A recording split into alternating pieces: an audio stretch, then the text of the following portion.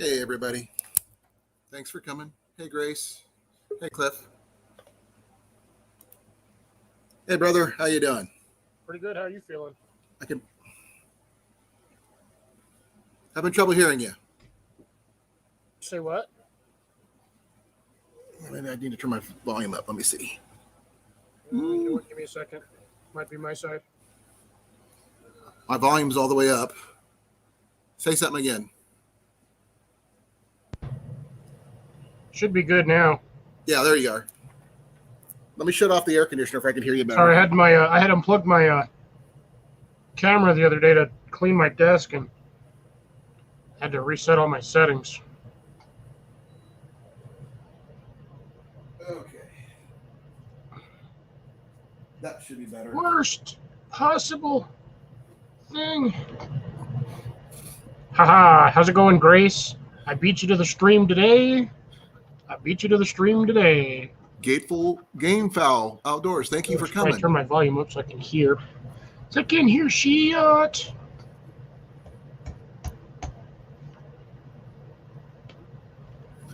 So how you doing, Cliff? I'm doing pretty all right. How are you today? Better than I was by a long shot. Oh, that's good. Yeah, it was pretty bad there for a while. How's the leg feeling? Yeah, it's still burning a bit from the bacterial infection. Apparently, I have had it for a while. It just got really bad. And here comes. How you doing, Hawaii? Hey. What's up, HVS? Well, not too much. Just had some minor dermatological extraction of a clogged pore and like 10-year-old lesion on my arm, frozen off. Oh, I had a major bacterial infection on my lower right leg that put me in the hospital from Saturday to Wednesday. Just this last week?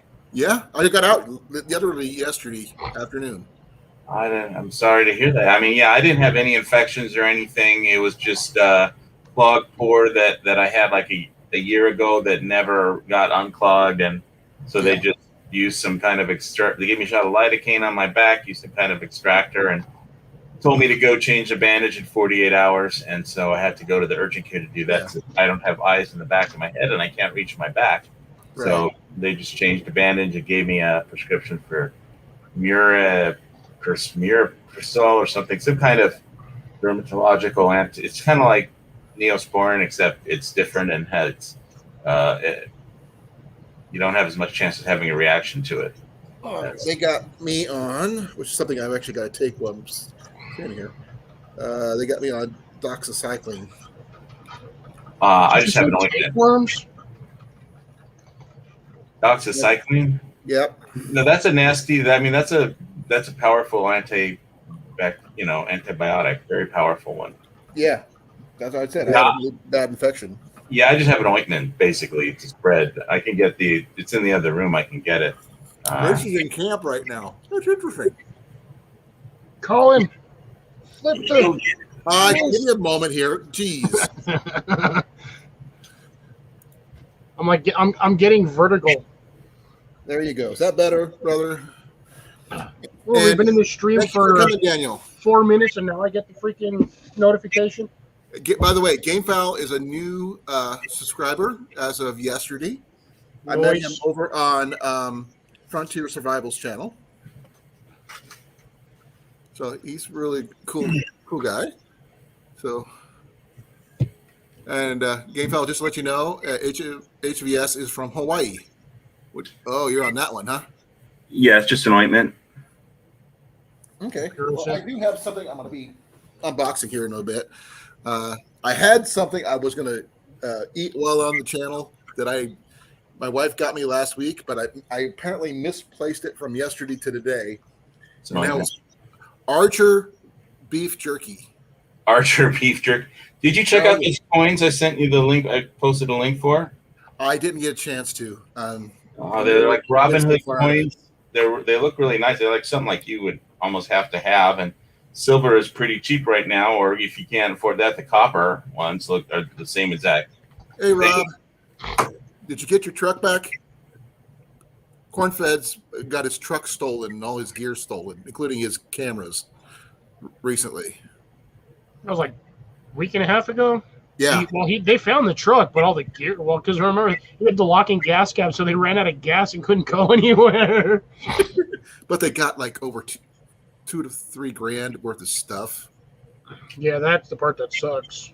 Yeah. His car got stolen? His truck got stolen out of a parking garage in downtown Des Moines. They got the guys on camera, but there's no ID on the guys that did it. Even though they got them on their faces on camera, they have no idea who they are. Yeah, that reminds me about a parking. Somebody got their car stolen out of a parking garage, and he kept getting his car. Basically, he didn't get the car stolen. It was like broken into to steal the stereo system repeatedly. He'd pay, get a new one put in, and fix the window, and then like the next week, same thing happened. And after the third time, he just left a note and says, "Next time you want to steal my stereo, just call me and I'll open the door for you, so you don't have to break the window because it costs a fortune to repair." And so then his car, he got broken into and the stereo stolen for the fourth time in a row in a month. And the bad guys left a note and said, "Sorry, but we don't trust you." Well, thing is, I had something similar happen to me when a couple years ago, we were going over. My wife and I and son were going over to her mom and dad's for Christmas. I stopped off at her workplace to pick her up before we can head out. I go in to use the restroom. Not even 3 minutes later, I come back out. They had smashed the window, grabbed my bag, my computer, my bug out bag, everything, and the door was unlocked. You know how safe my place is where I live? One night, I accidentally left the garage door open, came out in the morning and say, "Oh, looked inside and nothing had been stolen. Nobody had been by. Nobody." It's like, I live on that dead end street, in the middle of nowhere. So yeah, nobody came by. And if they did, they just drove by. That's one of the advantages of living on a dead end street. Yeah. Grace, I would love to see a picture of your campsite sometime. I usually lock the door, though. Well, I'm off work until the 7th because of this. The infection that you had? Yeah. I mean, it's my whole leg from my knee to my ankle is red. And it's warm to the touch. Ooh. Are you on that doxycycline once a day or twice a day or twice? Morning and evening. I just took my evening dose. Hey, Blake. So, hey, Blake.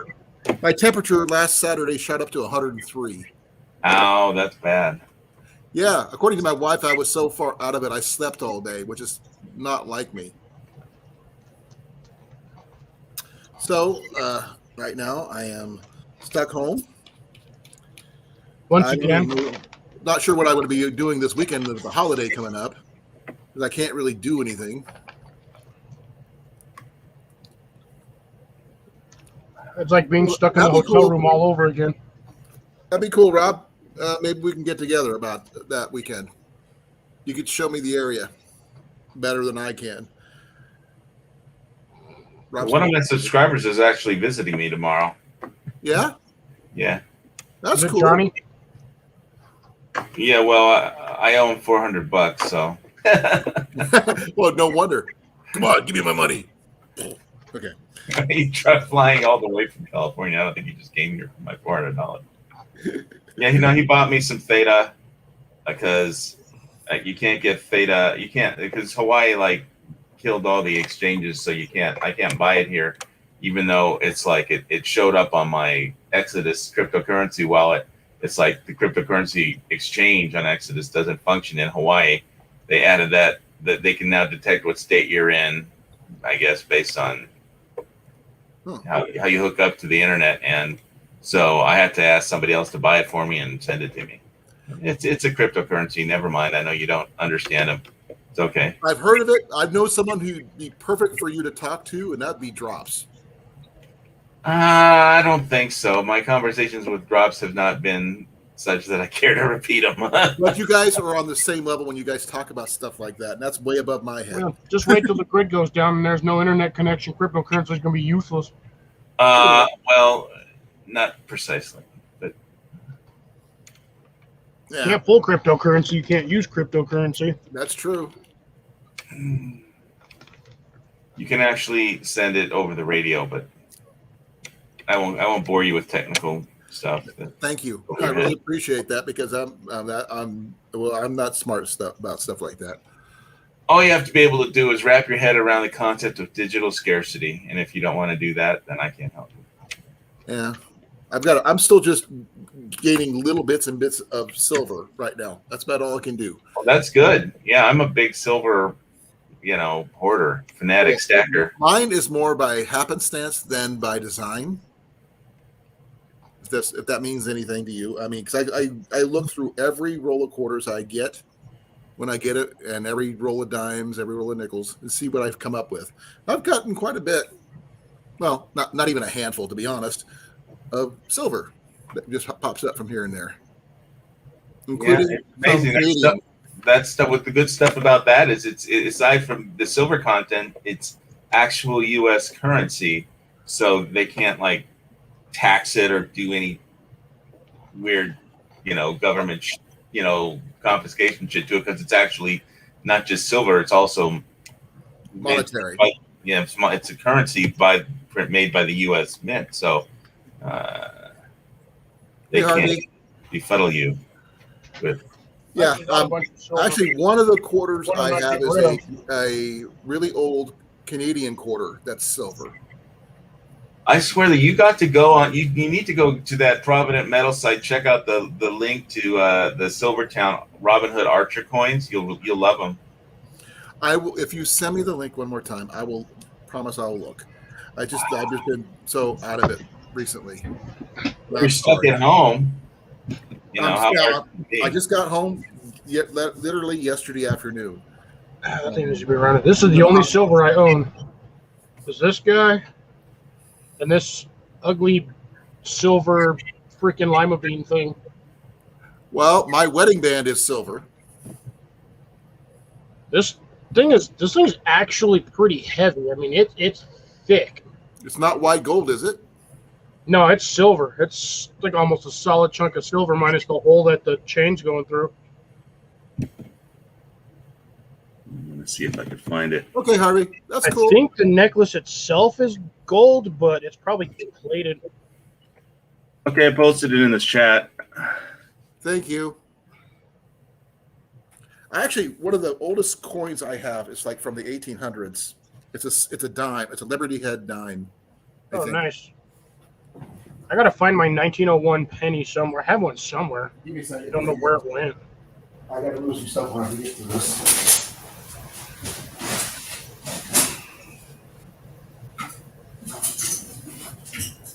What's going on, Harvey? Actually, no, I own more than just this little bit of silver. I have silver on my belt. Where's my ring? I legit have one belt where the prongs for the latches, they're silver. Where? Or it's either plated silver, one of the two. There's a treasure box. Hi, Jenny. You change the avatar to a Photoshop of some of my silver, but No, I don't know where it's at, love. I don't know where it's at either, but You give up way too easily, love. no, I just don't I want don't even know what they're looking for, so I can help you find it. I'm gonna set this off to where I can get to it easier. Pretty sure I got more silver somewhere in here. Let me see here. I know this. I've got the most unique storage of silver and old coins that you can think of.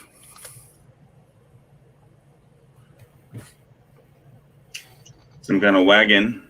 It's a bank. It's a bank. Coin bank. I've had this one since I was a kid, and it's brass and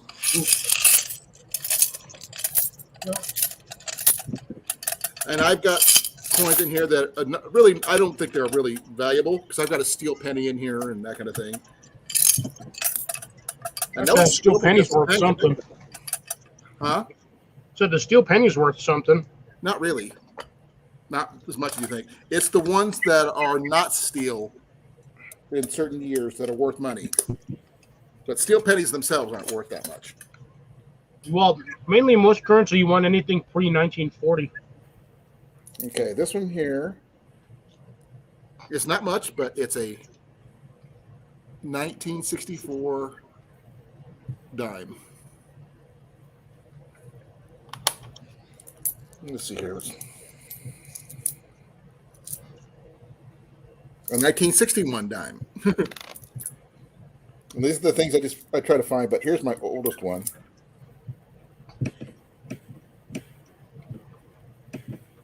Is this one here? 1890? The date is 1899. Pre-1900s? Mm-hmm. Not by much, but pre-1900s. Yep. So that's my oldest dime. But I've got a lot of pre-65 dimes.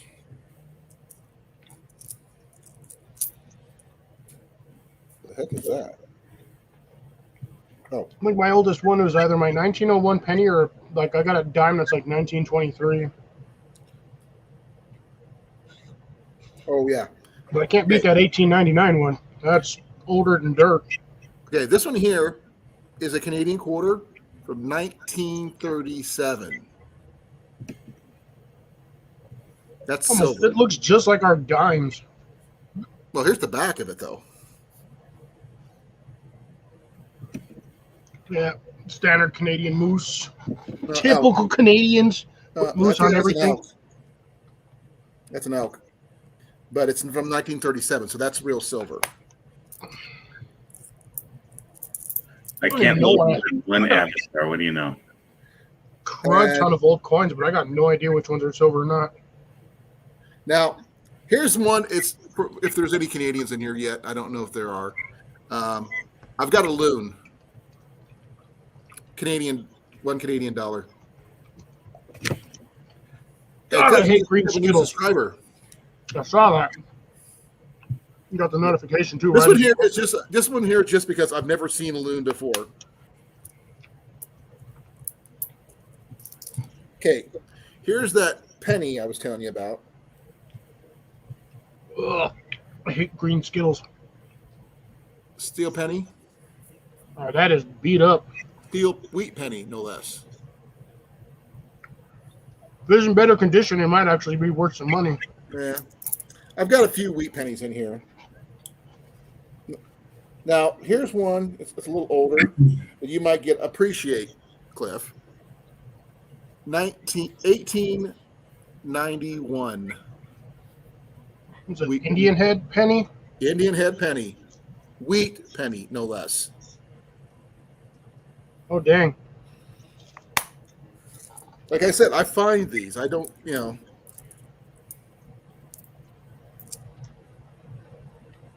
Okay, I'm not sure how much these are worth. There's like a 1939 nickel, 1961 nickel, 64 nickel, 43 nickel. Those might actually have some nickel in them. Yeah. Not the 1951 nickel. 1940 nickel. A lot of nickels.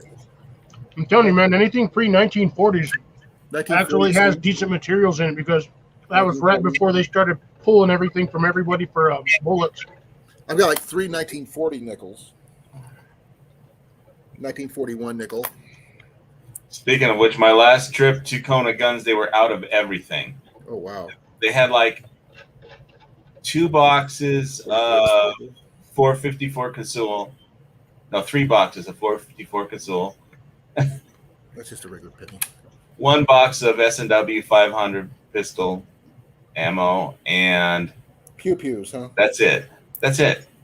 He said if I texted him, he'd said some aside for their next shipment, and then they get something like every couple weeks, but it sells as soon as they put it on the shelf. It's gone. I mean, and I've never seen that shop with just empty shelves before.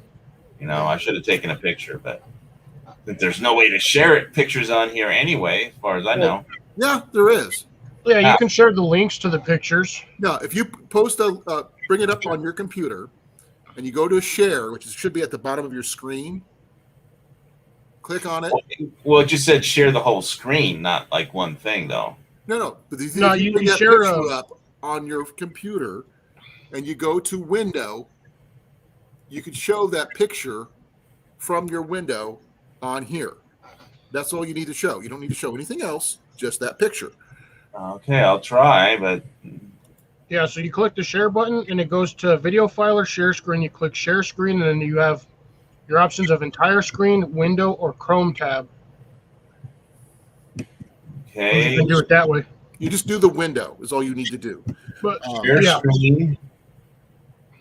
Screen sharing. Blah, blah, blah, blah. You just click the blue where it says share screen. Well, it depends on what you want to share. I would picture. say open up your picture that you want to show in a new window. It is. Then you you should get click on Window, okay. Then you hit click you whatever see that? tab you have your picture on. yeah. Can you see that picture? No. You have to have your go into camera your active. Chrome tab. Go to your Chrome tab or whatever tab you're using, and then go from there. See if that works. Chrome tab. I don't use Chrome. I use Chrome. Sorry. Whatever I said. Whatever you're using. No, it doesn't seem to be working. I can't even take my webcam off to show. That sucks. I can do all that. I don't know why you guys can't, but because I'm probably the. Well, you pay money for this. That's probably why. We Nope. don't. No, you can. It's on the free version. Yeah. Let's see, share screen. I share my screens all the time.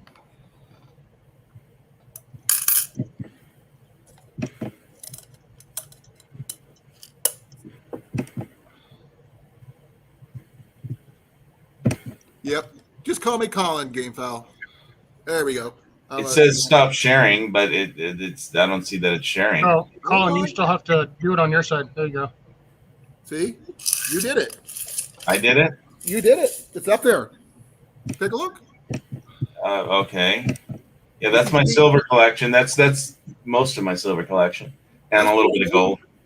Mine's all Dang good. HBS, did you take that with a Polaroid? No, No, that was cell phone.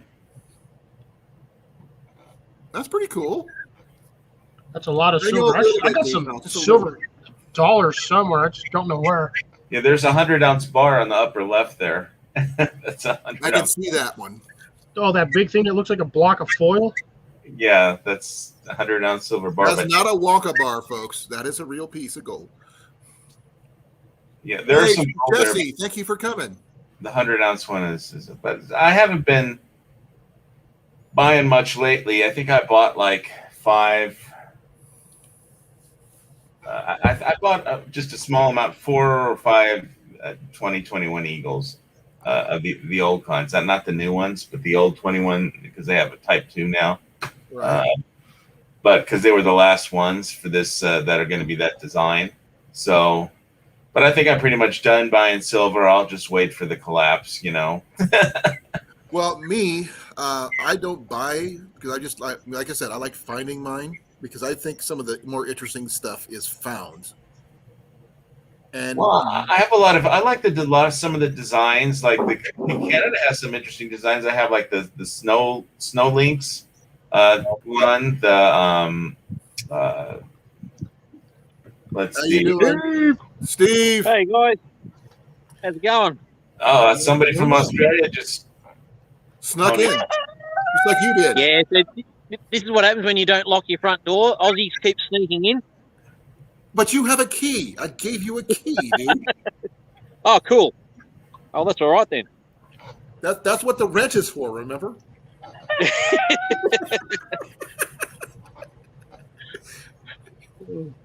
I'm more looking at Steve's weather. Yeah, Man, you had nice sunny weather like the last few days. I know. Spring arrived and it was sunny and it was beautiful and yeah, we've just had a cold front come across from Western Australia down through South Australia and it's hitting us now. So yeah, we're just getting a few little hits of heavy rain and then it goes for a while. It's very patchy. Well, I'm not sure if you knew yet, Steve, but I just got out of the hospital yesterday. I saw you had a leg infection or something going on. Yep. I had a bacterial infection of my lower right calf from my ankle to my knee. It's still there. I'm still fighting it. They got How did it get infected? Go ahead. How did it get infected? You'll have to tell your missus not to scratch you so hard, mate. No, I don't know how I got it. Hon, did you kick me in the shin? Wearing the sleeve. No, hon. I think I got it before the sleeve. So that's the reason why. Maybe it's when you whack the sleeve. Maybe it could be where I got it from work. I don't know. Yeah. Is she trying to blame archery? I'm not blaming archery for that because I actually have a lot of fun at archery. If you don't believe me, ask Grace. Look who snuck into the chat. I said hi to Jesse. Now, we got some really cool people. For those people who didn't know that Grace went to my archery get-together on the 21st of last month, and I taught her how to shoot a little bit. Yeah, I saw your video shooting 4 arrows at once. Yep, I can do that. I've never done it before, to be honest. That was the first time for me. Man, you got a noisy cock over there, Steve. Oh, I was just telling him to bloody well shut up. But he won't. Or he's going to be He's going to be fried, right? Yeah, he's the mongrel that's at. He's knifed me a couple of times with his spurs, but we've cut his spurs off now, so he's. Oh, shut up! I'm just about to give him some chook food. He's probably hungry. Oh, that's why they're noisy. They're hungry. Yeah, I'm just giving him a whole heap of scraps from the kitchen, which has been good. But I'll. Oh, and the problem is we've got 4 roosters in there at the moment. Oh, they're going to be growing for dominance. Yeah. To see, I had that happen with pheasants a couple days ago, where like 24 pheasants showed up, and the 4 males were just fucking to whoever clutched the most was in charge, I guess. Of my yeah.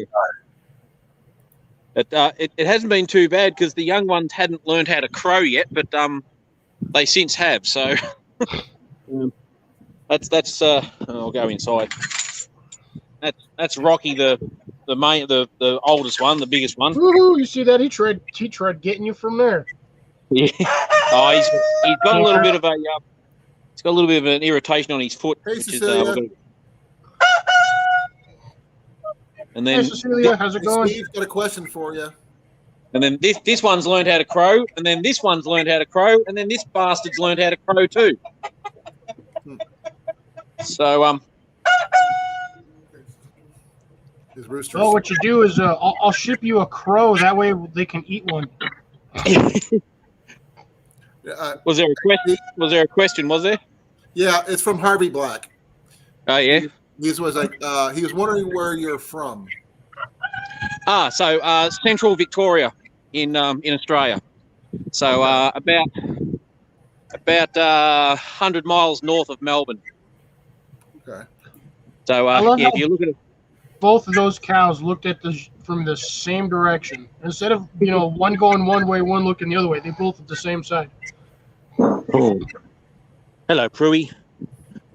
This is my girl. Hey, do I get a hit? No, not a headbutt. You've headbutted me once before. Oh, I bet that felt pleasant. Yeah. Thankfully, it was in the thigh/rear end, not my head, but yeah, it was. Back it didn't between tickle. the butt cheek and the knee. Yeah, it didn't tickle very much, I can tell you. Yeah, their head is very hard, but she's a pretty good girl. She loves a back scratch, don't you, girl? Me? Oh yeah, you like a back scratch? Yeah, is that good? Give me a second here. Don't swap me with your tail. Don't swap me with your tail. Good girl. Oh, there we go.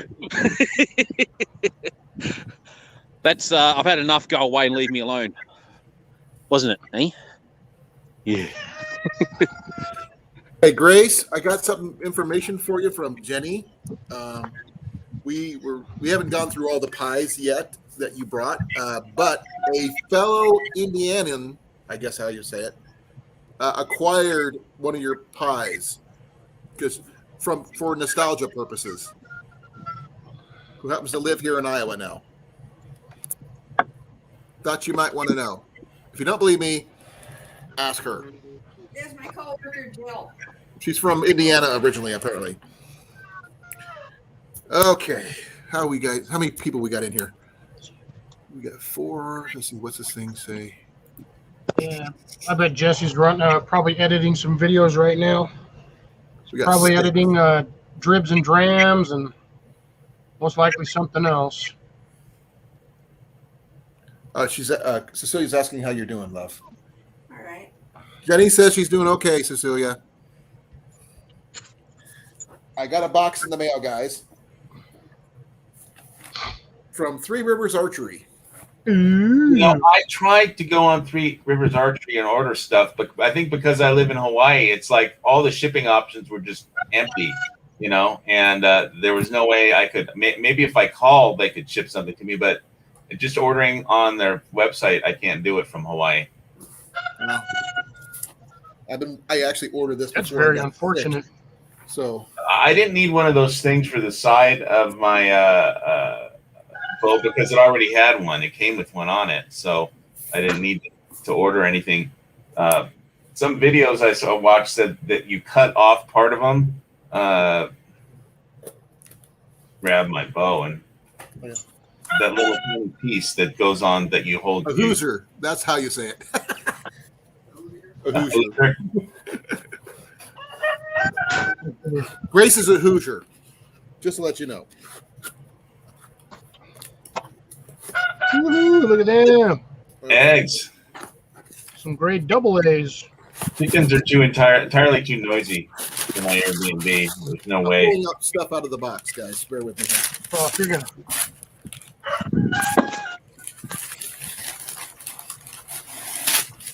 Nice breakfast. Yeah. Okay. Not getting a huge. Not getting a huge amount at the moment, but yeah, just enough to keep us in eggs. I'd say 3 eggs each. That's pretty decent breakfast. Yeah. So how many chickens total? Sorry. How many chickens total? Not the roosters, just the chickens. I think we've got 5 layers in there. So Like 4 or 5. 15 eggs a day. These guys are basically an egg a day when they're in full production. Okay, so that's not bad though. Yeah, it's not bad. Yeah, they're and they produce about, I think they do about 200 eggs a year. So they're not as good as the commercial layers, but they're a purebred Plymouth Rock. But they're a good dual purpose bird. They're good for meat and eggs, and yeah, their eggs are really good. But we're going to get a couple of once we're able to get hold of them, we're going to get a couple of commercial high lines. So they're a crossbred commercial. They do about 300 eggs a year. No, that's not. That's not bad. Yeah. Hey, Reese. Hey, Reese. Okay. I'm not sure how many people's interested in seeing what I got here or not. I want to see it. Hey, Outdoors with Big Matt. How's it going? Hey, Matt. Thanks for coming. How are you guys seeing them before I am? Because I got my YouTube chat popped up on the side over here. Oh, okay. But I gotta do that. Pop up my chat then in order to get that properly going. That's the first thing I do when I pop in here is I pop out my YouTube chat so I can see it, because the YouTube side there's that weird delay, but with the YouTube chat on here, it works just a little better. Yeah, I do the same thing, Fox. I always have StreamYard and YouTube when I'm on my computer. Okay. There's the only way to do it. Otherwise, half the stuff you miss on the StreamYard side for chat. I'm slowly getting better, Reese. The leg, the infection is still fighting it. So, okay. Be right back. Okay, I gotta wait for him to get back before I show. I'll glad you're feeling better, Colin. Anyway, it's never nice to have to go into hospital. Oh, my temperature broke. It took a couple of days for my temperature to break. Yeah. It was 103 when I went in. Yep. That was bad. Yeah, that's pretty warm. Yeah, That's a good Aussie day in the summer, mate. Oh yeah, or a nice like a warm day in Albuquerque. Yeah. My friend got 103 after he had the jab. Oh, no, mine's not from that. Yeah. They actually tested me twice last week just to make sure I didn't have anything, and both came back negative. No, that's good. I've already had my shot. I had the Johnson & Johnson version. I don't like being jabbed more than once if I can help it. But yes, thank you, Cecilia. Jenny says so too. I'll have to go see. Cecilia says I'm just hot stuff. You actually say that too? Yep. Okay, that's good to know. All right, nobody can see it yet. Okay, I didn't not out of the box yet. Get it out of the box. Hurry up. Hold on, let me enlarge my screen. I don't know what happened in the picture. With all that livestock you have in Australia, how many acres is it that they're on? Give me a second. I lost my screen. Yep. I think we lost Steve. Oh, that's why. Okay, there I'm at. Steve's underwater. He's walking around. He's in Minecraft water apparently. Okay, let me do my screen. Oh. Back again. Solo, we'll be right back, guys. I'm bringing it back. Okay, folks. Underwater. I just received this in the mail while I was in the hospital, and it's something I think it's going to be pretty cool once I get back into it because I couldn't find my original. This is a new bowstring maker from Three Rivers Archery. It came in this rather large box for something that's that small. Yeah. It's a Flemish bowstring jig. Flemish bowstring jig. Did that say causes cancer on that warning label at the It bottom? did. I just noticed that too. So It's plastic, a sticker, and They like put that warning on everything. It's like, it's like one of those feel-good laws that they passed that, it's just anything that's shrink wrapped or has some kind of petroleum thing on it. It's like, it's all the whole part of the Green New bullshit. Well, yeah, like the label on bleach that says "Do not drink." No duh. it's like the label on the warning label on my arrows. Like, warning, do not shoot yourself in the foot. Warning, sharp point. Do not point at people. Well, unless I'm in the Roman Empire, no duh. This is going to be interesting. The peg is a little small.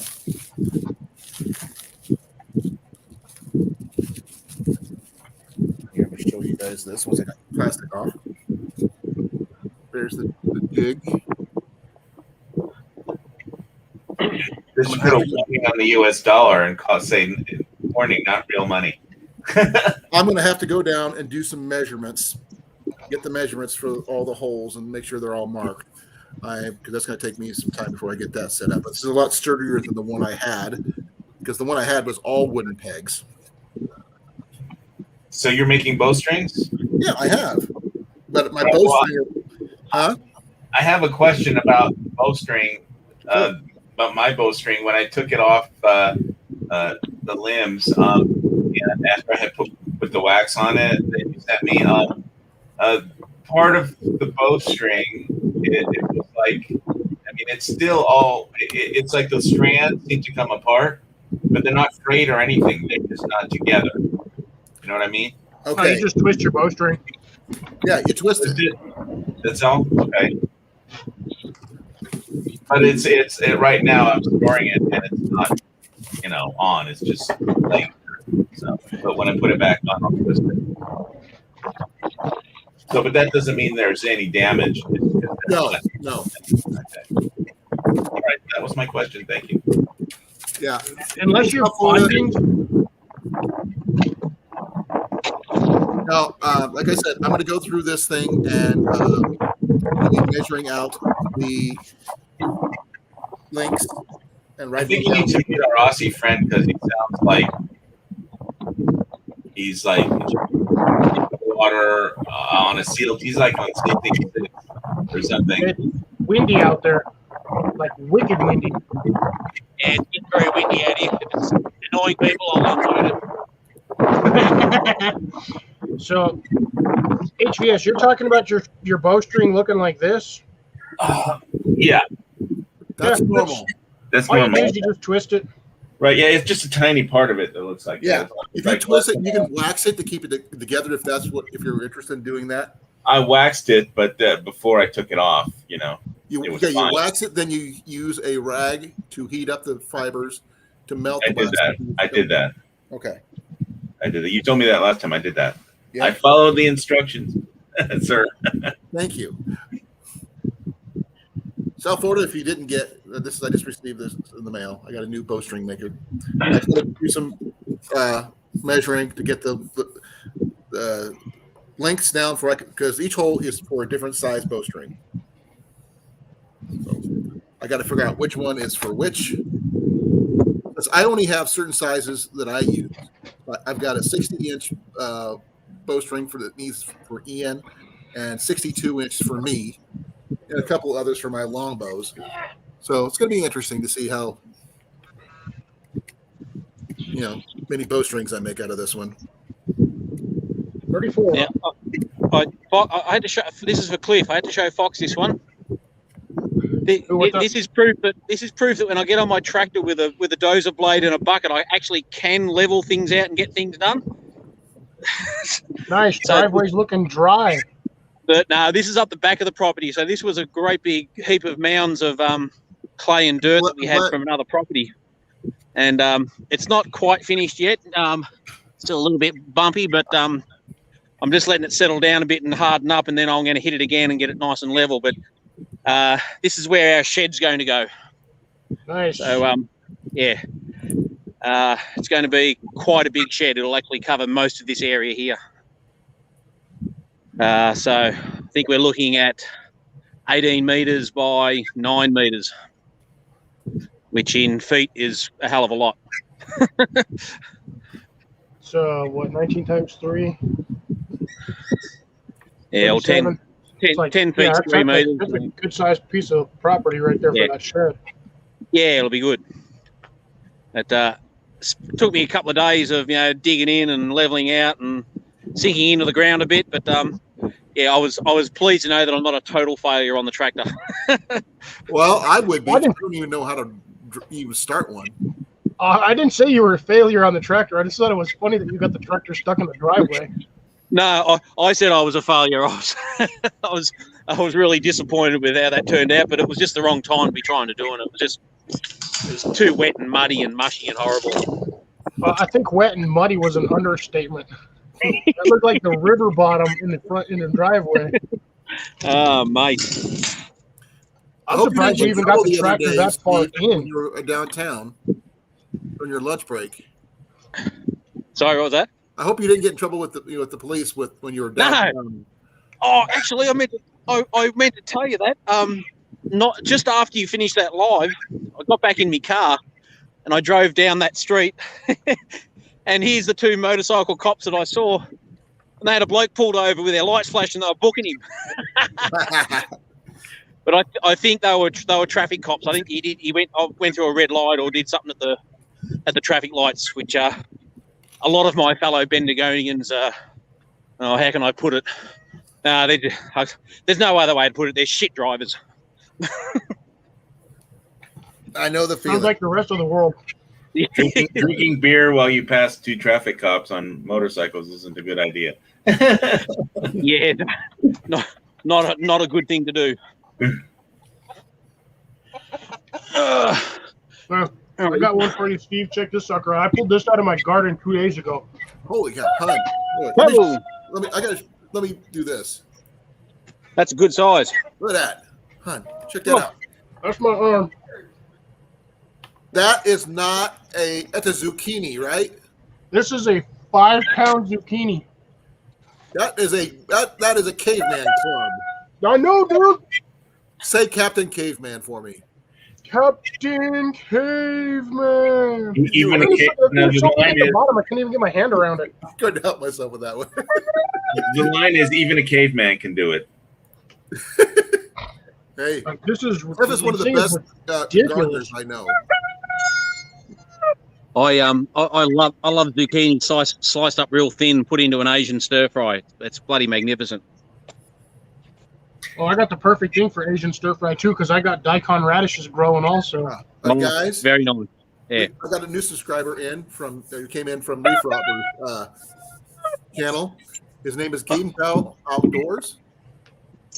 He's a smaller channel, but please welcome him, please. Welcome, GFO.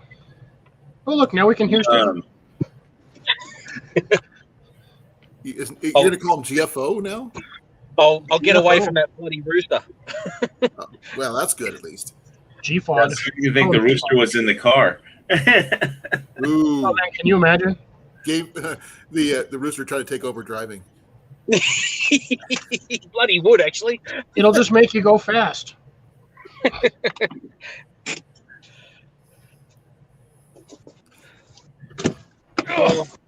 When I get this stuff settled with the new bowstring maker, I will probably do a small video about making a bowstring.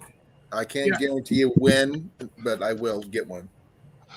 Oh, I'm gonna have to buy some bowstrings off you because I can't do it on the damn website. The Three Rivers. Well, Three Rivers can get them. You can actually probably get them cheaper than Three Rivers from like Amazon and stuff too. Even Wish can get them. So I just measure the length of the bowstring when it's not stretched out. You got a Samick, correct? A what? A Samick, or do you have a PSC? Which one is it? PSC. Okay. Most PSCs, they have them written on the limb what the length of the bowstring is. Right. You can just order any bowstring from anywhere with that length, and you should be fine. All right. Don't call me Mr. Game Pal, please. Just Colin. And if you give me your name, I will call you by your first name. 62 inches, 25 pounds. So 62-inch bowstrings. Okay, right now I could probably go to Wish right now and find you one for like $6 On Amazon. Amazon or Wish. Wish. I never even heard of that one. Yeah. I'll solve that problem, Grace, once I find a box that's the right size to send that thing out. Because I still have it, but finding a box small enough sucks. Like the smallest box they sell is like way big.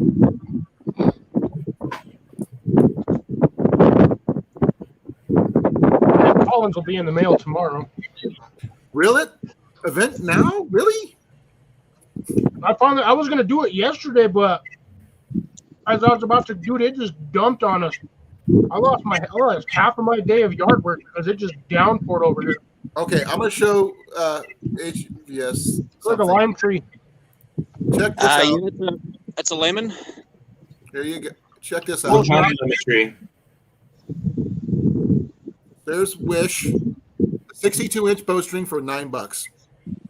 All right. They're a Chinese company. So Chinese. Native American. Hey, it's a bowstring. I know, But no, he's in Hawaii. It should be faster. True. It might actually get there faster than it would here. well, I don't know. Amazon delivers pretty quick. I don't have any complaints. I've never been on Wish before. I never even heard of it. So I've heard Wish of you it. can get stuff super cheap, but it ain't necessarily good quality. No, but it's a backup bowstring. You can go, like I said, there's other places. You can one check fence on post. eBay. Might have a place to get them really cheap. And you and your lovely wife got on those trees mad quick. Yeah, we got them in, and they're really happy. So that thing on there was what you said we should get, but it came with one. I saw that some people cut this thing off. For the arrow rest, yeah, Well, that little notch right there that keeps them locked in could potentially rip off. Actually, no, I stand corrected. That's actually not designed to shoot your arrows off of. That's actually just designed to hold them on there so they don't slip off. It's made for shooting arrows with veins, not feathers. But I shoot off the shelf myself. But it still works. You use it until it wears out. Then you could replace it with either a whisker biscuit style, like Johnny Harper does on his, or you can use shoot off the shelf like I do, or get another style barrel rest, flipper rest, maybe. That's going to get a lot of bees in the summer. Huh? Oh, that? Okay, yeah. Yeah, that tree. Well, it's still young. It's going to take another 2 years before that's ready. I'm hoping so. We'll get a bit of a crop this year. You just planted those trees. You probably won't get nothing on them until next season. Well, this one here was a quince, and the first year while it was in the pot last season, we actually got 6 really good quinces off it. So we're actually expecting to get a little bit of a crop off some of them, but certainly, yeah, the year after will be the main one. What kind of lemon tree did you show us? What variety of lemon was that? Okay, so we've got a couple in here. So I've got a Emperor Mandarin, which has just gone in there. And this one is a navel orange, I think. What kind of navel orange? Washington. Washington, okay. Washington seedless? Yeah, it looks like it. Okay. Yeah, so it's a grafted. This one here is a lemon. I'm not sure. This one came from my dad, so he actually used the break the limb, hold it down on the ground, wait for it to reshoot technique, and created a tree for us. So I'm thinking it's it's either a Lisbon or a Eureka. I'm not sure. Eureka? This one I'm pretty sure is a Lisbon lemon. Yeah. We've also got a Meyer lemon tree coming. An improved Meyer. There's different kinds of Meyer. Sometimes you have to do the pollination no need yourself. to apologize, Game Fowl. Yeah, and this one's a Tahitian lime. I will eventually. Tahitian I lime? just haven't done so yet. Those are good. I have a Philippine lime. Yep. I plan on doing some rabbit hunting videos with my bow. I couldn't get a lime tree this year. They freaking every store I went to, they didn't have none of them. All they had was lemons and oranges. Yeah, hard to get hold of. We're trying to get hold of another cherry tree. We just can't do it at the moment. And an apricot. We got a guy. What elevation are you at? That's a damn good question. Game Fowl, do you have a bow by any chance?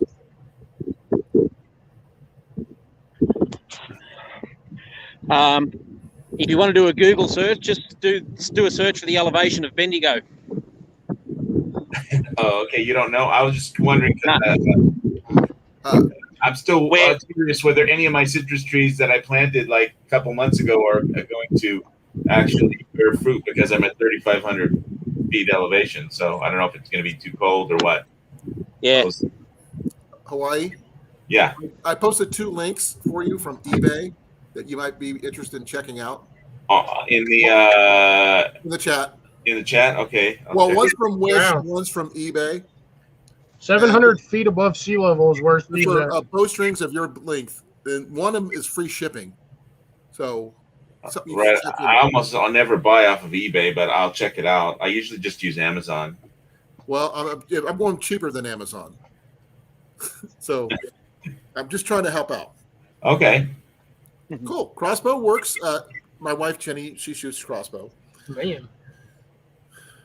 She's got bad ankles. And she's like, I would say she's got a bionic ankle. Bionic? Yeah. She's got pins, plates, screws, whatever you would make a bionic ankle. Man, according to this, most of Australia is flat. Exactly. Yeah, we don't have much elevation here at all. You got Toowoomba's like 2267 above sea level, but that's like it. Yeah. There's a kind of a mountain range that runs down the east coast from Queensland down to Victoria and then hooks around a bit like a fishhook. That's called the Great Dividing Range. And in that region, you've got Thredbo, you've got Mount Buffalo, you've got a few of the we call them mountains. You guys would probably call them pimples. But that's Small where hill. our snowfields are. We call it an anthill. Yeah. But yeah, the vast majority of Australia is pretty flat for the most part. I'm getting an echo here. Okay, why am I getting echoes? Don't know. Is it not? It's not me, is it? Grace did a thing on accident. What did Grace do? I'll turn my volume down. Maybe that'll help. Sorry, Game Foul. There seems to have been a missed button push on accident. It happens. You haven't been kicked out. You just got an accidental timeout. Okay, I can take that. I think. Did that help? It was me? Yeah, you're fine. Okay. No. Colin, I was hoping that some of the rabbits might have been out when I was down there before, but they're all down in their burrow at the moment. Dang. No, they don't want to be out in that weather. Actually, I knew somebody who had a bunch of rabbits in their yard, and he used the most interesting method to get them out of their burrows. Yeah. You put a hose down there and turn on the water. Yep. And Yep. And he stood right near one of the holes and just waited with his bow. Yes. And that's all he could do, and it worked. Have spent many hours as a young kid standing outside rabbit burrows, trying to work out how we can get the ferret out of the rabbit burrow because he's down there having a meal instead of chasing the rabbits out like he's supposed to. Yeah, I don't know what else water put down in the burrow to get him out of there though. Smoke's the main one. You light a fire and fan the smoke down into the burrow. Oh, I don't even need to do 5 waste time on a fire. Would a bee smoker work? No. Yeah. Will it? Well, I don't think it'll go far enough, would it? Yeah, I don't know. The smell is what it would get them. You know, that they think something's burning. Who knows? I would say just go to like when they sell the fireworks, when they do like the $2 military smokes. Smoke bombs. Yeah, you just light a couple of those and close the hole That and might drop work. them in there, and those things will pop out the other end like crazy. 4th of July, just throw an M80 down the hole. It'll shoot out. Thanks for coming. Yeah, but the problem is you can't get a real original M80s because the freaking factory burned down. Please let me know when Game. They don't make M80s anymore. They don't? Okay, he's a no, dude. That factory burned down back in like '97. Which one? Yeah. The M80 factory that used to make the M80s for fireworks. That thing burned down a long time ago. I'm pretty sure they didn't rebuild it. Okay. It'll go. What a shock. Please let me know when Game Foul comes back in. I feel bad that he accidentally got timed out. What a shocking surprise that is. A fireworks factory caught on fire and burnt down. Who would have thought? Right? Now, would it be the fun part would if it burnt down and it didn't explode. Now, that would have been surprising. Oh, dear. I am sorry. I'm rubbing my leg because it burns, Cecilia. And I've already taken my medication, my doxycycline. It's right here. What's that pink stuff you got to put on everything? I forgot the name of it again. I don't have to put any pink things on. It's pink all by itself now. Yeah, I would say don't touch it. It's red, and it's better No. than- It's It's red designed and for angry. itches, If it's and it looks itching, like that's a good Pepto-Bismol. sign. If it's itching, Absolutely. that means it's healing. Are you talking about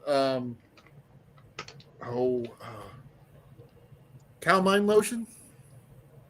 This is calamine. Yeah, calamine lotion is good for itchy skin. I don't know what it'll This do is on not wound. that. Mine's internal, not external. I would go Yeah, but with the this. outside's itchy. No, mine's actually mine. It burns in spots where the infection is still hiding. I would go with this cream if you could find it. I probably could. CBD, arnica, MSM, and camphor. It doesn't hurt a lot. And emu oil, whatever emu. I didn't know emus had oil. I thought it was a bird, but Yeah, whatever. it moves here. It is a bird. It's going to have greasy, oily feathers. Yeah, emus produce a lot of oil. It's one of the products that's extracted from them from farming. Yeah, it's a greasy bird. I've seen emu meat, and that stuff is greasier than chicken.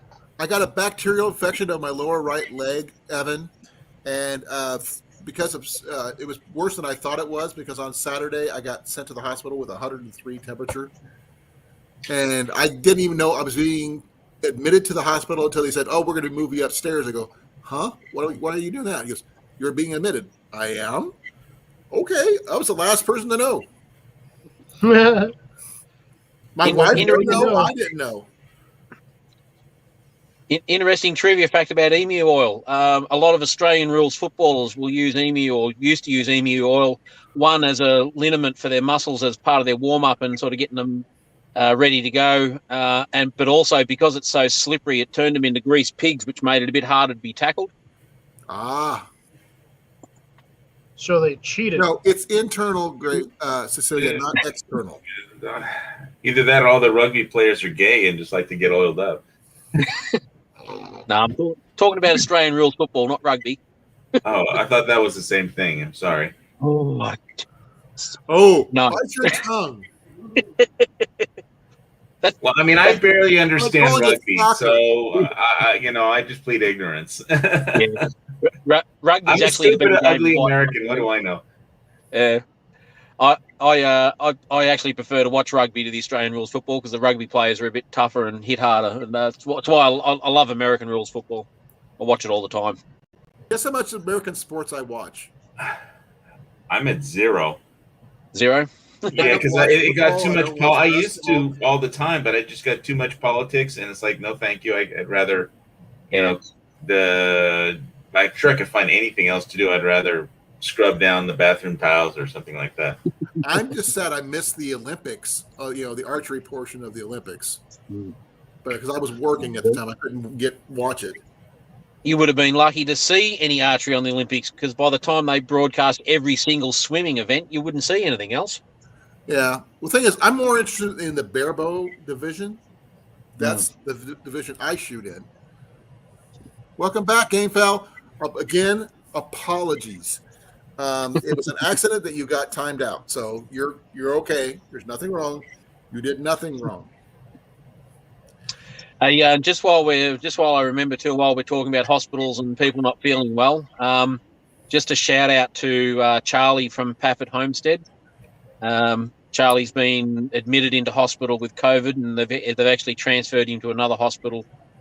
He's got pneumonia. He's got 2 bacterial infections, and he's really struggling. So if anyone out there can pop over to Pafford Homestead, and Brandy's doing it really tough. She's really missing him and that, and like any message of support just to say, hey, we're thinking of you, she'd really appreciate it. They're just a fantastic couple, and I'm just hoping that he's got a fair bit of fight in him and can make it, but he's got a real fight on his hand at the moment. He's not in a good way. Okay, well, I got someone a little bit closer to home than that person, but I really hope they get better soon. Yeah. Is Grace Martin's son, Michael, is also been diagnosed. Yep. And he's self-isolating in their upstairs right now, in his upstairs apartment. So, prayers for him as well. Hopefully, I met him. He's a really nice guy. He's a lefty like me. Okay, and for those people who haven't done so yet, GameFowl's link has just been posted in the chat. He's a really good kid, and he's only got less than 50 subscribers. Speaking of you guys which, want to check him out? Where am I sitting? Well, GameFowl, is that an archery channel? He's not an archery channel. He's got a crossbow, he's got a crossbow other than a regular bow like I use or you use or everybody else uses. I think, except for Steve, I think he uses a crossbow. I believe. Well, crossbows count as archery, I guess, if you arch them. But you use a crossbow or a regular bow? Wow, that one didn't just. Hey, Jesse, thank you for coming. Ooh, how's it going, Jesse? I don't get to have him on my panel very often, so that's pretty cool. Thank you. It's not often you see him in the studio either. Guys, I'll jump off and free up a bit of another space on the panel there. I got work to go do and things to do, so I'll get going here. Thanks for coming, Steve. You're Save us welcome. some eggs. Steve. Always a pleasure to catch up with my my bros overseas. So yeah, really appreciate coming up. Y'all be cool. Be well. Yeah. Steve. Thank you for coming. Just do what you got to do and look after each other and stay safe out there. It's Always. yeah. Hold on. Hold on to what? I got it. Oh, he's got his axe. My axe is in the garage. I got to ask Jesse a question. Oh, Axe you got an axe to grind? All right, guys. Catch you later. Later. I'm just going to mute myself because I'm having a wicked sound problem here, okay? Oh, you sound good. But you don't. Oh. The problem is here, not here. Okay. So just give me a sec. But you're coming around 5x5, just to let you know. Okay, that's good to know. Oh, good. I'm glad Michael's doing okay. Oh, sure. Here we go. Yeah, The reason why Jesse's having audio issues is because he's not in his studio. That's probably why, because I don't recognize the background. No, that's his living room. Yeah, I His living recognize room that slash ceiling. kitchen area. The ceiling looks familiar. Cecilia's a really cool lady. She talks to Jenny all the time. She's got some stuff. Jenny's got some stuff she's got to mail out to her soon. Right, love? Yeah.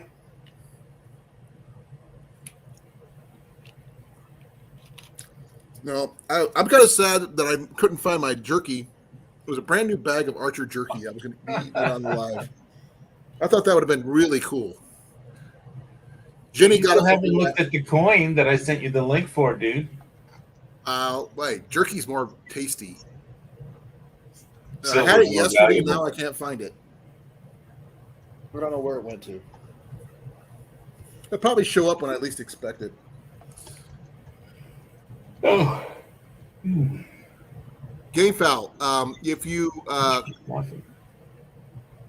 burn oranges over your stove and then eat the stuff inside, peel it, and then eat the contents, it'll help bring your taste buds back Mint. after having COVID and stuff. Burnt oranges? Yep. Burnt orange. You don't need the peel, just the insides.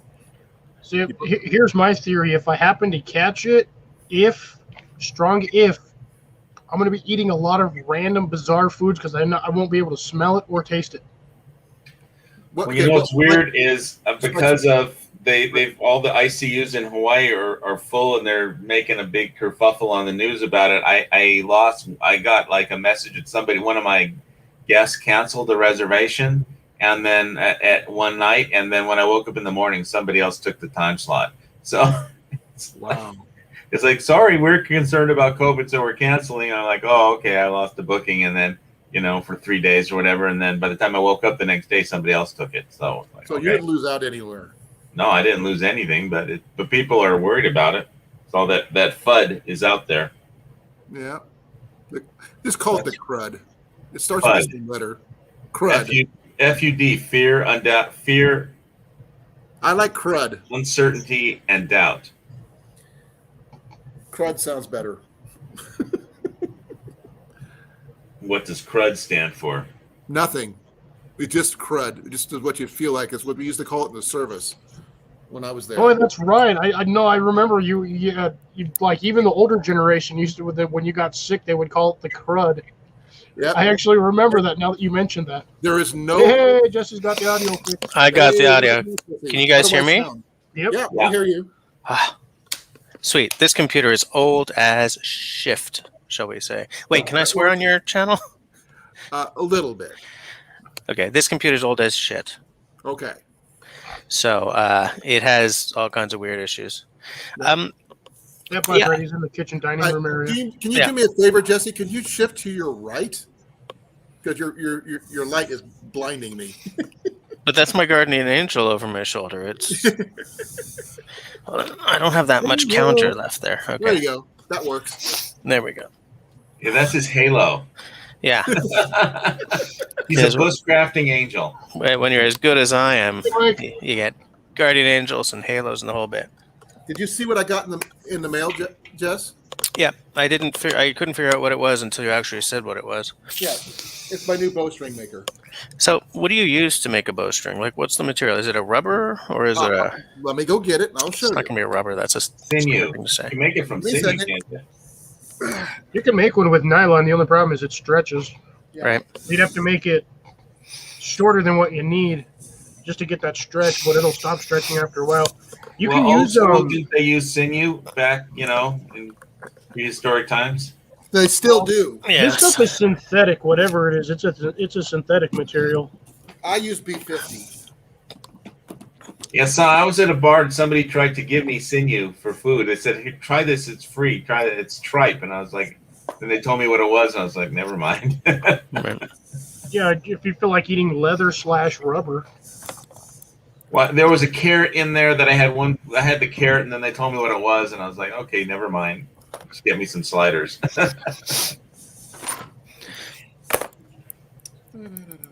I prefer dead pig meat. Okay. And Colin, do you shoot recurve or Yeah.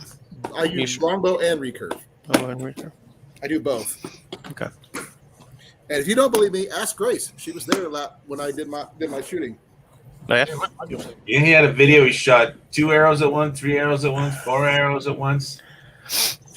Now this is what I use right here. It's B50 material. So is that like a nylon It's a byproduct? nylon-ish. It's waxed, heavily waxed. Okay. It's And I called use two B50.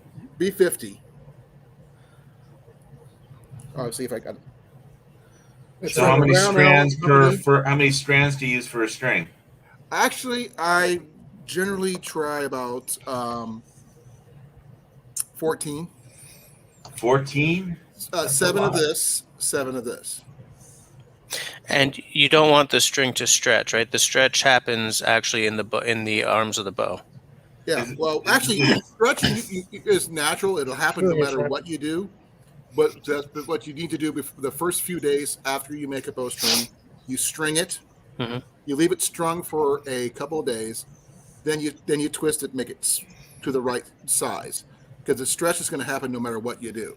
Right. And I even then you got your material for your serving material, Yep.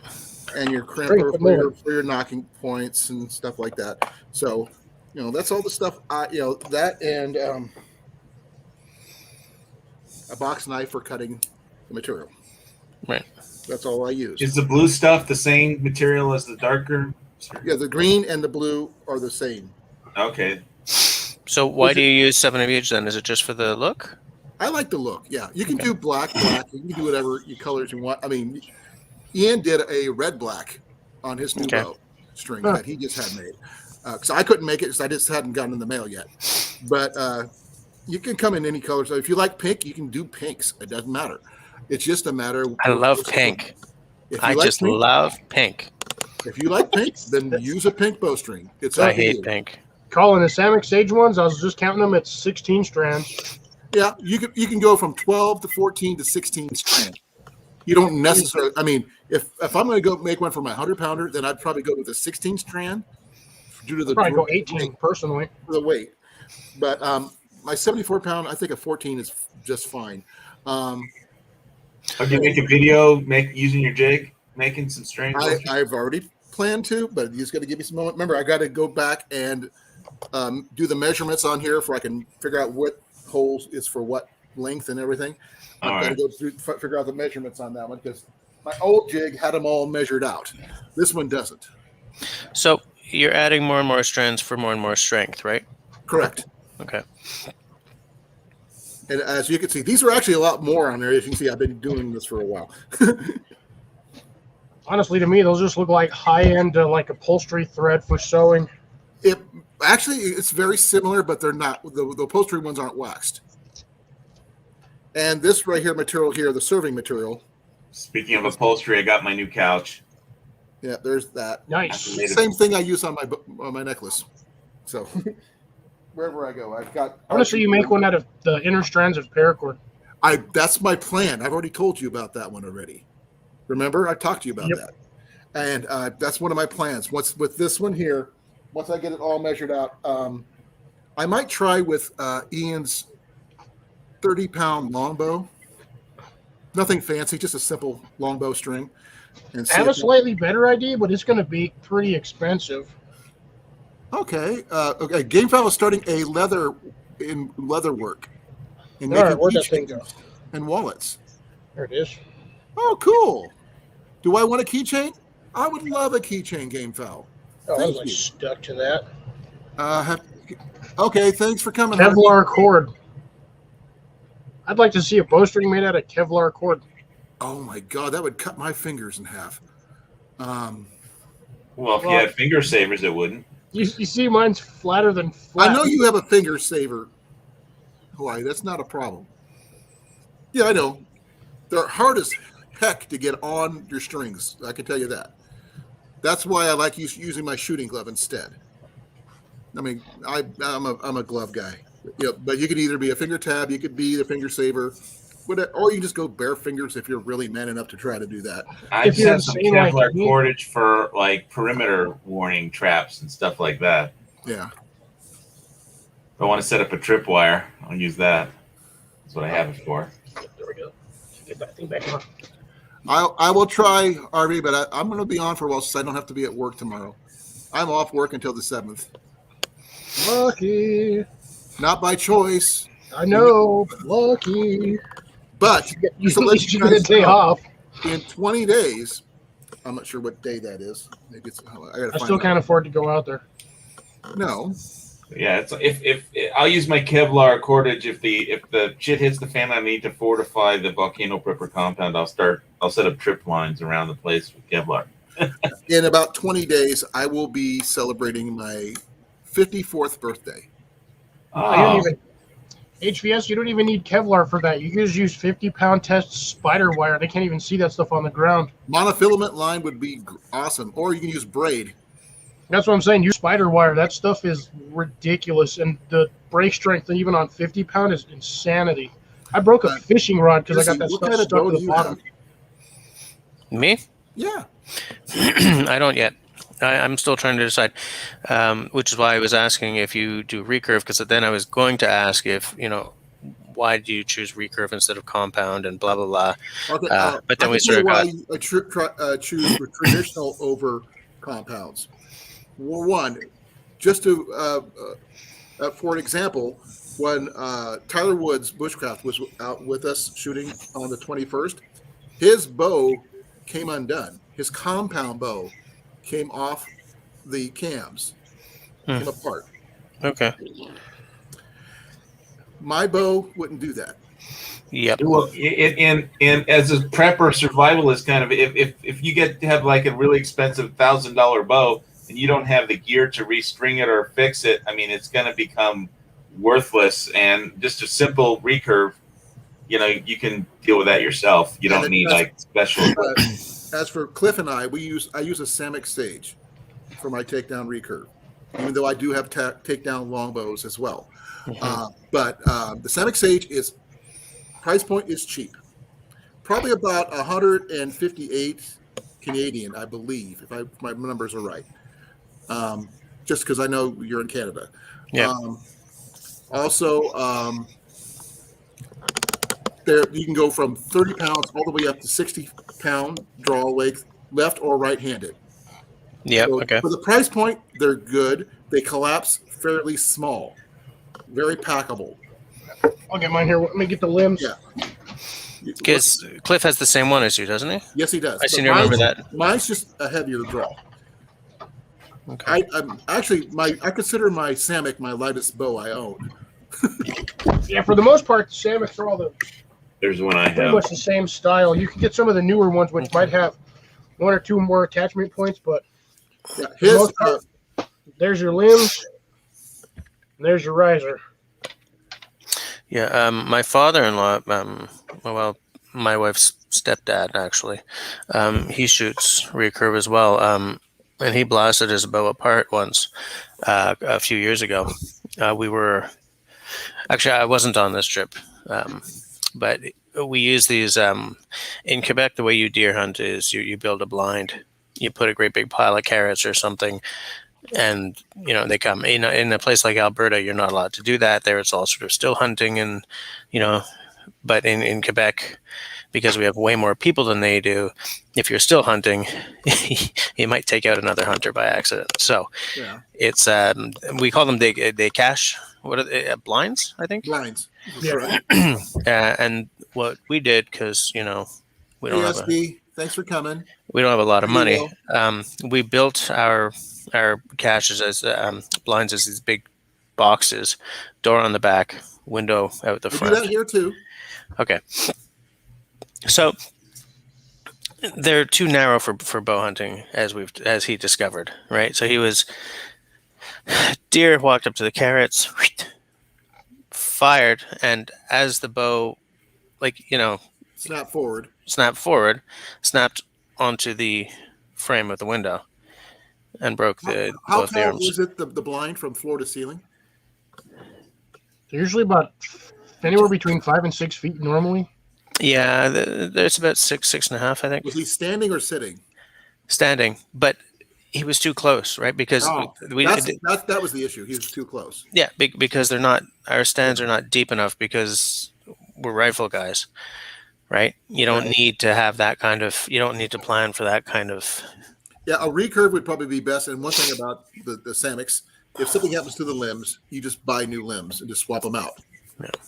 I'm currently trying to locate the Samick sage. I'm at cabela's.ca. Try eBay. Okay. Now, Cabela's should have them. eBay has them usually. I will do a search on the Canada eBay, so bear with me.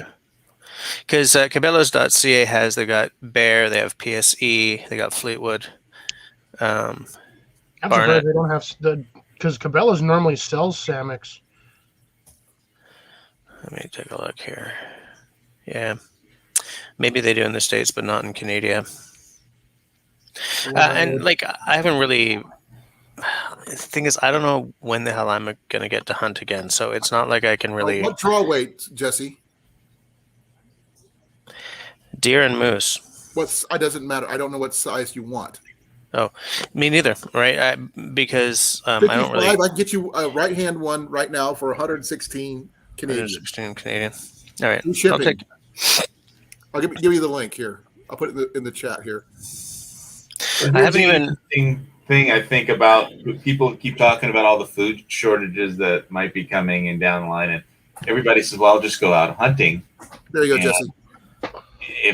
And get animals, and I just the comment. Yeah, you won't. No, you won't. That's a 55-pound draw, right-handed. Yeah. The comment I've made, it's hunting animals is hard compared to hunting people. That'd be easy. Yeah, but you ain't gonna pull a Donner Party and eat the entire neighborhood. Well, I mean, people have stuff in their houses that you can eat. You don't have to actually go to cannibalism, although that might happen if there's no protein available anymore, in stores. Remember, Hawaii, we're not the ones that are surrounded completely by water. I'm surrounded by pheasants and pigs. Yeah, but the land that you're on, your island that you're on, is surrounded. Yeah, well, we have things in the water called fish. Water. We have things in the water called fish. Yeah, but I don't have to worry about sharks. Or whales. Well, that's sharks just make it interesting. You have to worry about moose, right, Jess? Moose can be bloody dangerous. Yeah. Can be. They're probably worse than sharks. Maul the crud out of you. Yeah. You don't piss off a moose unless you aim to do harm. That's you also stay away from them during mating season, I hear. Babies. Not babies. You definitely got to stay away from mamos. You stay away from them in the rut. You stay away from deer in the rut too, though. I mean, unless you're there specifically to kill something, because they're erratic as hell because they're all hormones and stuff. That sounds like teenagers. Yeah, with horns. Deer are skittish to begin with. For the foremost, if they're not around people. Talking about teenagers. Are we hunting teenagers now? No. Oh, We're this gonna is pull a getting modern awkward. day purge. No purge talk here, please. I don't even know what that means. I don't want to know what that means. From a movie. It's a really bad series of movies. Yeah. And Gamefowl is a teenager, but Gamefowl, you're not the only teenager in here. Evan is one too, but Evan is also 6'4". He's not a tiny guy either. 6th floor? Yeah, he's 6'4". Just kidding. Oh, I know. he's a big one. I am not a big one. Neither am I. I'm 5'7". No, I'm only an inch taller than you, Jess. I'm a small one. No, I will help you find a bow if you need me to do. I mean, that's why I gave you the link. Well, right now what I'm doing is I'm just figuring out. First of all, I have a 5-step process here. One is, am I going to hunt again? Who the hell knows, right? If I don't, then I'm not spending any. Because there are a couple of boomsticks I would dearly love to have, but if I'm not going to hit the bush to use them, I can't justify buying them, right? Well, that's why the one I did for $119. Yeah. Free shipping. Yeah, that looks pretty good. I'll look into That's that. for free shipping. The free shipping, by the way, almost never counts for Canada. Well, another thing I have to decide is, do I want a bow or crossbow? Right. Actually, that is actually a good point in your case. But also, which type of crossbow you go with should also make a absolutely. difference. I would still go with a non-compound type bow due to the fact of the same thing that happened with like Tyler's bow. You have to deal with cams. You got to deal with extra stuff that could go wrong. And yeah, anytime you add complexity, you add opportunities, shall we say, for funkitude. Exactly. And I've seen cams explode, like literally the cam just go poof. yeah. And so, unless you got a full repair kit in your back pocket or in a duffel bag, that thing's out of commission once you lose a cam. Yeah. And a recurve crossbow, it's the same thing like, any other recurve. You still got you can just, if you have the muscle power like I do, just, restring it. Yeah. I think Excalibur is the recurve, is sort of the one to go to. Those are decent. Yeah. That's a good crossbow, but they're like $3,000. I saw one a couple weeks ago, which I wish I had the money for, was a Barnett crossbow for $100. Crossbow. But the thing is, I didn't have the money for it. But that wouldn't have been for me though. It would have been for her. Right. Yeah, I was in a hunting shop one time, and one guy just walked in and was trying to sell his crossbow for dirt cheap. Yeah, I'm not sure why, but except he needed money, maybe. So, or it was pilfered. Grace just picked up an antique crossbow, but it's in really bad condition. The stock is cracked. It's a wall hanger, unfortunately, but it's a really cool looking crossbow. It's missing a whole different. Yeah, it's just really got a crossbow stand in error. So what I haven't been watching, I don't actually ever watch The Walking Dead, but have they switched from crossbows to recurves, or are they still using crossbows on that show? I think he still uses the crossbow, or the crossbow. Okay. Unfortunately, I will say this: I have never watched that show. I think I watched it once when a couple hundred zombies came around the corner, and he had like a semi-auto shotgun to deal with it, deal with it, and it wasn't enough. I figured somebody on that show would probably used a spear gun. There was this thing that happened in Hawaii where somebody that worked for Google shot his landlord's son with a spear gun, and all of a sudden there was a mad rush for everybody to buy spear guns, and they sold out at like Walmart, like fishing bow spear. Yeah, and so Sports Authority, they wound up taking them off the shelves because there was a panic. Everybody started panic buying. That's cool that you knock set Evan. Evan's a really good kid. He's got a lot of good videos. Oh, okay. Actually, I was just showing off earlier of something I recently purchased. I just dropped it. My stuff is my new Flemish bowstring maker. I got from Three Rivers Archery. I've got to get the markings down for the different lengths of the strings and stuff. So that way I know what is what. Then I will make a couple bowstrings. It's going to take me a while to get back into practice because I haven't made a bowstring in over a year. But it's going to be fun. Yeah, Mountain Man it's made a comment. It was what happened was it was because there was a panic because you need to go get a permit from the police to buy like a firearm, but you don't need one to go buy a spear gun at Walmart or Sports Authority. Or a bow in your like you have in your hand. Yeah, you don't need a permit for this either. Yeah, which is crazy considering it's technically considered a firearm, but a bow? No, a bow is Welcome not back, considered a Grace. firearm. well, yeah, in order to fire it, you have to have arms. Well, legs too, but that's if Well, you're- firearm it means that it was made with fire. I mean, the whole thing about it was mankind inventing fire and being able to. I mean, a sword is more like a firearm than a bow because it was made with fire. Wrong. Right. Well, what part of this is metal that was forged in fire? What part of this bow was forged in fire? The screw, maybe? Hawaii? What? You see what I got in my hand? That's that was actually, but that was forged in fire. That flame arrow. Before, right? Yeah, but fire doesn't mean that it shoots fire. Fire means that it was forged. It's a fire tip. It's like you can't make a firearm without forging something in fire. That's why it's called, because it was forged in fire. Which means steel. No, it's called a firearm because fire is how you ignite. No, that's not why it's called a firearm. It's like because it was forged in fire. Oh God, come on! I'm just gonna move past this. Hey, we're gonna get stuck on this debate for the next half hour. Yeah, I'm just gonna move on past. At least we're not doing 9mm versus 45 or please AK versus AR. Get the actual names down, please. We don't have to because 9mm is the best. No, I was talking about pew pews might get me.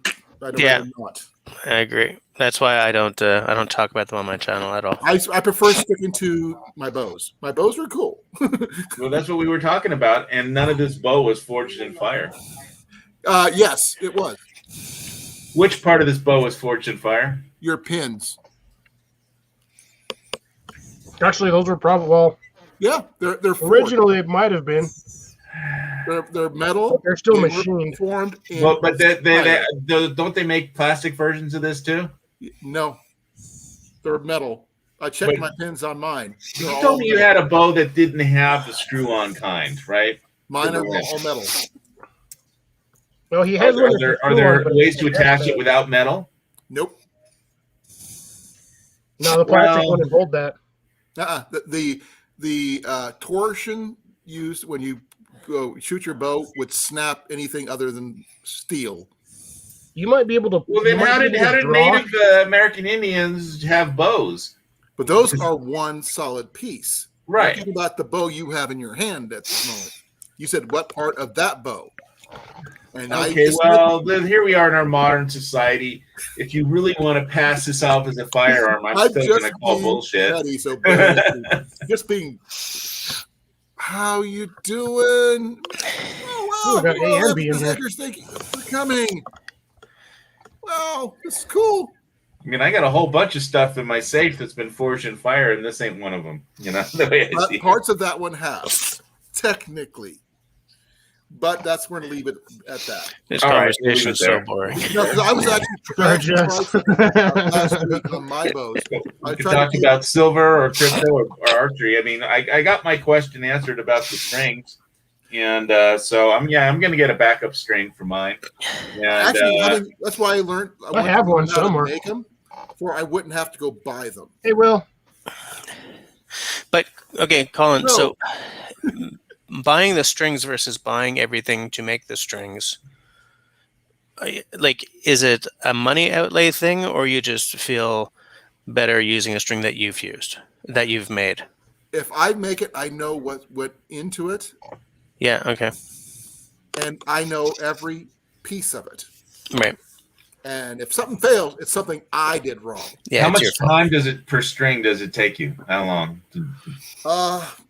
Well, because a lot of the places at times I've done it in about maybe an hour and a half when I'm in a hurry. An hour and a half? No, not counting the stretching out time and stuff like that. Yeah, not including. That's just basic making the string. But that's also putting on the serving string and make sure it's set for the bow and everything else. But that's why I have to write down the links on the central portion of my. So an hour and a half per string, basically. Yeah. Okay. That's an outlay of Now, time. that's not my best. But I haven't done it in a while because my bowstring maker's been broke. And then when we moved, we lost it. We haven't been able to find it. I know how that is. So that's why I went and got another one. My pins up here are now nails instead of wooden pegs like the old one was. And like I said, I'm going to go down and I'm going to mark every one for the length of the bows that I'm going to be making them out of. I can even make crossbow strings on this. So, but you have so many bows. I mean, if you spend an hour and a half to make one extra string for each bow, that's gonna be like a week-long project. It sounds like. Yeah, but Well, I get you'll the do it feeling all that the Colin time. enjoys this too, right? Like this is something you do. It's to- it's very therapeutic, though, just Yeah. to let you know. That's especially good. since I have to do them a little differently than most because I'm left-handed. Because I twist a little backwards, and Right. it takes a little time for me to remember. Because sometimes I actually still have to go back and watch videos on it to make sure I haven't screwed it up. Because like I said, backwards. So it's Does not. that even make a difference in making a bowstring, whether it's left-handed or it's the right-handed? twist. If I twist it the way I think it twists, I can untwist the bottom when I'm twisting up the top. Gotcha. I got to make sure they're being twisted in opposite directions. The same, when I make each side, because I don't do them all at once. I do one side, then the other. Yeah, because if you did that, you would need like a 6-foot jig just to make one bowstring all at once. There's people who do have the big long jigs like that. Hey, can I ask? Can someone put the link for Raven Cat in the side chat? Because you remember you used to be able to click on the 3 dots beside, and you'd get to their Give me a channel. moment, I will do that. Yeah, I think that's one of the things YouTube totally took out. awesome, by the way, just to let you know. Sorry? Cecilia is totally awesome, by the way. Okay. Doing this the hard way. Thanks for scrolling on me, you stupid skis waffle. Yes, stupid stoop. I was just backing you up there, Colin. We're right. I went to highlight, and this thing did. I don't even have her subscribe. Fix that problem. There you go. Yep, he beat me to it only because I had to find her. YouTube wouldn't give it to me right away. I got all that stuff. I keep track of you guys. I pop in on all the channels I can. But I just last week I have not been anywhere except in the hospital. I've been barely even on my phone. Not even watching TV. I just it was bad. I don't remember Saturday at all, other than my wife taking me to the hospital. Well, at least you weren't in an ambulance. No, Jenny just drove me there. And we're actually 0.8 of a mile from the hospital. So that was good, at least. 3 minutes away. About that. 8 Convenient. minutes. Yeah. It's convenient. What the heck is that all about? That's the definition of U.S. legal firearms, I believe. Evan, be careful. Oh, I mean, the U.S. definition of firearms keeps changing. Yeah. So be careful, Evan. Try to keep the pew-pews down to a minimum here. Oh, you did? Okay. I'm going to have to take a look. We got a picture on Facebook. I'm checking it out. Messenger. Yeah, so my main thing that pissed me off this week is because how come the Taliban get 16,000 night vision goggles, Gen 5 night vision goggles for free? How come I can't have one? Money? You can't afford it? Well, they gave them away for free. Well, they're $60,000 per goggle, and they gave away 16,000. So Military. You're not military. Neither are the terrorists. Did it specify which military? Gen 5 goggles. They're $60,000 a piece. Are you going to make that one? Hey, Mallory, thank you for coming. Maybe Mel. Oh, wow. Now we just need to get Russell in here. I'm just kidding. If we get Russell in here, then this This room is going to go downhill fast. Well, we haven't seen drops in here for a while either. Or You know who I, better though.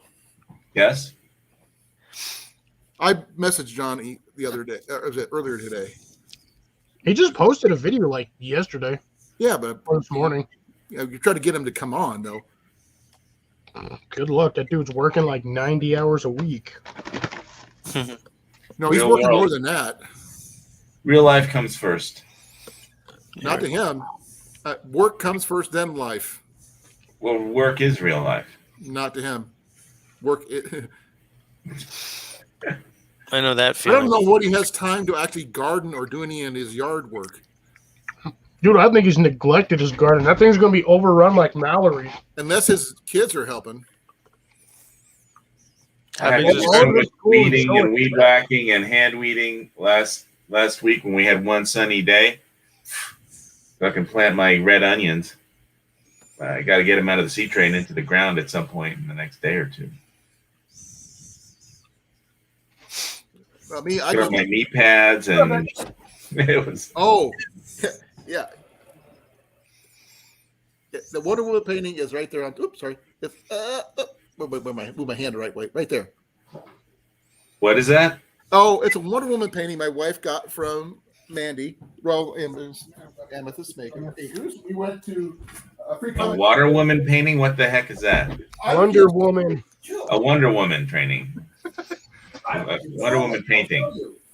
HVS needs prescription sunglasses. We were at Free Comic Book Day in Des Moines. We had about 2 minutes of sunshine. All right, let's see this Wonder Woman thing. Let me go solo real quick, guys. Ooh. Kinky. Her husband did this. This is actually of someone we actually know who is part of a superhero group, cosplay group here in Iowa who do a lot of charity stuff. Oh, you got a Wonder Woman cosplay? But not well. She works in the area. She does the area with her husband. Does Superman? She does Wonder Woman, and they do a lot of charity stuff. Does she look good in the Wonder Woman tights? Well, she's very beautiful. She's on Facebook. I don't Iowa do League of Facebook. Superheroes is what they're called. The group is called. Facebook does even more censorship than Google, so I don't do it. It's your own choice, dude. Yeah. That was $25. It was well worth the price. Me, I'm more of a Green Arrow kind of guy. I can attend to the price of nice paintings. Oh, I did pick up something, guys. I want to talk to you guys about.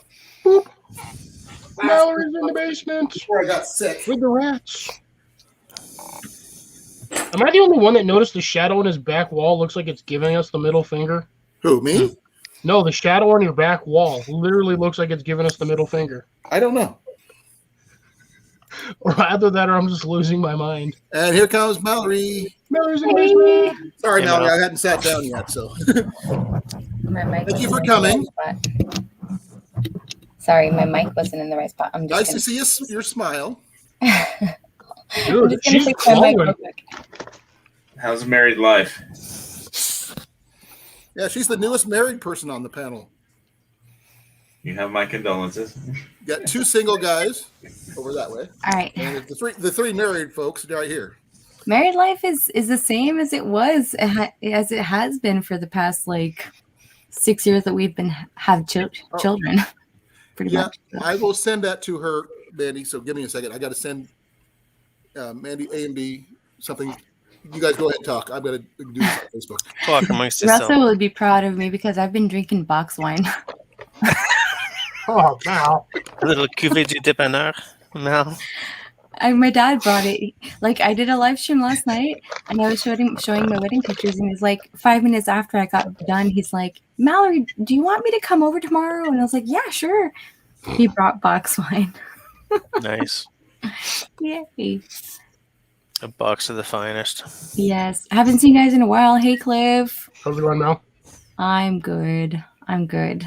I'm just like in the middle of harvesting right now. It's been crazy. Yeah, that garlic looked nice, by the way. Yes. Unlike mine, I dug one out. It's all roots. It's like that much white, and then all the rest of it's roots. So I'm just gonna let it overwinter, and then hopefully next year that stuff will just bam. Man, I don't think Cliff. I think I should send you more, and you should overwinter it like in the fridge, and then it'll like have time to go into dormancy, and then you'll be able to plant it back out in the spring. I think that's what you should do. Well, like I said, I'm just gonna leave mine out in the pots outside. Subscribers. Like I have like a whole bunch of stuff to send out. Well, that's cool. I've got a whole bunch of seeds I haven't had a chance to plant because I just haven't had time. I hear ya. I didn't even do like my fall garden that I was supposed to do. I've got my one tomato plant, which is going like gangbusters, but it hasn't flowered yet. So Really? yeah, a friend of mine gave me one from his dad's garden, and I transplanted it, and it's like really freaking tall, but no flowers yet. Man, we've been getting tomatoes for weeks now. Yeah, us too. Yeah, mine won't stop. Are your guys' outside? Yep. Yes. Mine's inside. Might need more sunlight. It's on the front porch. It gets plenty of sunlight. I just don't. It might just want to be free. It just wants to be outside and free. Yeah, the sun is very high in the summertime, so it sometimes in the house it doesn't get all the sunlight it needs. Yeah, mine, dude. My plant now is so big that the thing's actually sagged like 2 feet. That thing got massive. I hear you. I didn't trellis like the half of my tomatoes, and I was just like, I'm just gonna let you guys go free, and I'm gonna see what it does because I do not want to put any time into this because I was wedding planning, and it turned out so great. And I was like, why do people even trellis tomatoes anymore? Okay, I'm gonna show you mine, everybody. Space. We're gonna go for a walk. I love your shirt, Colin. Thank you. I have that shirt, Colin. My wife got it for me. Awesome. Yeah, I think the reason why people trellis tomatoes now is because they have limited space, and it's easier to reach up and grab 5 or 6 tomatoes off of a plant than That's why we do try it. to dig through all the weeds to Give me a find it. second here. Let me go solo on this one. So kind of vertical gardening concept. Yep. There's our tomato plant. Oh yeah, it needs more light. Well, this is our porch. It's all open. It needs light on top. The sun is too high in the summertime. It needs light on top too. Okay, but it's like almost 3 feet tall. That would work very well for the wintertime. I'm pretty sure. Is that south facing wall? Not sure. I'd have to look. My sense of direction right now is kind of off. But as you can see, this is where we want to plan on putting plants because of this. You need a south facing window. I think that one is. I'm not It's 100%. north. But I think that's north. Oh, north wait. is a no go. Give me a second. I'm trying to Yeah, remember how it we can't come be a in from north-facing north. window. I have to give me a second. I have to figure out. how Just I rotate the house. Just pick it up and rotate the house. just open up your GPS and just It's a click on the map and you- 1935 house. It's kind of hard to lift it up. I don't have Just that. cut out a window or a skylight for it. I got a neighbor's upstairs. No, I got to remember how I come in from work. So, I'm going to do this the easy way. this My one butt. is east, I think. I got to check use my phone for it. You don't have a compass? I do, but I have to go dig it out. I was going to say, just bust out the GPS on your phone. It'll, Oh once yeah. you get on the That's what I'm screen, it'll have that gonna little do. icon. What I'm going to do. Google Maps. Google Maps will tell you. Well, not where my house is facing. And while they're telling you, they'll tell advertisers exactly where you are. I'll tell you where the street is, and that's where. They'll actually send you pop-up ads for compasses, but if you do that. Just trying to make it easier for you to acquire the goods you need. Okay, let me see.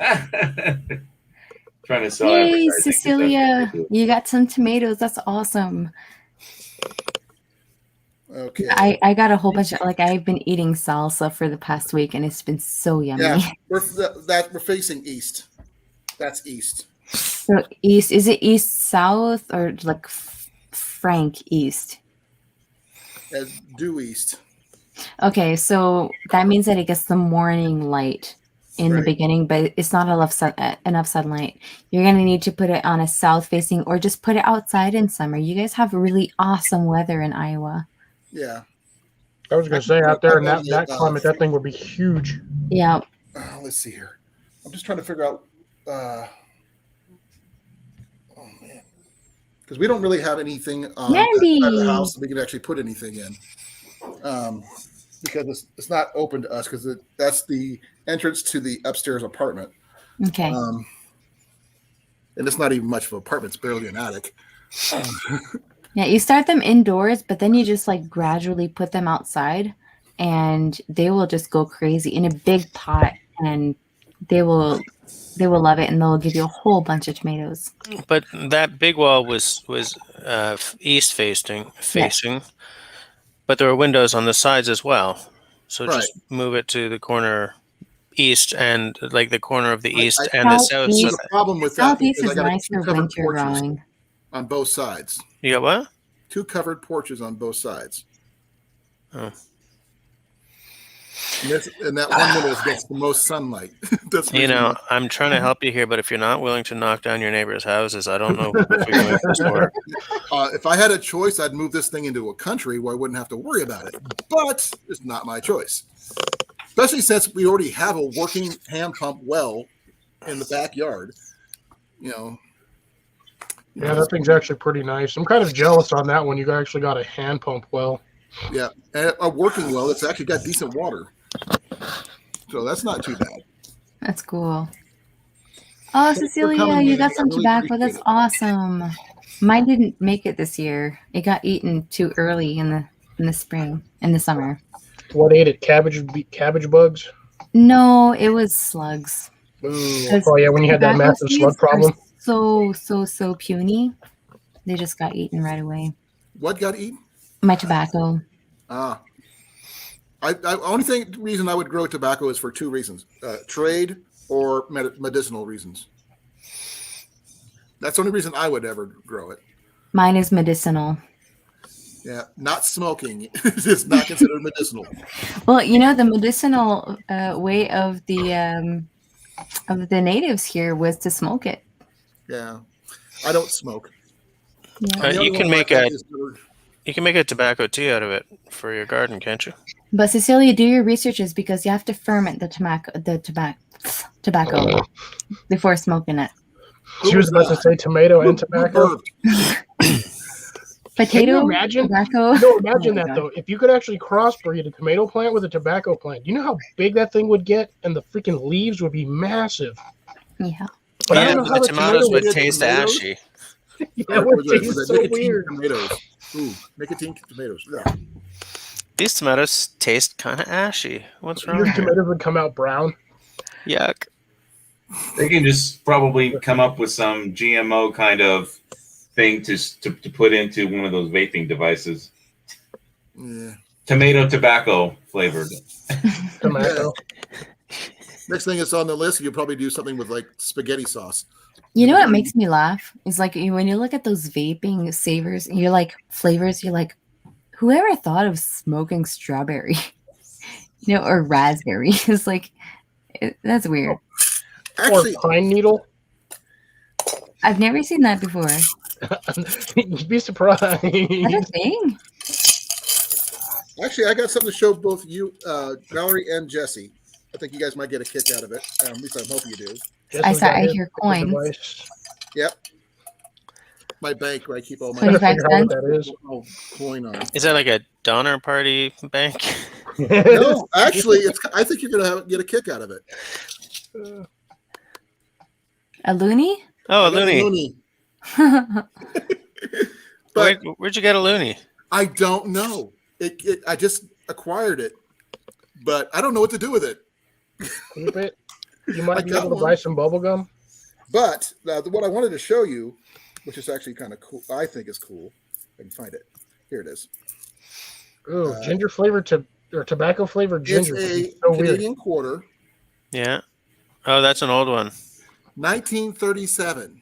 Is that Yeah. Canadian? Yeah. I've Really? got so much ginger Who going is that? all over Who's the on property. there? It's crazy. Um, It's like a I'm weed. not sure. Let's see if I can get a good. There it is. That's King George. That's Queen Elizabeth's dad. Oh, I was gonna say because those But- look exactly like the American dimes. that's an old. We don't see many of those ones. This is real silver. Yeah. That's really Yeah, rare. keep that. I wish I had that. Yeah. Yeah. Want to trade? But- Sure, I'll send you an American quarter From the same year. from the same year.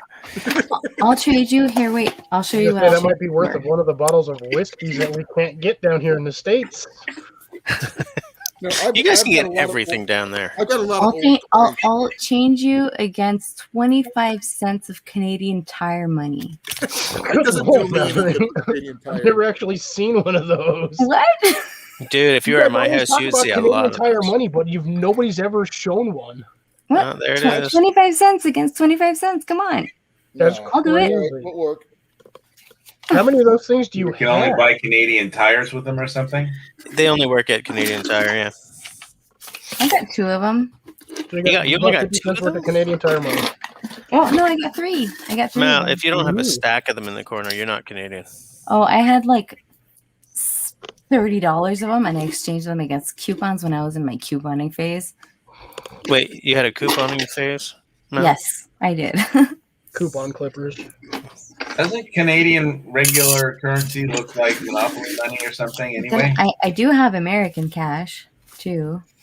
Hey, Yeah, they should put print on American cash, like not Remember, you're actual still money. half American there, Mallory. You're half. Oh. No, I no, got actually, 10 I've got cents. some coins you might get a kick out of. Okay. 10 cents for Okay, Canadian Colin. Tire? 10 Was that cents. tire money? 10 cents plus 25 cents. Okay. You got So 80 cents. this, and then I'll give you a rock for your son, and then you can send me 25 cents with that King George that- on it. How much is this one actually worth? This question. I don't know. In good It's pure condition, silver. probably a good I'm amount of looking money. at the silver amount right now. But now here's something you might get a kick out of. This is if I remember which year this. This is an 1891 wheat penny. $20 Canadian.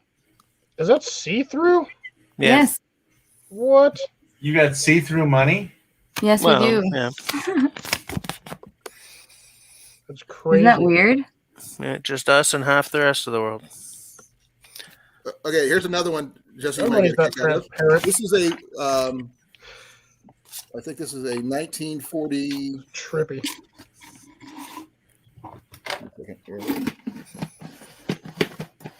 Actually, do you guys have the UV mag strips in your currency?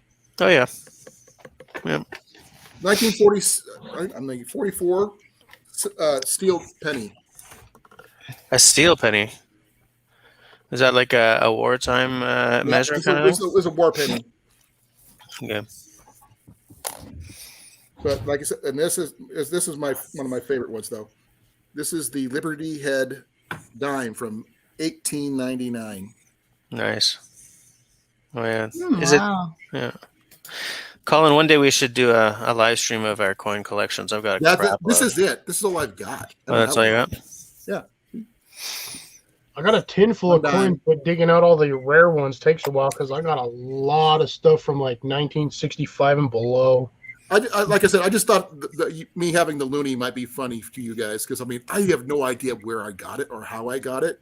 Because it's about the same size as a quarter, and I guarantee you got No, it. it's a different size. Different size. The American Sacagawea dollar was designed to be the exact same size as the I loonie. think that's where I got it in a roll of Sacagaweas. Okay, so it's the same size as a silver dollar. Yeah. And I'm Or, not well, sure. in our case, technically gold-plated dollar. It's a 2013, but the fact is I don't know what to do with it. Yeah, I don't think you can do much. Take a trip to Canada Yeah, one of these days. buy yourself something nice.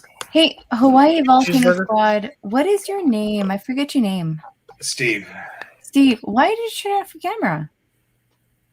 because I felt like showing my avatar, and you guys didn't like my sunglasses anyway. So What? No, I was just giving you crud about your sunglasses. You No, just saying you Steve, need a just close prescription your eyes. sunglasses. you want to see my pretty face? Okay, I'll turn my camera back on. Yeah. Come on. I want to see your face. Let's That was be because messy, I messy. was Don't be shy. I can't see it. These things are dirty and scratched. Here, I'll show you. I'll Oh, show man, you he's some bored. pretty gnarly glasses. There you go. Oh, I thought you were gonna bust out Ben's and chroma glasses for a second. Well, Actually, They're that would so be dirty. worse on Like I somebody can't who's even not- see much out of it. They're so dirty. Now, have did you see actually my tried archery on video your that I chroma put out glasses? by any chance? Sorry, Two what was people that, were Colin? asking questions at the same time. I did not understand one thing. Okay. Did you see my archery video I put out? Yes, I did. What did you think? Wait, did I see yours or Tyler's? Wait, 2 seconds. I'm gonna I go just- check. Tyler did one and I did one. Wait, I'm gonna go check real quick. I did the multi-arrow shot one. Tyler was out there filming with the drone, which actually made for some pretty cool filming. Oh, JV hasn't even finished doing his editing yet. I was at his premiere, and there was one point where I was like, "Oh my gosh!" Like the drone's gonna get hit by an arrow. Oh! I I can would match not that, hit- JV. Hold on. I would not hit the drone. I'm better than that.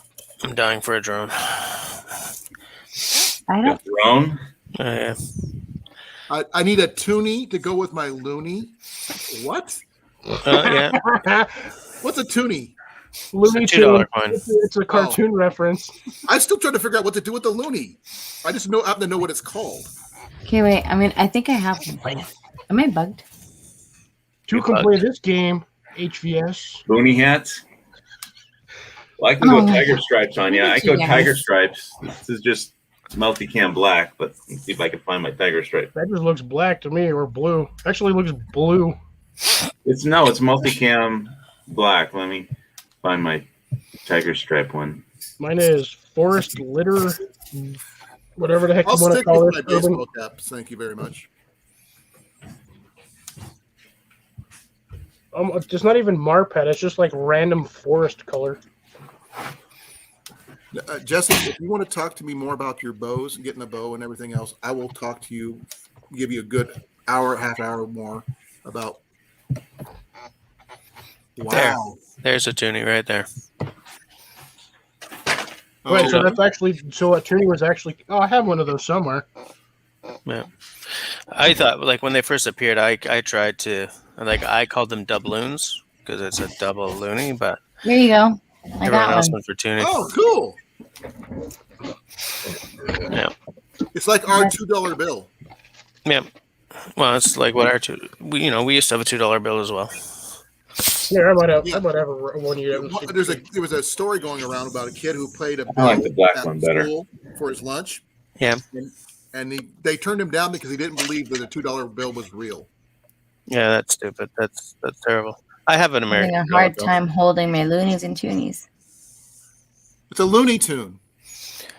I got Yeah, one, but it's That definitely never not gets Canadian. old, Colin. I'm sorry, I couldn't help myself. I don't get a chance to do one. Of course, I got to turn my light so you can actually see. But this like I said, I don't have a lot. Literally everything I have is in this little bank right here. Okay. That's You're Mine done is or party definitely pack? not Canadian. And this Why do you put your What, silver zero? coins into a little 40 years old. container where they can all scratch each What other up peso? and screw over, reduce the value of your coins? I'm You can actually just scratch not them sure. I think it's a peso. Like Yeah, Starter- it's either a peso or it's a euro. Oh yeah, it's I a think it's peso. peso. A Yeah, Mexican. Mexicano. I have a Canadian one too somewhere. I keep my coins in like the acrylic containers, those little airtight acrylic things. hmm I got British currency. I don't even know how I ended up with this one. My favorite From one I the used to have Revolutionary was War. I had some Irish coins for the longest time, I legit don't know how I ended up with this one.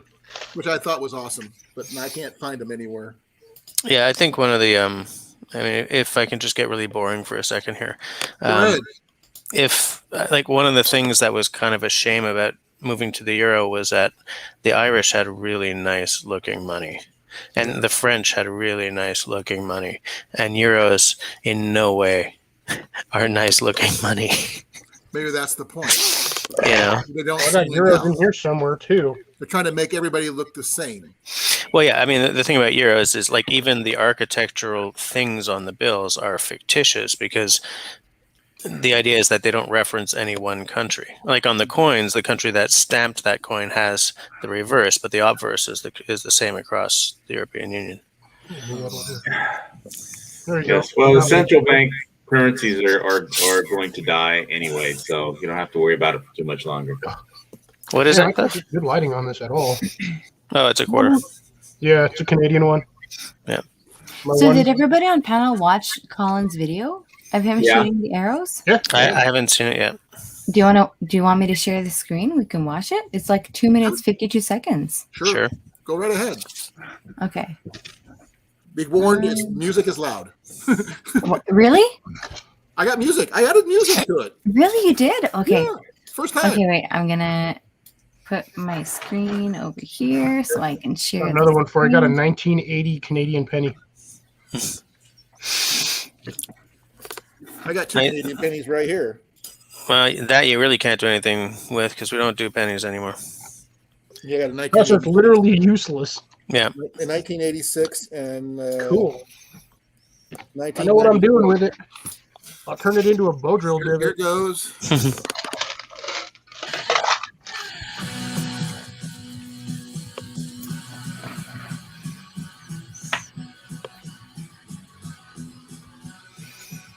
Wait, this one's supposed to We be go full magnetic. screen isn't on it? this. Shoot arrows. Who was filming? That is, I believe, was JV. Awesome. The hell? That's metal. What? Take a look at this shot, guys. Wow. That's 2 hours. Nice. Till he gets stung by, or eaten by a.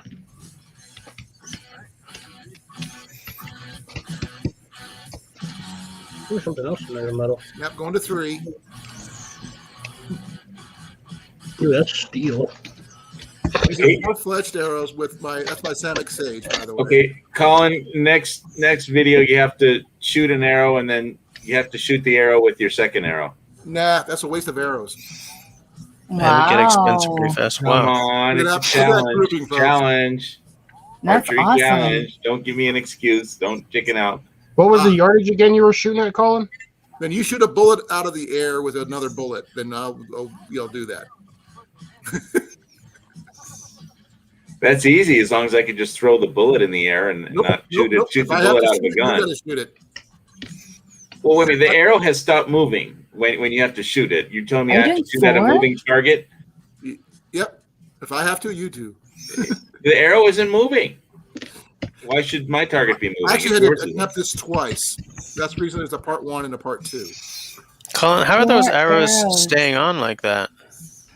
I've got my my serving material really thick, and I've got Okay. them spaced just right. And I'm also tilting it. That one's a little off. That's the reason why it doesn't shoot as well as I want it to. Oh, yeah, you see it's a little spaced out more. Yeah. So that one didn't seat well, but that's why it's like that. The next Oh, shot's a lot yeah. better.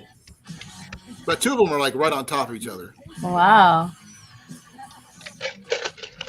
That's the first time I've ever attempted 4. So Oh, yeah, That so one they're looks a a lot lot more better. aligned. Wow. What was And, the yardage again, Colin? that one's about 10 yards, not too far. But the groupings are not bad considering one That's was a little high, awesome. but 3 of them are pretty good. And I say that's a kill shot. yeah, Yeah, wait a minute. How did that arrow get? So it must have had some crazy spin on it to get that arrow going in sideways. it's just the way it is. It's and Tyler was making jokes about me being the new age Robin Hood and all that junk. And I'm just me. I'm just having fun. That's so I cool. like to shoot, Dude, what the heck? and when I tell people I can shoot, most people just like, oh yeah, you're just bragging. Hmm. I know I can shoot for a reason. Fair enough. That's really cool. I really like that. The first time I did a 3-arrow shoot was actually in front of a reporter for the local news when I was at one of the Renaissance fairs up in Amana, Iowa. And they said, do something interesting. Okay, I'll try 3 arrows, see what happens. I did it. I connected, and they go, whoa. I ended up in the paper. So I never knew I could do it. So I don't know what I can do until I try. So when you go to the Renaissance fairs, do you have Really? period costume, or do you sort of just? I actually wear a medieval outfit. Do you? Yeah. Actually, I think I might actually have some pictures on my computer that could show you, or on Facebook at least. I have to take. I cannot believe the way Jesse said that word. I was just It's like, Renaissance. why? He's like, Renaissance? Well, how do you say it? Down here, well, for us, it's Renaissance. I've never heard it pronounced as Renaissance. You pronounce it the French way. Renaissance. I found all my Canadian quarters using this. A magnet? Yup. Here, I got one for you. This is 10 cents. Yeah. With the I don't blue even know nose what on. year it is. Can't read it. Where are you, Jesse? That's my kitchen. That's my living room. Really? My dining room. Are you home Actually, alone tonight? 1956. No. Is it? Living room over there. Okay, guys, this is the picture that the actual of what the people from the newspaper took, and I'll just show you what the picture. Hopefully, this works. I need a backlight and a front light, apparently. I'm going to have to go buy another one of these. That's the picture that Okay. of me do. That's the first time I've ever attempted 3. Right. It just happened to work out. It's a pretty ballsy move to do the first time with like a news crew right next to you. I've done stranger things, but the thing is, it's just I was in a role because that was my range, and one of the things to get people to the range is do demonstrations, and trick shots bring people in. Right. You know what I think, Colin, for your multi-shot video? You should have a thumbnail of you with the 4 arrows, like a picture or a screenshot of you shooting the 4 arrows. I think that would be really cool. I got to figure out how to do that. I'm not very good at making thumbnails. The fact that I actually got music on it was actually kind of surprising. I mean, I was actually like, "Yay, I did it!" And you could do a title like 4 arrows at once. Did I hit the target or something like that? It's just something I love to do. It's just fun. And I figured the 2-arrow one is just easy to do. I might try it with a rabbit someday just to make sure I can hit it. That way I can hunt with that way. Right. But because you hit a rabbit with 4 arrows all at once, that'd be no, not going to do 4 arrows. 2 arrows are plenty. Just mulch the poor animal. I was going to say, you'd have to be like, just have it ready for what do you call it when you? What? I'm trying to find the right word. I can't see your face. When you put meat on a stick, what do you call it? Kebab? Is it I'm kebab? leaning backwards. Excuse me for leaning backwards in my chair. What do you call it? Shish kebab, right? Yeah, you just shish kebab. I've actually hit a rabbit on the run. I'm sorry for being gross. In one eye and out the other. Yeah, that's gross. On the run. That's pretty hard to do. Yeah. It's when you need to, you need to. You got to. I didn't plan to hit him there. That's where I hit him. He was aiming. What were you aiming at, though? His body. I just led him a little further than I wanted to. I'd be like, you know what, rabbit, you can keep the arrow. My arrow went straight through him. So. Oh, right through. Yeah. So he was dead when I hit him. I grabbed the wrong tip and I used a field point too, which was really weird on that one. But generally, I try to use my blunts when I hunt rabbits, which is coming. Rabbit season is coming up in 2 days. So It's duck season. Rabbit season. Duck season. Rabbit season. Carrot season. You catch Carrot ferrets season. and send them down this way. I'll take them. say what? What did I miss? So what you do is you leave the dead rabbit out, and then another rabbit will come along, try and have sex with the dead rabbit, and then you can get the second rabbit. That's true. That's true. That's how the rabbits are. That's awkward. My wife used to raise rabbits. There's videos of it on there on YouTube. You could find it. Rabbits are funny because as soon as they're in contact with the male, they will go in heat, I think, right? That's how they are. I would have to ask my wife. She would know. They raised they're rabbits like for food growing up. jumping rabbits all the time. I once was driving home. It was in springtime with my first homestead, and there was a pothole in the road. And I literally had to stop because I was going to run over 2 rabbits doing it in a pothole. And I was like, hey, what are you doing? Right in the middle of the road. Being rabbits. Well, they was about to be rabbit soup is what they was about to do. Rabbit pancakes. Well, rabbits are just going to be rabbits. That's all. So like here in Quebec, there's like a running gag. Like, okay, when you're sober, this is you on the road. Because you're trying to avoid the potholes, right? But when you're drunk, you go like this.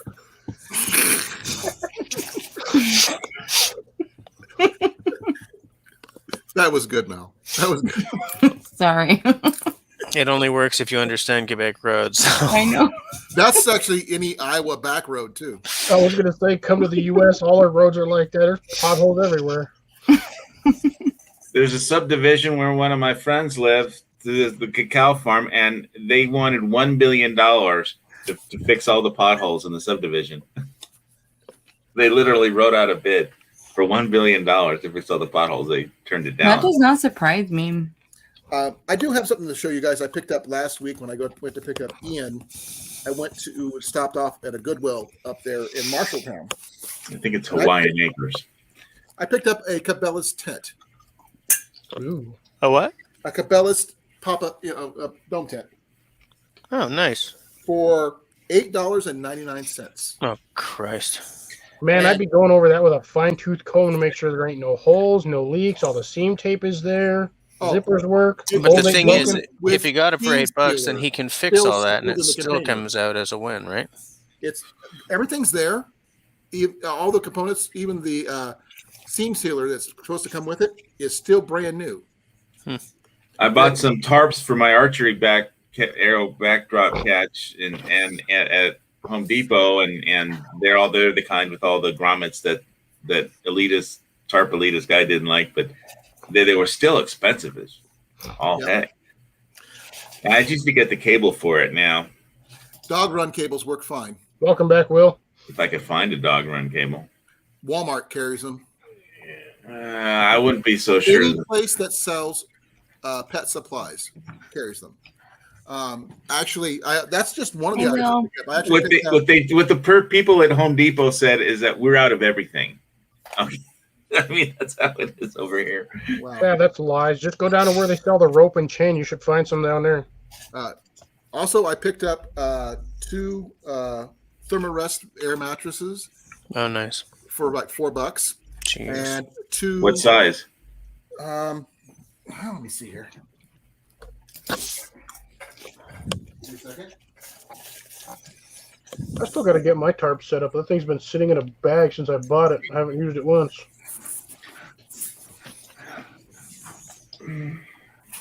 Along with my bush pot. Yeah, I just have to set up my tarp somewhere where I won't shade out any of my plants. I got to have trees close enough to put my tarp up. I would say about. I've got too many trees all everywhere. A little over 72 inches tall. It's about 2 feet wide, 25 inches wide. So it's a single? This one I think is the regular size one. I paid $6 for. I got 2 of them, and I've got 2 of the Cabela's versions. on top of that for the same price. Just looks like he's about to nod off over there. So I've got Yeah, four I think I'm going to sign off. in a tent. Yeah, because that's already $23. 11 something over there. Yeah, it's 20 past 11, but I got to be up early with the kidlets. Yeah, I'll look go like eat your with you. right hand is supporting your face somehow. I'm gonna sign off here, guys. Wait. Let's high well, five before. Oh, The other side. Other side. There you go. There you tab go. out, Mac. Ah, Open up. all right, there you go. I can't reach. Wait, I can do this. Give me a second. I'm gonna do something. Down. That was weird. I'm gonna go like this, and I'm gonna go like that. Bam. This is the weirdest thing. All right, Okay. guys, Oh, it I says need to like- hop off there you too. go. I'm eating 2-day-old popcorn that was on the counter, and That's Wow. I okay. need to go to bed like now. Okay. You haven't had your glass of wine yet? Well, I drank a box of wine. Oh, how big a box? I'll And show you. is it good wine? I would know. Good wine doesn't come They in a have box. wine in boxes. Sure, yeah, they sell that stuff in the States too. You can get it like Yeah. mad cheap. It's called Big House, Never Oh yeah, heard of Big it. House Red. and it's 3 liters. I thought the big house referred It's to a not prison. empty, but me and my dad, we drank half of it, and he's out sleeping in his camper right now. We send Oh, snap. something called Boda Box wines. Isn't the big house referred to a specific prison somewhere? I don't know. No, that's just what they call the Huskow. But I think it's a state prison in Chicago or I something. still have to go too, though. All right. Plus, Good I need night. to look Well, really Jess, bad. thanks for So. that coming up, guys. All right. See you later. Be well, Jess. Bye. I'll see you Tuesday, Bye-bye. Jess. See you Tuesday. Oh, we lost Mal too. Okay. Yeah, she said she was going off because Yep. Be well, Mal. Thank you for both coming. of them. No, I picked up all that stuff for like $23. Man, that is lucky. I could, but I mean, the Cabela's tent and the 2 Cabela's sleeping air, self-inflating air mattresses. I mean, $6 a piece. Well, we don't have a Cabela's on the Big Island. Sports Authority closed down, so we don't have any sports stores like that anymore. The closest one for me is up in Prairie du Chien, Wisconsin, for Cabela's. Good Lord, isn't that like a 9-hour drive? No, 4-hour drive. It's up there Yellow River where I go backpacking. Oh, gotcha.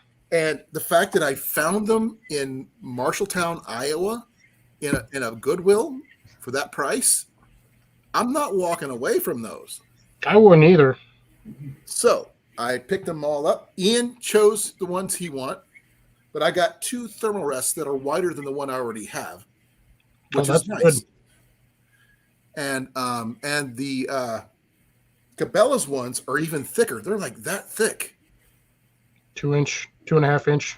Yeah, 2 inches to 3, and we had to do some repairs on some of the seams around the seals, where you know. But Ian picked up some of that. What's it called? Flex Seal glue, Yeah.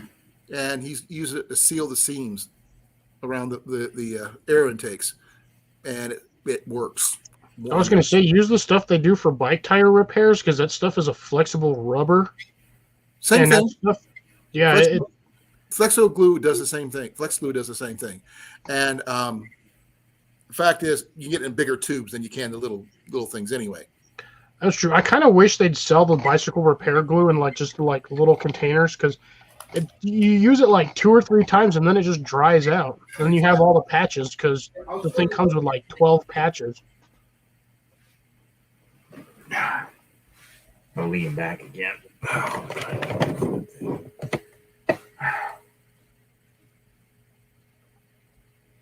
Oh, I'm out of coffee. Need to go hit the Keurig machine for another cup in a minute. I still got water somewhere. Down there by me. Well, this is what Ian picked Batteries up. lasted for forever. Oh, okay, gotcha. And that thing will, seal up anything. It's waterproof. I have like a queen size mattress that I have never used because I just don't have room for it. It's sitting in my garage. It's like if all my relatives bug out to Hawaii and I need to set somebody up in the garage, I'll have to make room and I'll deploy it in the garage. Okay, guys, I'll be right back. I need to go use the restroom. Don't you got to tuck Jenny in too? Yes, I do. Thank you for reminding me. You're welcome. Hey, Jeff.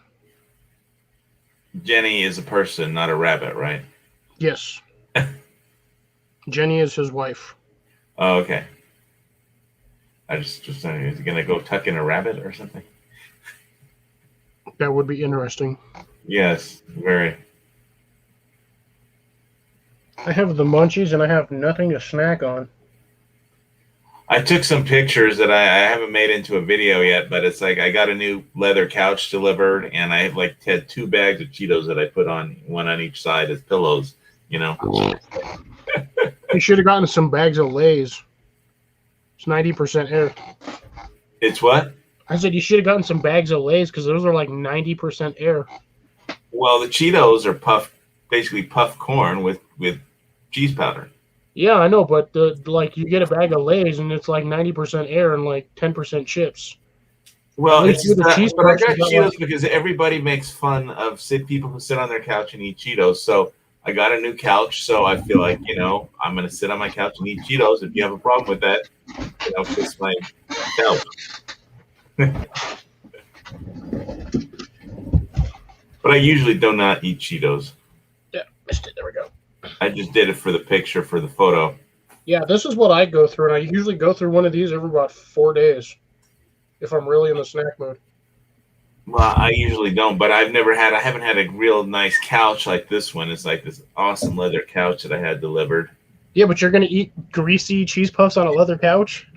And just like once. Okay. I was going to say, I wouldn't want to ruin the couch with I had to break it in.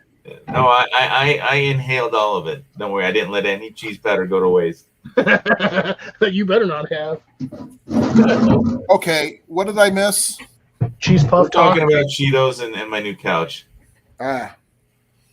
Fat guy stuff. Hey, Jeff. Thanks for coming. Yeah, old fat guy stuff. No, my snack was misplaced. I can't find it. It's got to be somewhere wherever the bag is, the tent is at, or somewhere in that area. Well, the thing is, I had it next to my bowstring box when it came in. I moved it over to on top of one of the totes over here. It was there yesterday, and I go to get everything ready today, and I can't find it. The cat ate it. Blame Macus. I hope not. It was a brand new bag. Hadn't even been opened yet. Then I blame Ian. Ian's not even here. Still blame him. He telepathically stole that bag of jerky. Oh, he would inhale that bag of jerky, that's for sure.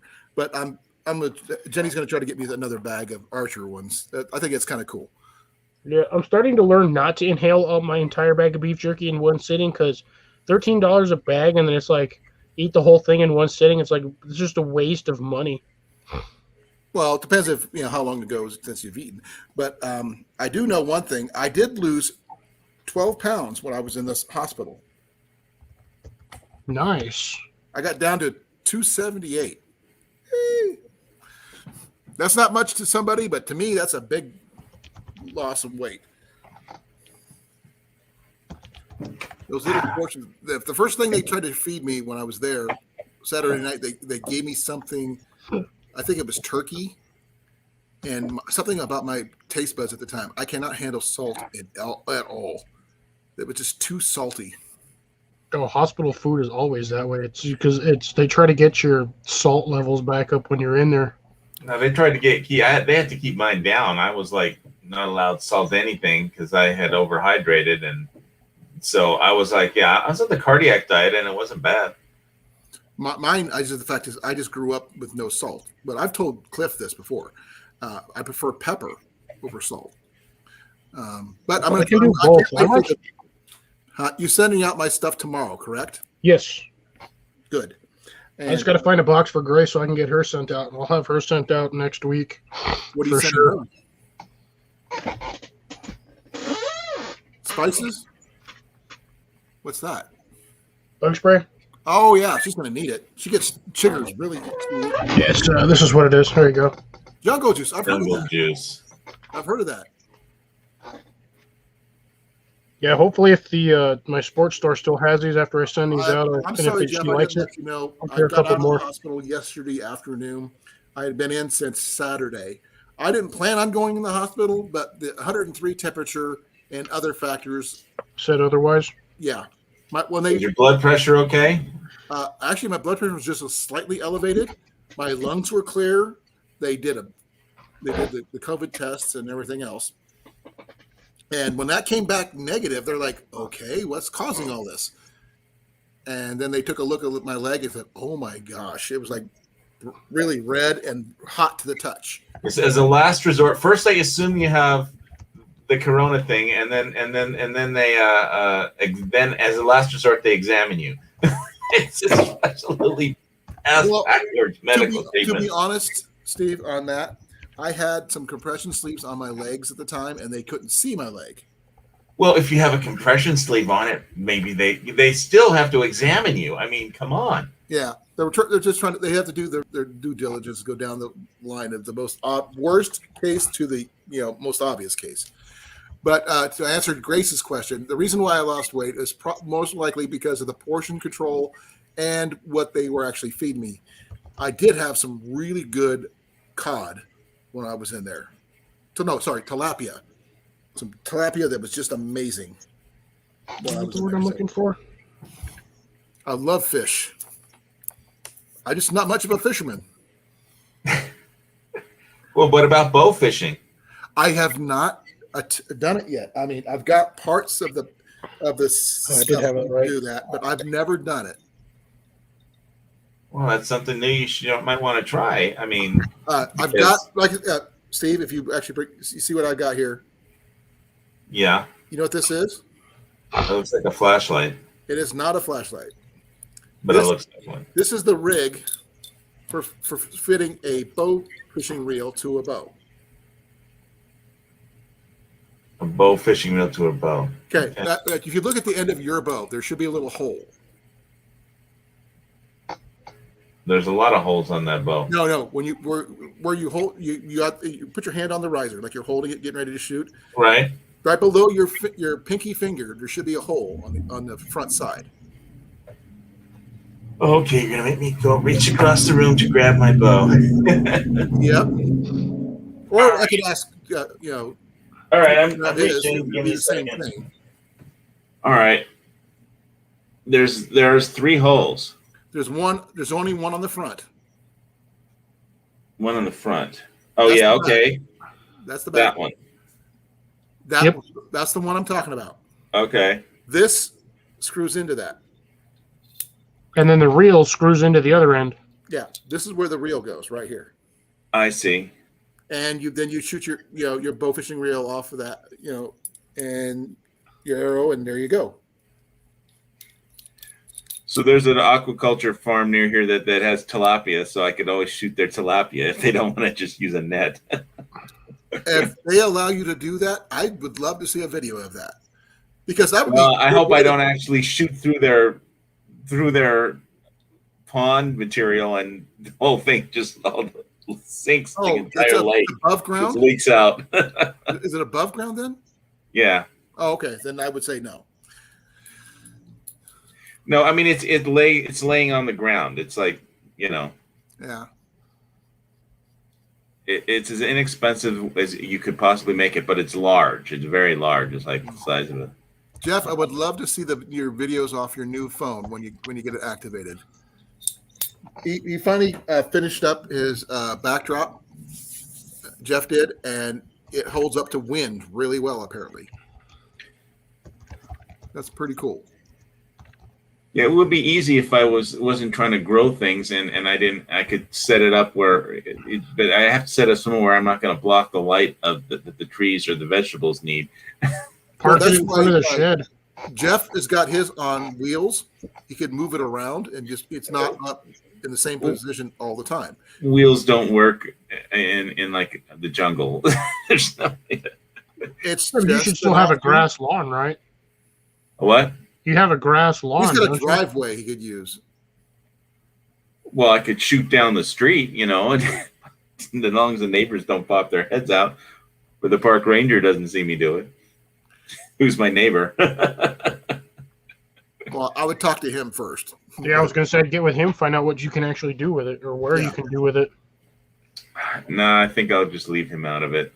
I'll do it I'll do it in the jungle somewhere. I'll set it up. I just, you know, there's only one of me, and I'm, you know, I have basically all my life is like subject to the requirements of Airbnb. Like I should have been cleaning up the Airbnb instead of doing this live stream, but I did the live stream instead.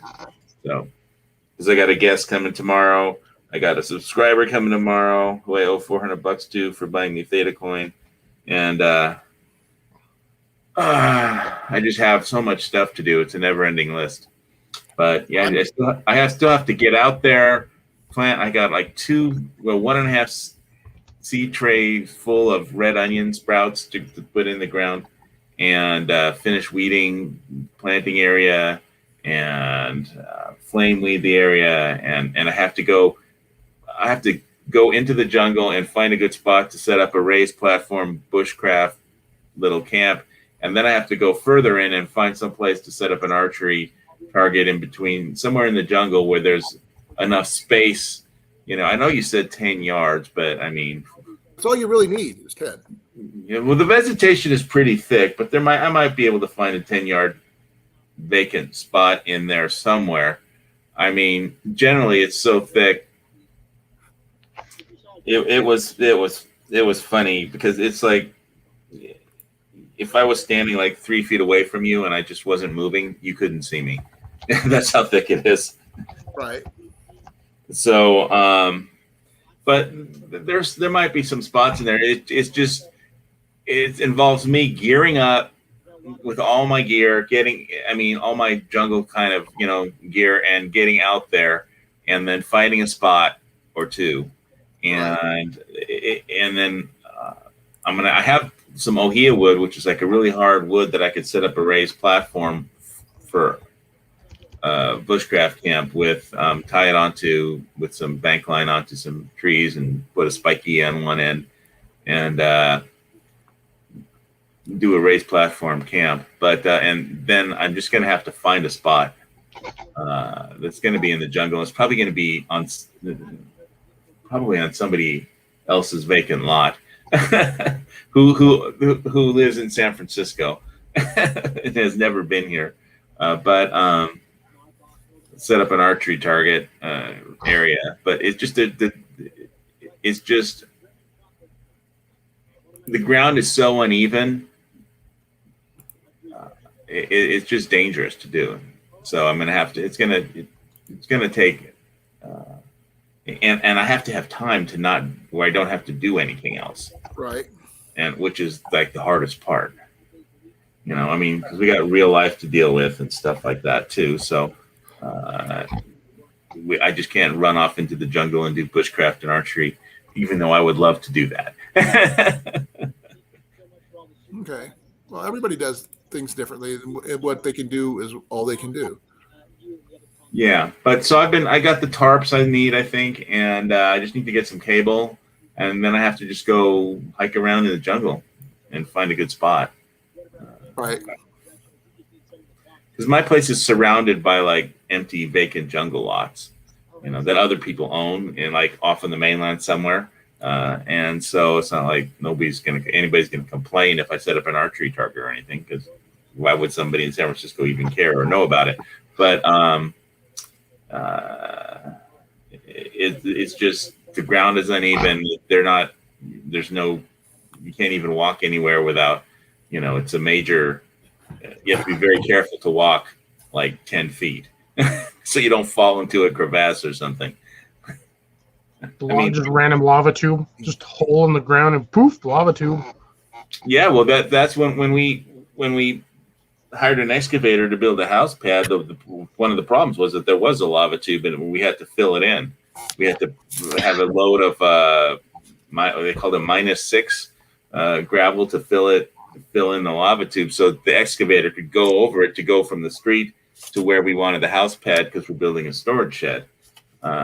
Because basically half of the house is an Airbnb, So I just don't have enough closet space, not enough pantry space, you know, and so a lot of stuff is still in boxes in the garage because there's just not enough room for it. So Did that lava tube run in front of your house, or does it run under your house property? no, it wasn't that big. It was along the side. It was like in between me and a vacant lot, and it just happened to be basically we set the excavator in along the fence line, and right down my side of the right along the property line, because there's a fence, and then the property extends like another 10, 15 feet past where the fence was, which they put the fence where the house pad ended, but the property extended another 10 or 15 feet. So that's where we sent like the mini excavator down along the fence to clear out the yellow Himalayan raspberry bushes and a dead tree and a bunch of ferns and ginger. And so there's like where I'm planting my onions, there's two the treads right down the fence line left, like these channels in the mud. And so I'm filled them in with garden soil, and I'm going to transfer everything from the seed trays as soon as we get a sunny day, and I'm not busy changing sheets and stuff in the Airbnb. Gotcha. But and then they, but basically, so I need like a storage shed because I just need more storage space. Don't we all? Well, yeah, it's because half of my house is Airbnb, so I just lost half of the house of, a closet space, half the house of pantry, or, there's no cupboards, so it's like, I haven't even been able to unpack all my kitchen stuff, pots and pans, or all my. There's no room. Night, Mallory. Be well. Pleasant dreams. Yeah. So going out into the jungle and dealing with bushcraft shelters and archery backdrops isn't like top of the list on stuff to do around here. Well, the thing is, you could run a cable or a rope across two trees, throw a big tarp over the top of it, and you're done. Yeah, I'm gonna use the grommets. I'll just run the cable through the grommets. You can do that. Yeah. I like using either quick links or shower curtain rings, which helps make it slide better. Well, yeah, but it'll just be simpler to run it through the grommets, I think. Not necessarily. I've tried it. Why? What could go wrong? The grommets rip out and your tarp drops and you lose an arrow in the bush. Yeah. It's less wear and tear on the tarp when you have all the weight on a quick link or a shower curtain ring than directly on the grommets themselves. Durability, it allows your tarp to last longer. I tried that the first year I made my backdrops. It didn't last long. It got to be expensive. Well, I could tie the tarp to the cable with just bank line. Yeah. What kind of cable are you going to use? What? What kind of cable? Whatever I find at the store, But well, I'm saying cables won't generally fit through the grommets, just to let you know.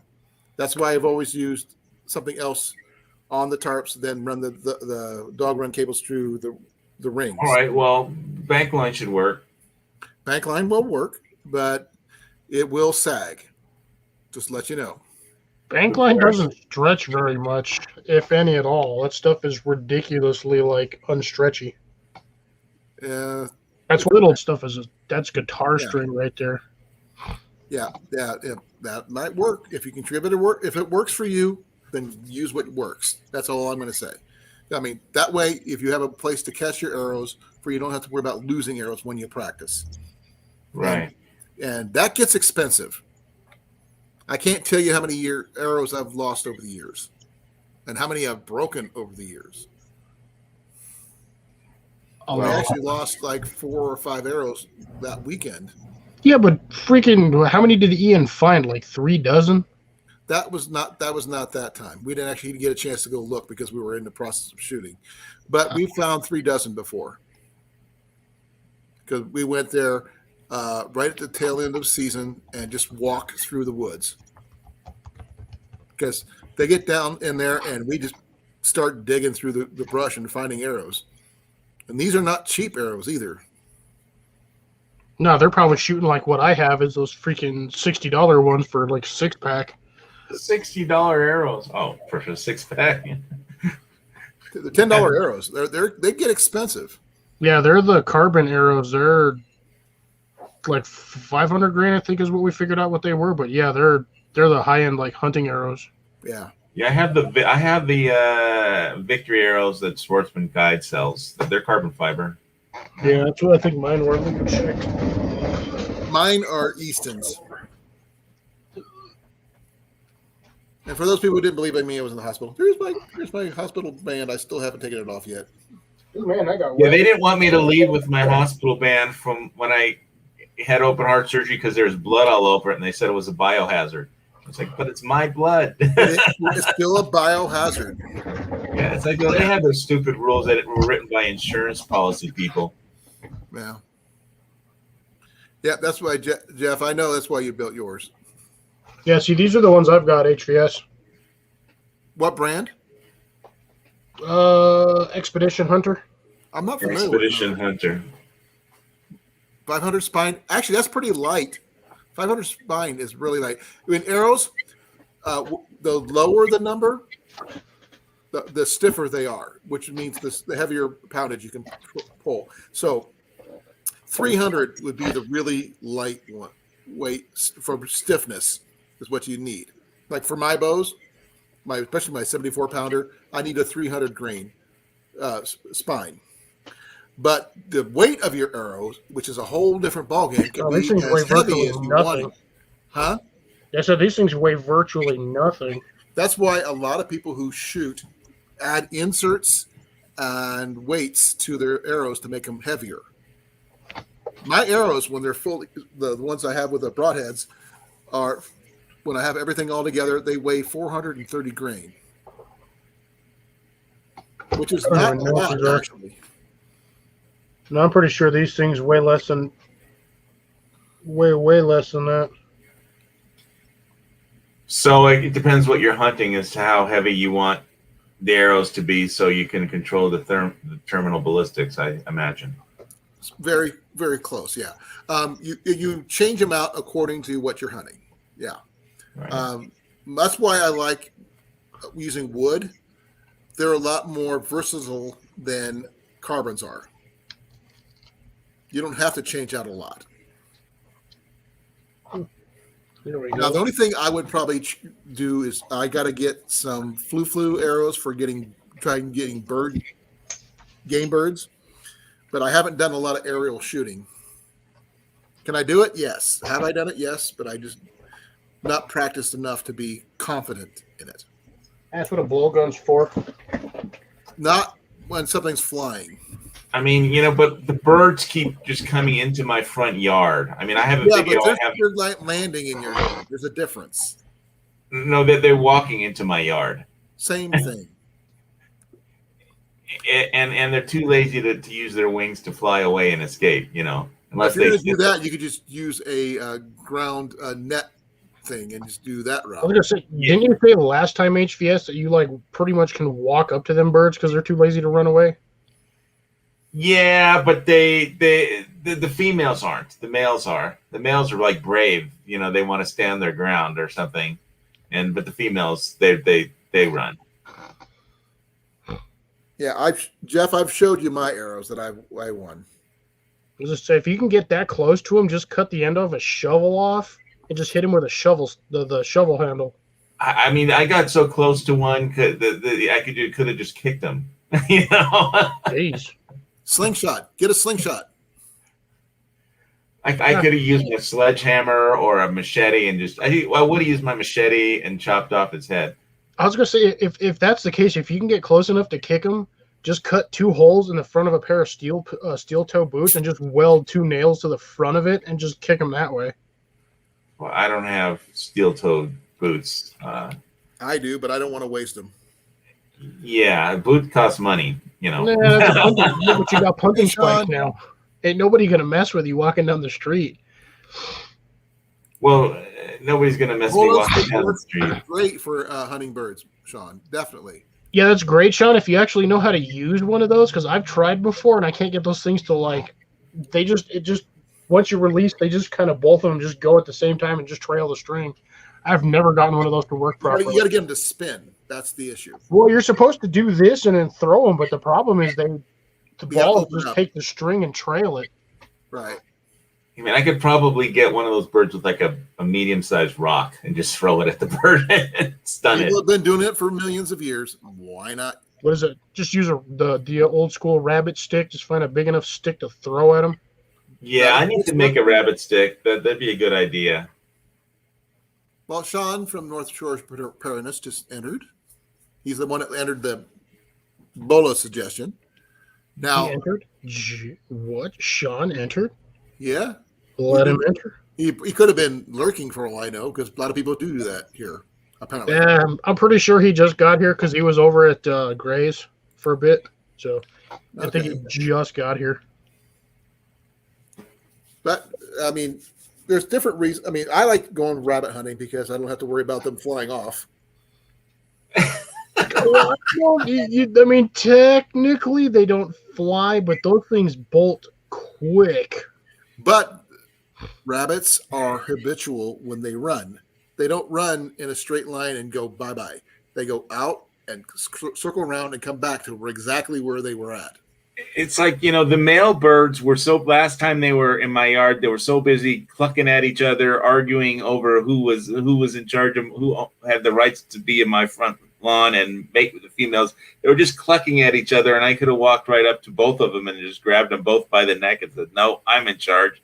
And you would have had a couple of really good, roosters for dinner. Stew birds. Well, yeah, but then you gotta put them in scalding water to get all the feathers off and deal with all that shit, and it's like we actually just peeled ours. You don't pluck the feathers off while they're still warm? No, never had to. Well, for now, I'm letting the birds live because I'm saving them for as emergency backup food, really. Well, that's not. There's nothing wrong with that. The only thing I really have to deal with the birds is I have some bamboo, kind of like punji sticks they're basically like just about a 3-foot length of bamboo where there's a point on one end, so I can stick it into the ground and tie down, poultry fencing to keep the pheasants out of my crops. Oh. So that's basically all I'm doing is pheasant control to keep them out of my garden. I read and heard a story about something that was used for turkey hunting once from a prepper named Ron Foster. He's also an author about something called a turkey house. I'm not sure if you guys ever heard of it. A turkey house? Yeah. Is that like a chicken coop or one of those portable chicken coops where it's like a square, this it's is like for the hunting. roof This is and for the hunting. sides, and you just move it to where it's supposed to be? No, this That's is for hunting turkeys. And basically, you dig a trench down to a certain depth, and then you build a hut or something over it. Oh, I know what you're talking about. They're drop pits. You basically build a pit. You make a frame cage that has a counterweight, and then you put bait in there, and then they walk in and they drop down, and then the thing comes back up. Well, something like that. But this one has a roof and everything else. Yeah, so they can't climb out. Yeah.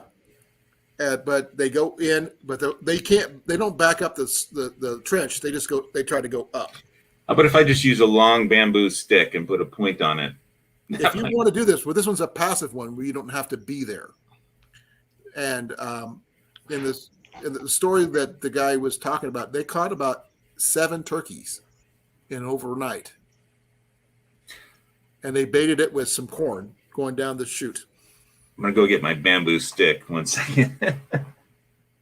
Yeah, it's technically considered a pit trap. Basically, what you just dig a hole and you make a little box that fits in the hole. Yeah. And then you put the bait on the inside, And then when they walk in, the weight of the bird drops them down, but you have the back end open. So They didn't mention that part, but that might have been something they didn't want to talk about in the story. So you basically build two walls, but the back wall is the sticks that you got stuck in the dirt. So when the box comes down, the back end opens up, but the front end is now against the front side of the hole. And then the bird walks out the back side, and the cage lifts up, and they can't get out. Well, I think they called theirs a turkey cabin or something like that. They made theirs. I looked up turkey house, and that just gave me a place to eat food at. Try turkey cabin. Yeah, see, like there a- you go. That's something. 9-foot. This is like a 9-foot bamboo stick. There you go. So I mean, I can't even stand it up because it won't. The roof, it'll scrape against the roof, but the ceiling. I mean, but Yeah, see, what you do is you split that down to where that first notch is. You lash that so you can't drop the split below that, and then you just put a rock in there and you lash that rock on there, and then that's what you use to smack on things. well, I could probably just use this somehow to go up, put it up, scrunch it up against the fence and break a wing or snap one of its legs, and then it'll be easy. Right. But, you know, it's just right now I use this to walk on uneven ground as a balance, because when I was working on my friend's property, it's just I got bulldozed and there's just so many rocks. It was like almost very difficult to walk on without like a stick for balance. Right. But it's also good to ward away neighborhood dogs or stuff like that if you're walking down the street. I'm gonna say, since that thing's 9 feet long, that's a portable A-frame roof beam right there. Yeah. It's bamboo. It's you know, it'll last forever pretty much. Well, I know, but that's a pretty Steel big girders. piece. You can make buildings out of that stuff. Yeah, he has basically. My friend has a bamboo forest. The guy who, if you saw him the feral boar video, it's that he has a bamboo forest on his property, Okay. and so I basically do some work for him on his property in exchange for some bamboo, and he cut me a bunch of 3-foot basically stakes for the putting around the garden to put up the chicken poultry fencing, and so you know, we help each other out, mutual assistance group. He's an electrician. He did some work on my property. You know, I've done some work for him. Plain old manual labor kind of stuff. I want some of those Himalayan yellow raspberries. What are those? Himalayan yellow raspberries. It's You want apparently a yellow raspberry. Yeah, well, we took out the excavator took out most of the bushes, but there's still some. I You basically only need one little sprout, and that thing will take over again. It don't matter. That stuff is like, it's like a weed. Yeah, it's very invasive, and it was declared the pest of the month in 2016 of March because by the University of Hawaii, because usually the birds get the berries and the people get the thorns, and the animals get the thorns. So, and it's a dangerous kind of a plant. So, and yeah, they spread all over. I keep having to pull up the starters, the baby plants, because they pop up anywhere. The birds, you know, eat the seed, eat the berries, and distribute Drop the them seeds off. all over. Oh yeah, that fertilizer that's in the birds, those things will pop up. Yeah, but no, those things don't spread under the ground too. You get one plant, and the next year you have a 3-foot section of plant. But you know, if you know anything about any kind of stick fighting, you know, a good length of bamboo is a pretty good self-defense weapon. If you have to. Most bow staffs are usually roughly around 8 feet. Yeah, this one's 9, but I mean, even with the shorter stick, like here's my actual fighting sticks. These are like Bahi sticks. Yeah, those are usually about 2.5 feet. 2 feet. Yeah, these are give or take. from the heart of palm trees, and you know how to do broken 8, you know, and understand Kali and do the flow. I just like doing it for flow exercises, but the most effective thing is you can use this to put somebody in a choke and just cut off their airflow if you have to. You control a person, but these things are. It's the centrifugal force of when you move them. I mean, I don't know if you hear the. Yep. These things are pretty. They use them. They've used them for self-defense for quite some time, and Basic defense is anything you can harvest off of a tree. Like, I mean, it's yeah. These are fire-hardened from palm trees. I think Bahi sticks. Not an expert. Hey, Sean. Thanks for coming. Anybody who saw Game of Death with Bruce Lee and Ron Inosanto? Hey, Sean, I got something to show you. You're going to get a kick out of. How you feeling, bro? Better, not 100% yet, still healing. What were you in the hospital for? I have a major bacterial infection of my lower right leg. Well, son of a. Yeah. I didn't have any open wounds or anything like that. It was internal.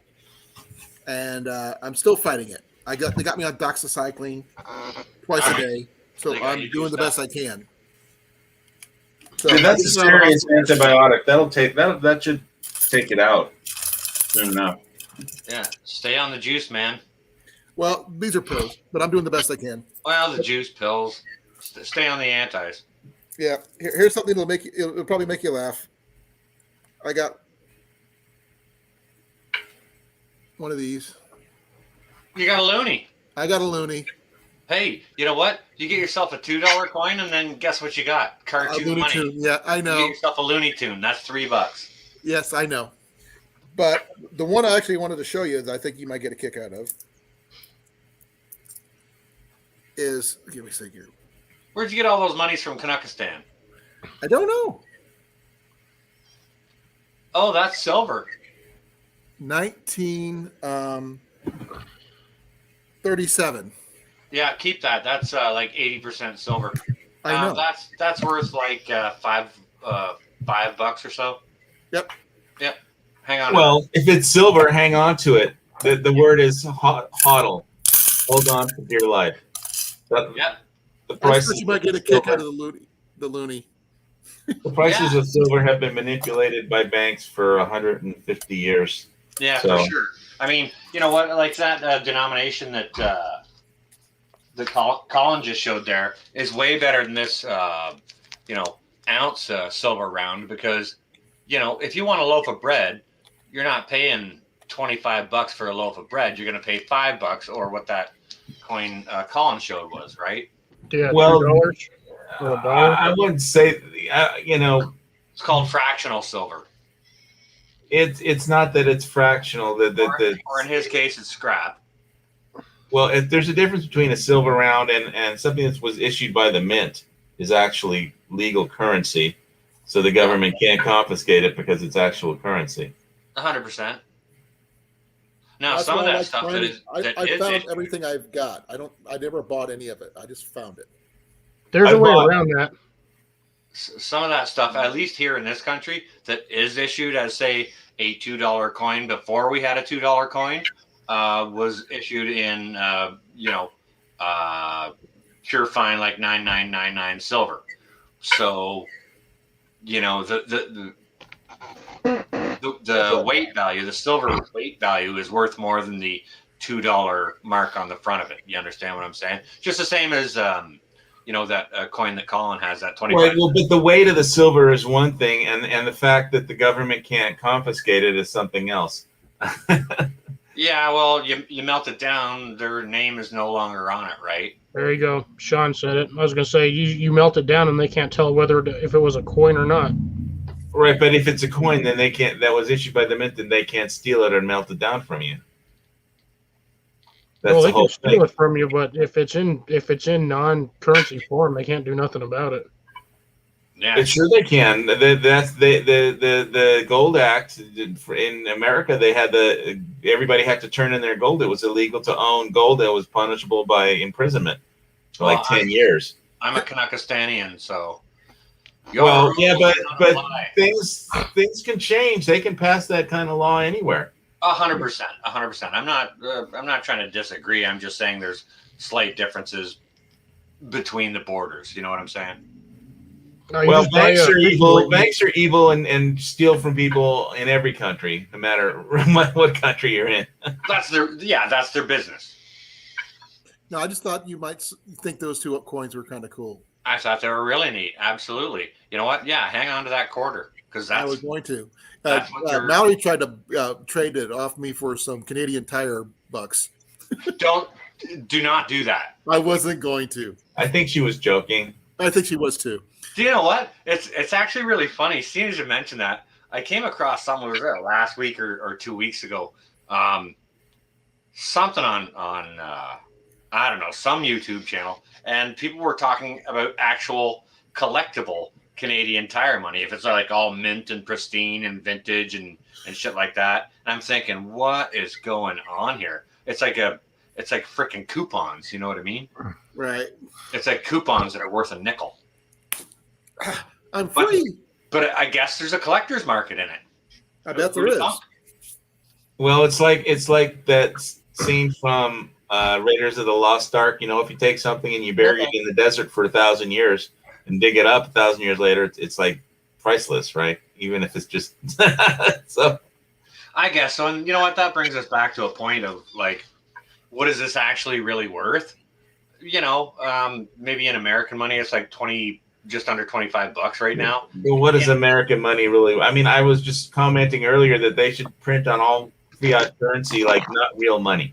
You know, this is not real money. What you're holding in your hand is.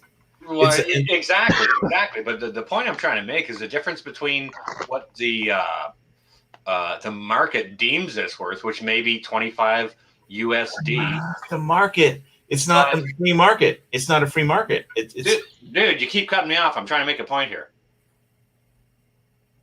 So this may be worth 25 USD as far as weight and what the market says, but as a collector coin, it might be worth 400. You know what I'm saying? But at the end of the day, it's worth the mass of the silver.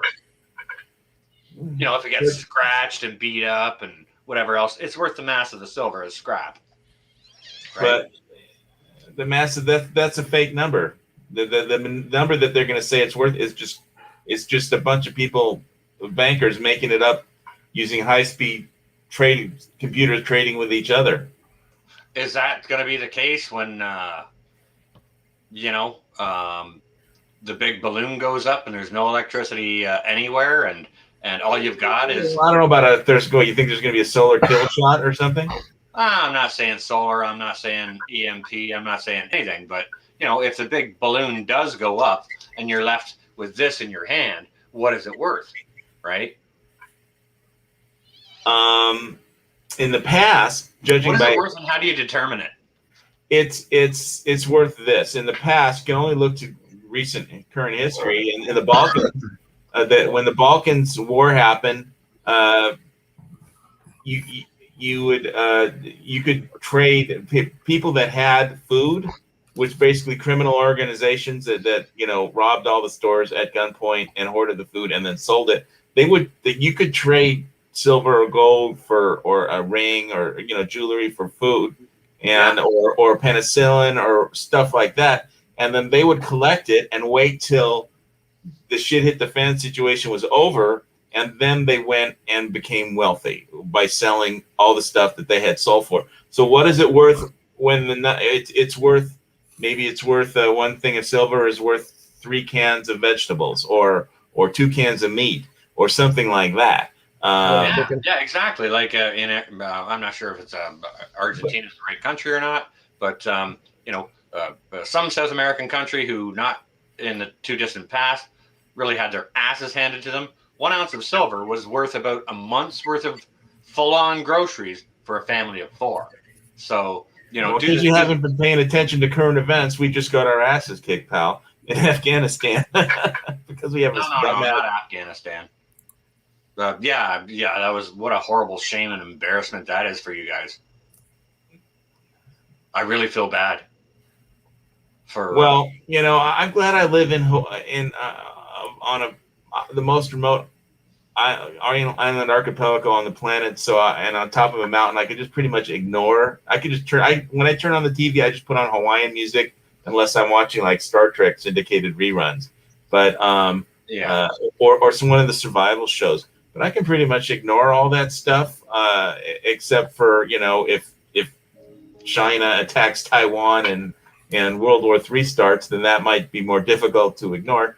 But I really don't like listening to the talking heads just explode on TV because it that's good for their ratings. But It's actually bad for their ratings. They're really self-imploding, aren't they?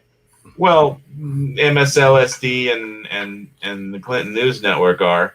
But even I don't like watching even the other channels that I agree with anymore. It's like because everybody's so angry all the time. I just like to put on Hawaiian music, go out, do some gardening, and I do what I have to do for the Airbnb, and occasionally I go. Can we You change wear the a hula topic a little bit, skirt guys? when you're doing that gardening, listen to that hula music. Hawaiian music? Yeah. Well, Hawaiian music is very relaxing. I find it. No, I know. I was just wondering if you put on one of those hula skirts and wiggle your hips while you're listening. No, I don't have a hula skirt. I'm just You have a messing with you, Hawaiian bro. shirt. Just say you do. I have a shirt, not a skirt. Oh, right. You're bro's not hoes. It all depends on where you wear the shirt. You drop the shirt down 2 feet, it becomes a skirt. An interesting point, Cliff. Sounds like you got practice. Or if you turn it upside down, it becomes a really weird pair of pants with a hole in the odd spot. Dude, man, when we were doing when we were in basic training for the military, man, they swam our asses off as like for PT in the pools in full on combat gear, right? You get your ass in that pool and you swim your ass off lap for lap for lap until you see stars. And then once you finally see stars, they say get your ass back in the pool, go down, hang out down at the bottom of the pool for a minute, and then come back up, take your shirt off, and make a flotation device out of it, and then hang out on it for 3 minutes. I thought it was They sell grass skirts at Walmart and Target. You can buy a grass skirt. I just never did. Wow. You get that at Party City. They had some Targets up here, but they all closed. They still have Walmart, though I haven't been in there for a long, long time. But when I am in the market for a grass skirt, I'll definitely send somebody else into Walmart for me. You can only find them during like Halloween for some reason. Other than that, they don't stock grass skirts at Walmart. Especially not in Canada. It's just a little too Party cool City here. or any of the party stores carry those kind of things. Yeah, Target has a local Hawaii craft section, and they have cheap grass skirts there that were probably made in China. I've got a kilt. The sad part is I wouldn't disagree with you, HVS, on that, and they probably were made in China. Hey, Colin, I've got some guilt. No, since I've done a lot of Renaissance fairs and stuff, I got an actual kilt. I know. I was just playing with words, man. That's fine. I prefer the first kilt I had was actually a great kilt, 7 yards, one piece of material, folded up and everything. It was an amazing thing. What It had to have been hot what and heavy. Not really. It was actually pretty comfortable. What material was it? Wool. Oh, nice. A lightweight wool, not a heavyweight wool. I've But- seen Not leather merino ones, wool. canvas ones. I'm not sure if it was merino wool or not, but I mean, if it was, then it would have been great because I mean, it'd be good for all temperatures, not just winter or anything. But I've never had any issues of getting overheated in a kilt or anything like that, and it's very versatile. There's a guy on here on YouTube, Fabuli from Bozzy or something like that, who does a lot of Scottish reenacting of survival gear. Based on 17th century Scotsman Highland gear. Hey, Colin, I think I've seen him do some overnights. Just with a basic little bag And his kilt. Yeah, and his kilt. Yeah. And he remade everything. He's even an archer. He made his own bow. All his gear is handmade. Yeah, I Well, think the weather here today was like Scotland. I got to tell you. I wasn't outside, so I wouldn't know. I've been staying inside because I get tired easily. I'm sorry to say. HVS, what'd you get for daytime high and low?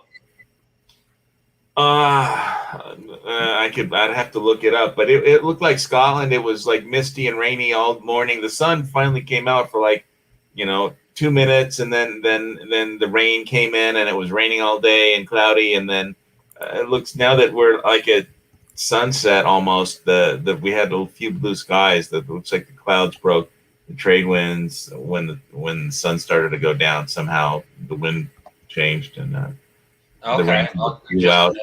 a heads up for y'all. Okay, obviously I'm up in Canuckistan, but we Nice to see ya. it's kind of like somebody flipped the switch for fall weather, because we're having daytime highs of around 72 and evening lows around 52.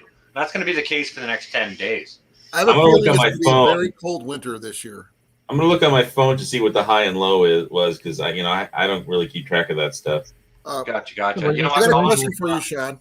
Colin, I heard winter's supposed to come early, end October. Boom, up here it's supposed to be full on winter, end of October. Have you heard of the Port Richards Almanac, the Farmer's Almanac? I've heard of that. And I heard no matter where it is, it's very accurate for some unknown reason. It's always been accurate. It has been for over 100 years. And the fact is, I mean, it doesn't. I don't know how it works or anything like that, but it works. I've been meaning to get myself a copy, but I haven't. Well, they've already got the 2022 version out already. Yeah. Do you know what, Colin? I think a lot of it has to do with celestial cycles.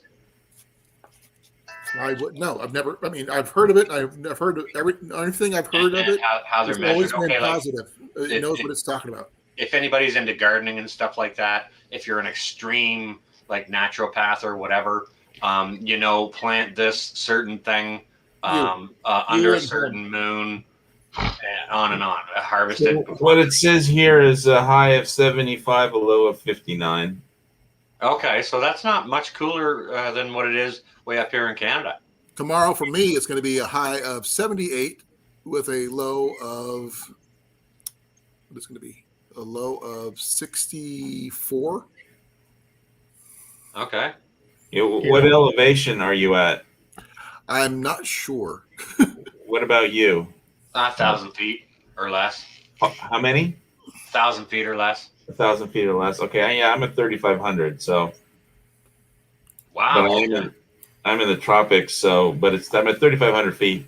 All I know is it says it feels like 68 right now, but it gets really. My guests need space heaters basically, and I have a propane gas stove fireplace kind of deal. And I full on hear you about that. Like right now, this may be a little bit behind, but my weather display is showing current temperature of 59 right here. And I mean, I was outside this afternoon, and as you can see, I'm in sleeves, right? And so I was out there for a bit. And I was like, crap, it's a little cool out here. I'm going back inside. You asked my elevation is 348 meters. Meters? How about in feet? 1,000 I feet. don't know. Neither do I. Don't tell me It's roughly meters. 1,000 feet. When they were having the Brexit debate, I was in the side chat on Sky News, and they were having the Brexit debate in Parliament, and so I typed in the side chat, I blame the metric system. 1,112. 1,112 feet. Okay. Yeah. You take your meters and you basically, like for rough, quick math, just multiply it by 3. Or divide it by 3, depending on what it is. Yeah. But I mean, like, freaking Americans are the only holdouts that are still on the imperial system. Yeah, we're going to stay that way. Globally. Yeah, well, I mean, the rest of the world is wrong. Yeah, I hate working on cars when stuff is like random millimeters. Like, bro, just be 3/4 of an inch. I don't need like 4 1/8 millimeter. Do you know what? It's right wherever you are. I mean, the rest of the world thinks that you can't trust your fellow citizens with bang sticks, and I'm the exact opposite. I mean, the people who you can't trust with bang sticks are the government. It's not the rest of the world that believes that. It's the world's governments. Thank you. but they brainwashed all the people, like in the 100%. But I'll give you an example here. We had our rights stripped from us long ago. Okay, so it makes things very, very difficult to do certain things and to acquire certain things. However, there's a healthy black market for a reason. Healthy. Man. Oh. Okay. Oh, Sean, did you see what I got? I was doing an unboxing today. Did you happen to see what it was? No, I saw your title set an unboxing. What'd you get? A Flemish bowstring making jig. Why is it called? Why is it Flemish? It's the style of bowstring. So it's a bowstring what? Maker. Oh, For making bowstrings. boom! There you go, pal. There's a perfect video for you. I've got some work. Like I've already talked to Cliff and stuff about it. I got to get the measurements down for what each hole, these holes is distance wise. Yeah, and it uses like a peg type system to. The peg is removable and moves. That's cool. This one's not marked, so I need to figure out what the markings distances are. It's a little different than the one I had, so it's a learning curve. Yeah. And that's cool AF. There's 2 videos I need to do this way with this jig. One is a regular bowstring, just basic one. The second one is using the innards of a paracord to make a bowstring. See how that works. And how about the innards of an animal? Not my skill set. Cat gut? Still not my skill set. Sinew. Yeah, sinew. I've got sinew. I actually carry sinew. And they talk about like cat gut or sinew. I have tried it, but it's snowshoes, right? It's hard. It's very, very difficult. I was going to say, sinew stretches to a point. Actually, it'd be interesting to see somebody make a bowstring. It's also very thick, so you can't do a lot of strands. Yeah. It's hard to work with. I know, but imagine that you had you had to use sinew and that you didn't have anything else. Oh, I can find anything else easily. I'm going to use anything except for guts. Yep. If I didn't have to, why should I? Well, I know, but that's a great reason never to practice using a bow drill. To start a fire. Bow drill is my bane of my existence. I cannot use a bow drill to save my life. Literally, I mean, I have tried. All I got was tired and blisters. One time when I was in the hospital, it was so cold that I would always ask for warm blankets, and they had like one machine to make warm blankets, and it made like the 3 warm blankets per like every 2 hours, and there was a whole floor full of cold patients, and so I basically complained it was cold. They put me down as a non-compliant patient because I was always complaining how cold it was. So I was thinking, I could just use some of these tongue depressors, some of this cotton, and just start a friction fire, So I started to collect everything until I realized that there was like, each bed, including mine, had like tubes coming out of the wall that had like oxygen. Yeah, that would kill you. So if I started a fire, I would probably blow up the entire floor of the hospital. At least it'd be warm. You see what great tidbits you come across when you jump into a random live stream? Yeah, it's like you can't do like friction fires in a hospital because they have oxygen feeds into each room, and you'll blow up the oxygen tank, and that's funny AF.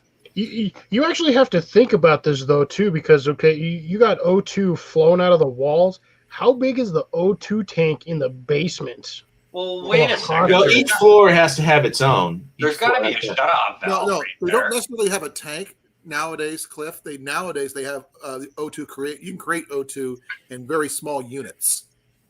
It's like a portable unit like thing, but they have them in closets, so they don't need a tank. It's an on-demand type system. For the whole floor. For a whole floor of a hospital? Yeah. It's not just one for each room. There's not one. There's got to be per floor. One for floor. Yeah, but that's still a big tank. No tank needed. It's an on-demand system. As needed. They don't. So I guess it's similar in ways to like a desalinator. Okay. I'm not sure if you've known a lot of people who are has asthma or emphysema that carry around the little tanks that not the tanks anymore. They actually have little systems they can carry around. My sister has that has to carry portable oxygen. Yeah, I've seen it advertised on TV. Yeah, she doesn't have a tank. She has a little machine. Yeah, but that's for an individual, not for an entire floor full. But the system patients. is the same. Doesn't matter what size. It creates oxygen on demand, not as stored away. That's just a hazard waiting to happen. They used to be that way, but not anymore. Well, but so it depends how old the hospital is, as if they have a new system. No, they changed that due to OSHA standards and medical standards because you can't store that stuff because it's a fire hazard. But sometimes blowing shit up is fun, just maybe not in a hospital. Well, then you must be a Heath Ledger fan when he was doing the Joker. No, I don't watch cartoon or movies. Well, I didn't want to blow up the hospital until at least I checked out first. He checked out too, but he was also dressed up as a nurse. Yeah, I don't know how he even got away with that. He's like, dude, he was straight up wearing the full on makeup and he walked out in a nurse's uniform. How do you not notice that something is wrong? Did you know that in that scene, Cliff, that him pushing the button multiple times to get it to work was a mistake? It was actually a mistake in the explosives. It went off by accident. It was just an error. And so you're saying, though, that it's okay to start a friction fire in a hospital? No. Never said that. I just said that they don't store tanks like that anymore. Then I should have started the fire. Then it would have been safe. Well, what year did you? What year did you actually have your heart? 2016. Your heart surgery. 2016. That might have been about the time they were swapping out. Oh, so maybe I would have blown up the hospital, maybe not. Yeah. It's a 50-50 chance. You missed your window, dude. Well, I'm not going getting another surgery just to check in and try it out. No, you're not. Yeah. Jeff Jackson had one of those systems, but his insurance wouldn't cover the cost. My sister is on one of those systems. That's the reason why I know so much about them. She is a breast cancer survivor. Oh, my. And she's just celebrated her. Oh, my God. How old is she now? 60. She was born in 50. Yeah, anybody that's had open heart surgery knows what survival is all about. It's not if you they basically kill you and then then you bring you right to the edge of death and then you have to recover. Yeah. Yeah, my sister's 62. And she just got out of the hospital for having pneumonia. I didn't know about it until after I got out. Yeah, but all my medical appointments, the doctors have said everything is perfect. My blood pressure is perfect. All my tests were perfect. My blood work was perfect.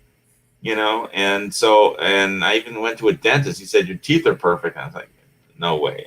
They're like no teeth that don't have crowns left, but almost. But it's like there wasn't anything wrong, but.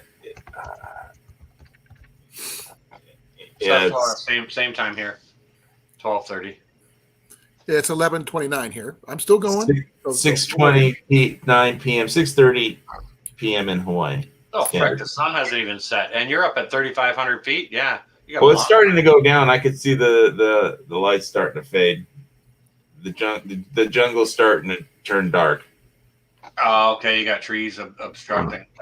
But yeah, otherwise you have daylight for another hour. No, I don't. The sun is going down. I'm not going to have daylight for more than 20 minutes. Okay, Sean, I've got a question, an actual archery question for you.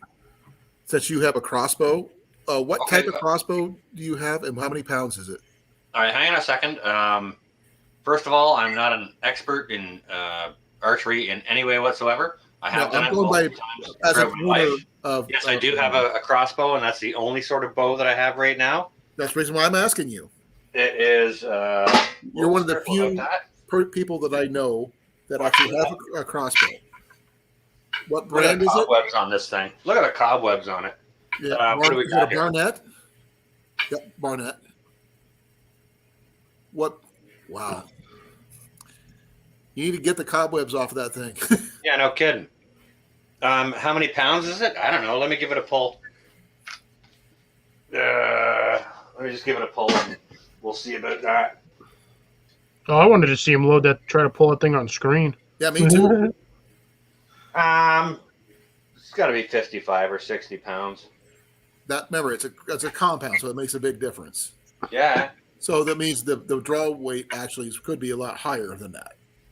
it could be. I don't know. Due to You know what? let-off. If there's some fine print on the bow, I'd have to have a very a much more lighted situation and my other glasses on to be able to see any of that sort of fine print, because it may well state it on the stock. Okay. Yeah, because there's people who are asking me about crossbows, and since I've owned anything but a medieval style crossbow, I don't know much about compound crossbows at all. But since you're one of the few people I know that actually own one, I'm not saying you're an expert. No. I'm talking to you as an owner. There's a difference. Yeah, by no means am I an expert in any way whatsoever. The only thing that I find maybe advantageous about it being a compound is that, once you hit sort of 70% of your draw, those pulleys come into play and they ease off to like about 30% of what the pull is for your last little bit of the pull. So that would be more. Yours should be more than enough to go hunting with. I've hunted with it successfully previously, yes. Yeah. So you have experience with it then. I do. It's old experience, but experience nonetheless. Experience counts no matter what it is. I mean, I'm not sure if you saw my 2, 3, and 4 arrow shots video that I did.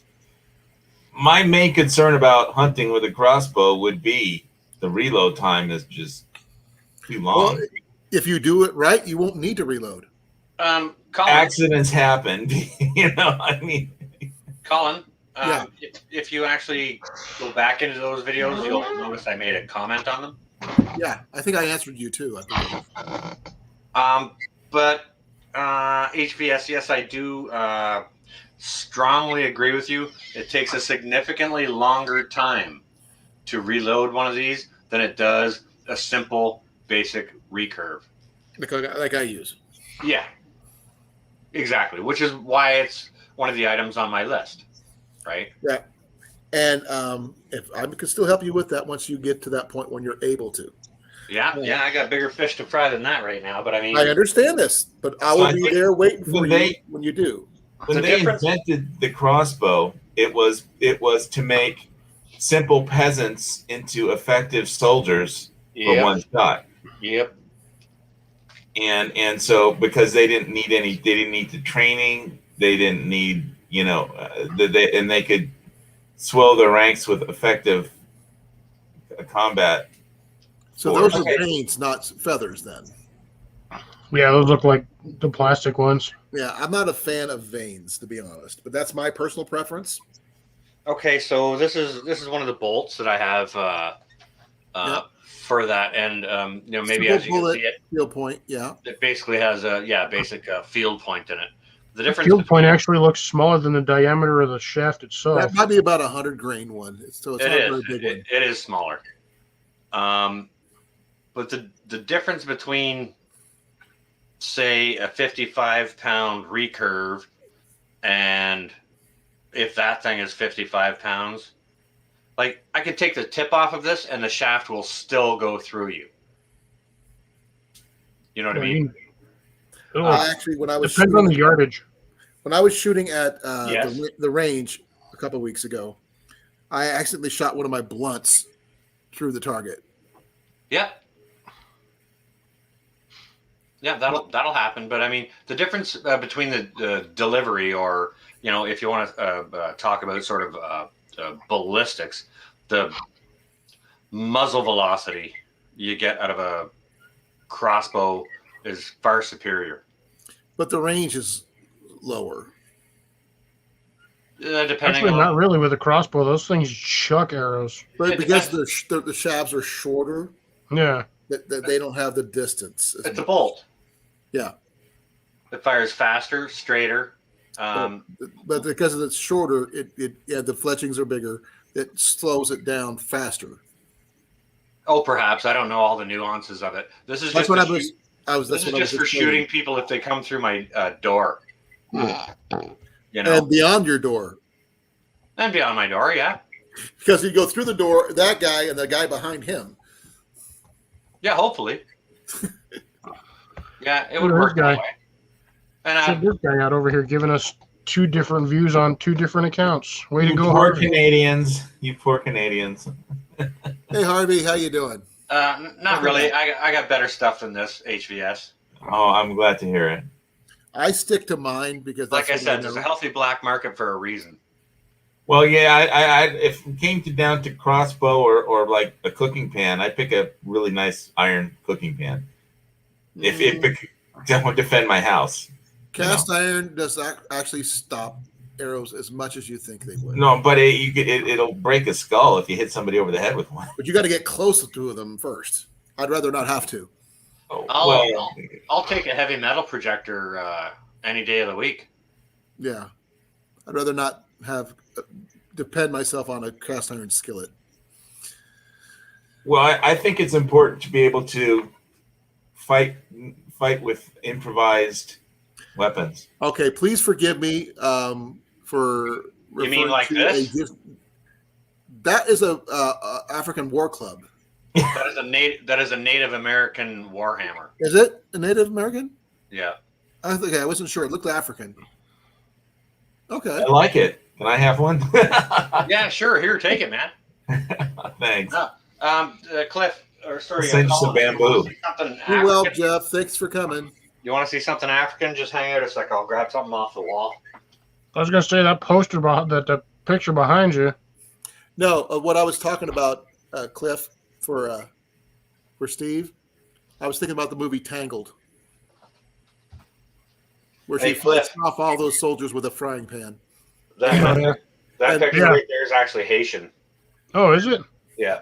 Dude, it's still a cool picture either way, man. I love that thing. Yeah, Flynn Rider says, I've got to get me one of these. Oh, a throwing club. No. This is a Zulu Warriors war axe. War axe? Throwing axe? Is it throwing? No, you don't throw it. You see this hook right here? Yeah. That's to grab somebody by the skull or their shoulder and say, no, you're not getting away from this one. It looks to me like that's to take out their shield with. Yeah. You grab their shield away from them, and then you hit them with the axe. You hook look at the shield. knurling. Look at the knurling, hand knurling on this. I know. That's kind of cool. Nice. Where'd you get it? I got it at a flea market. Is it real? Yes, it is. You got it for a song. It was I got it for a song. I didn't pay more than, I forget whether I paid $30 or $40 for it, but it was part of a set actually that another collector had bought, and there was a spear, a shield, a rifle, and this was supposed to be part of the set, but this had fallen behind a shelf, so it just wasn't seen when the sale was made for this other group of items. And I went in one day, and all the guy had left of it was this. And I said, well, what do you want for it? I didn't balk at the price at all. I said, sure, here you go. I need to start going to garage sales and look for improvised weapons. But I think the point is, I got this at a garage sale, and I paid $100 for it. You should be able to fight effectively with just like a beach blanket if you have to. Yeah. Man, I could take somebody out with a bottle cap. How would you do that? Well, you bend it in two, and then you go right for their femoral artery. Shouldn't take long. Don't let me get a hold of you. Well, just don't tell me you killed 4 men in a bar with a pencil.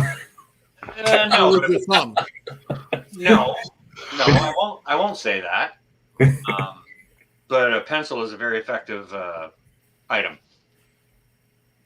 You know, you hammer somebody in the armpit and then in the asshole with a pencil,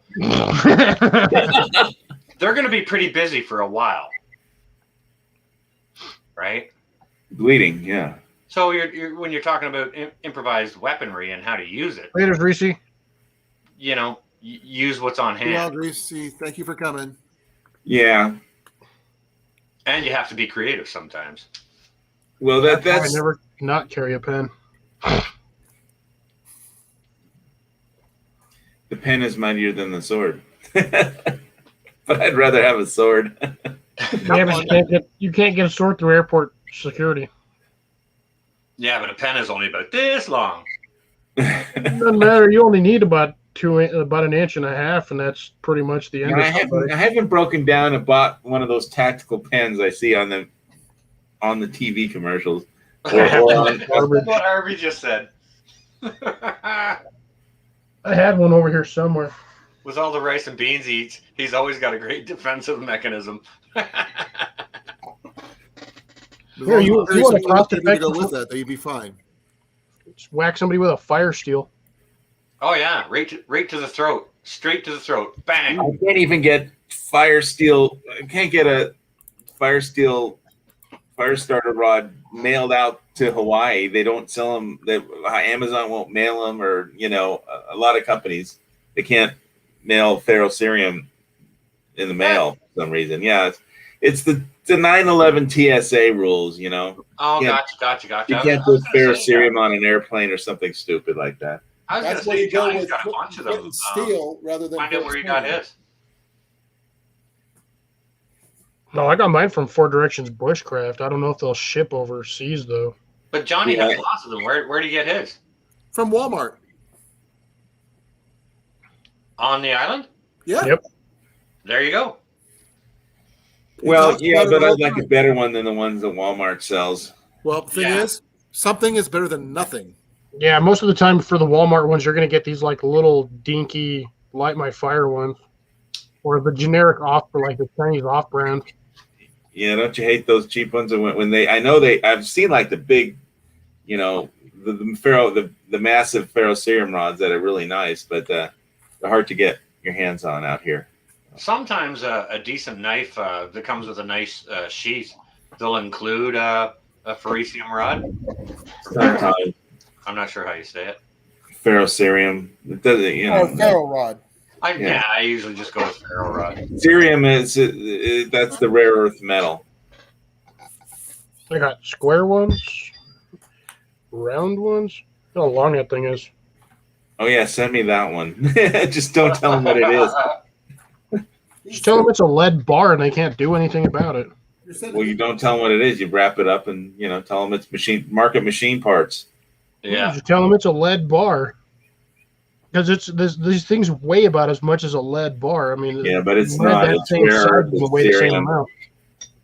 Yeah, if you tell them what it is, then they won't take it. So I think the reason why they don't ship a lot of this, other than the TSA security, is because of the fact that this stuff is actually reactive to salt. Like this will break down under salt water, so it's like corrosive to it. Huh. Interesting. It's like most any soft metals. Salt water just eats it.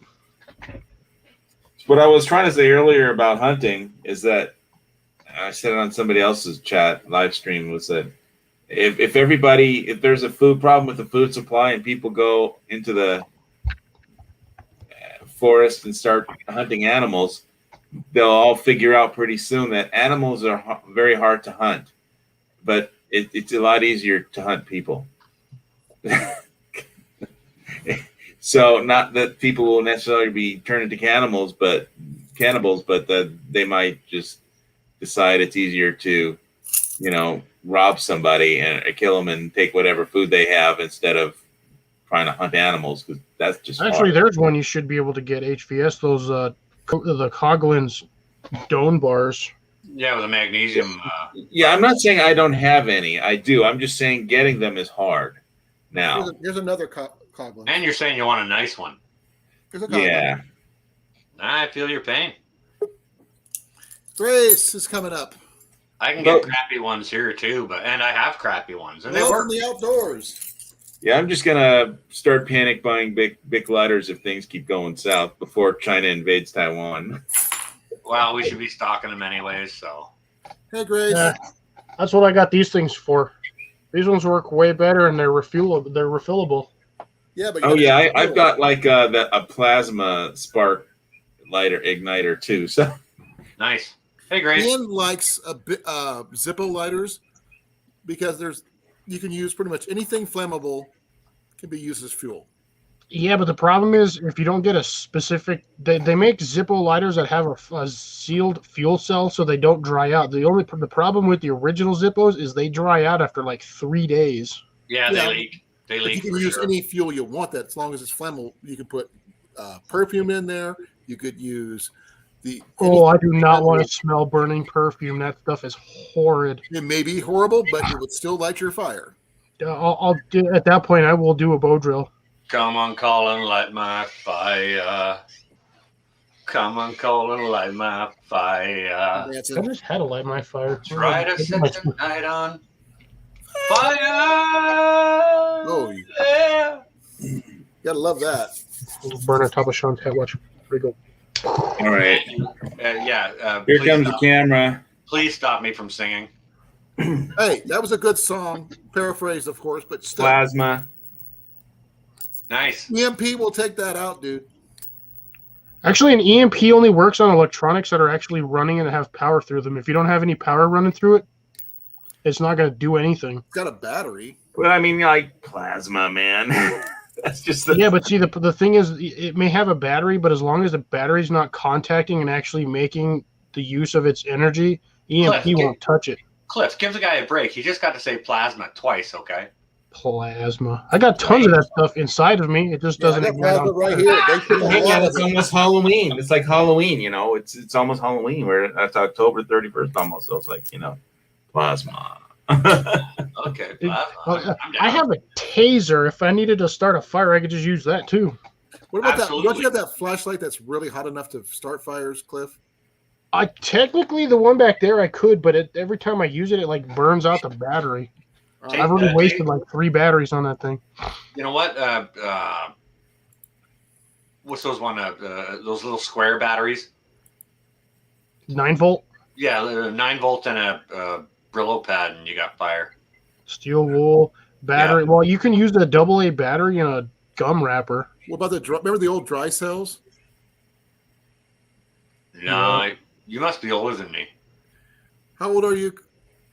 I'm younger than you. What? John will say his age on here. Yeah, don't let the tactical beard fool you. Yeah, crap. I forgot to hide that. I thought I was wearing camouflage. I've got one. I just don't let it grow out. No, I remember when I was a kid in science class, they talked about stuff like that. I'm just funning you. But do you remember back in, I think it was junior high or something like that. They actually did that stuff in science class, showing that you can actually start fires with a battery. Yeah. And they had these big old-fashioned dry cells back then. I live in Canada. They showed us how to make pillows in science.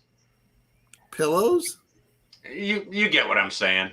Yeah, no, I know exactly what he's talking about. Well, in my school, though, there was kids making crossbows in shop class, and it was okay. Dude, we made catapults in my shop, and actually, we made catapults in physics class. I was bored up one day to make a potato cannon. Yep. Great fun. And that's a serious weapon, man. I mean, if you're on the other side of my yard and I hit you from 30, 40 feet away, smack dab in the middle of the chest with a potato cannon, it's going to take you off your feet. Yeah, it's going to knock the wind out of you. Stop your heart. My high school biology class teacher taught us how to grow marijuana. Boom. I need to do a video for you guys on how mine's doing. Actually, the last video you did, I believe you showed it's actually doing pretty good. Question I was telling Swiss chard. Question for you on You that, showed it. Sean. Are you going to talk about the actual non-medicinal uses of that as well, or just the medicinal versions of that? Do you know what? To be honest with you, Colin, I don't know if I'm going to talk about either because it's a pretty slippery slope with YouTube. As soon as you start saying anything medicinal, boom, they'll hammer you for medicinal misinformation, right? Well, then what you could use what they call it here in Iowa, we call it ditchweed. I can call it something else, and I can show how to do stuff with it. Like I make gummy worms out of mine. People don't talk about the stuff you can make with it, like rope and clothing and this and that and the other thing. You're talking about hemp. Yep. No. That's not what I'm talking about. I understand what you're talking about, but you can also use the same plant for the same thing. That would be a waste. I understand this, but it doesn't make it any more or less useful for multiple reasons, not just that. But to qualify that, they both have their own purpose. Like hemp definitely has, higher fiber qualities, and you know what? It has barely any psychoactive abilities. Right. So to try and use hemp to for some that's what you have is what I'm saying. For some recreational fun, it'd be like a moot topic. You'd have to eat a whole bale of it. Right. I'd feel sorry for you after that because oh my God, the fiber content. Oh, you'd have a great big old block of poop. Pretty much. Right. But you'll be toilet after each. But you could probably take your poop and use it as a fire starter. or at least fertilizer. Are you calling me a buffalo? I don't know if you can. I don't know. That would have to be an interesting test. Or is it still buffalo? If a human turd will actually light on fire after it's dried out. Goodness gracious! They burn dung, and in several other countries, it's not uncommon. Yeah, but that's usually something that's high in fiber content. The human waste is not necessarily high in fiber content. It's actually used for. All right, Cliff. Now you got yourself a weekend project to look for. Right. And I expect to see the results on Monday. You'd have to dehydrate it first. That's what I'm saying. You just leave it out in the sun for a few days, just like a cat turd. Ew. Okay, that's a little bit off my topic. I'm pretty sure that's off of everybody's topic over here. But it just popped up randomly, so I figured why not. We don't know what we're going to talk about on my channel, and that's the one thing I like about it. We'll talk about anything, for the most part, with exceptions that I try to keep it nice neutral. that the chat does, the conversation does have. Right, Harvey? I try to keep the topics neutral as possible. All right, if that's a prepper creator challenge, I'm way out. I'm out. Just saying now. What's the challenge? Seeing if a human turd dried out will catch on fire. Not doing it. I don't really want to take the time to dry out a human turd. No, not Harvey, if it's a challenge, you go first. I can show you how to use the other stuff to make gummy worms, but I'm not going to get into making rope or paper. Harvey, we need to bust this idea out on Gray's channel. Let's see if he'll do it. I'm not sure he's your guy. You never know. He might just step up to the challenge. I don't know. Maybe South Florida might be more into that. Well, you got to get one of those hard, super hardcore, What about Johnny? mat preppers. He might do a chicken turd. I'm actually mentally entertaining the idea of this, and that's why I laughed, because it's so freaking ridiculous. It is. I don't think Ben would do it, honestly. I really don't think Ben would try that. Who's that, Ben? Who? Well, Survival Living, that's Ben. I don't think Ben would actually do that. Who's Ben? He's more of a gear review channel than anything Ben? else. Survival Living? Oh, CFP. I don't think I know him. CFP, Central Florida. South Florida? No. Survival Living. Or Living Survival. I'm thinking different. No, maybe. I'm thinking Survival. Living Survival. Survival Living is CFP. Central Florida. Is it? Okay. Then I that's believe. not Ben. That's definitely not Ben. I was thinking of Living Survival. My bad. I could be mistaken.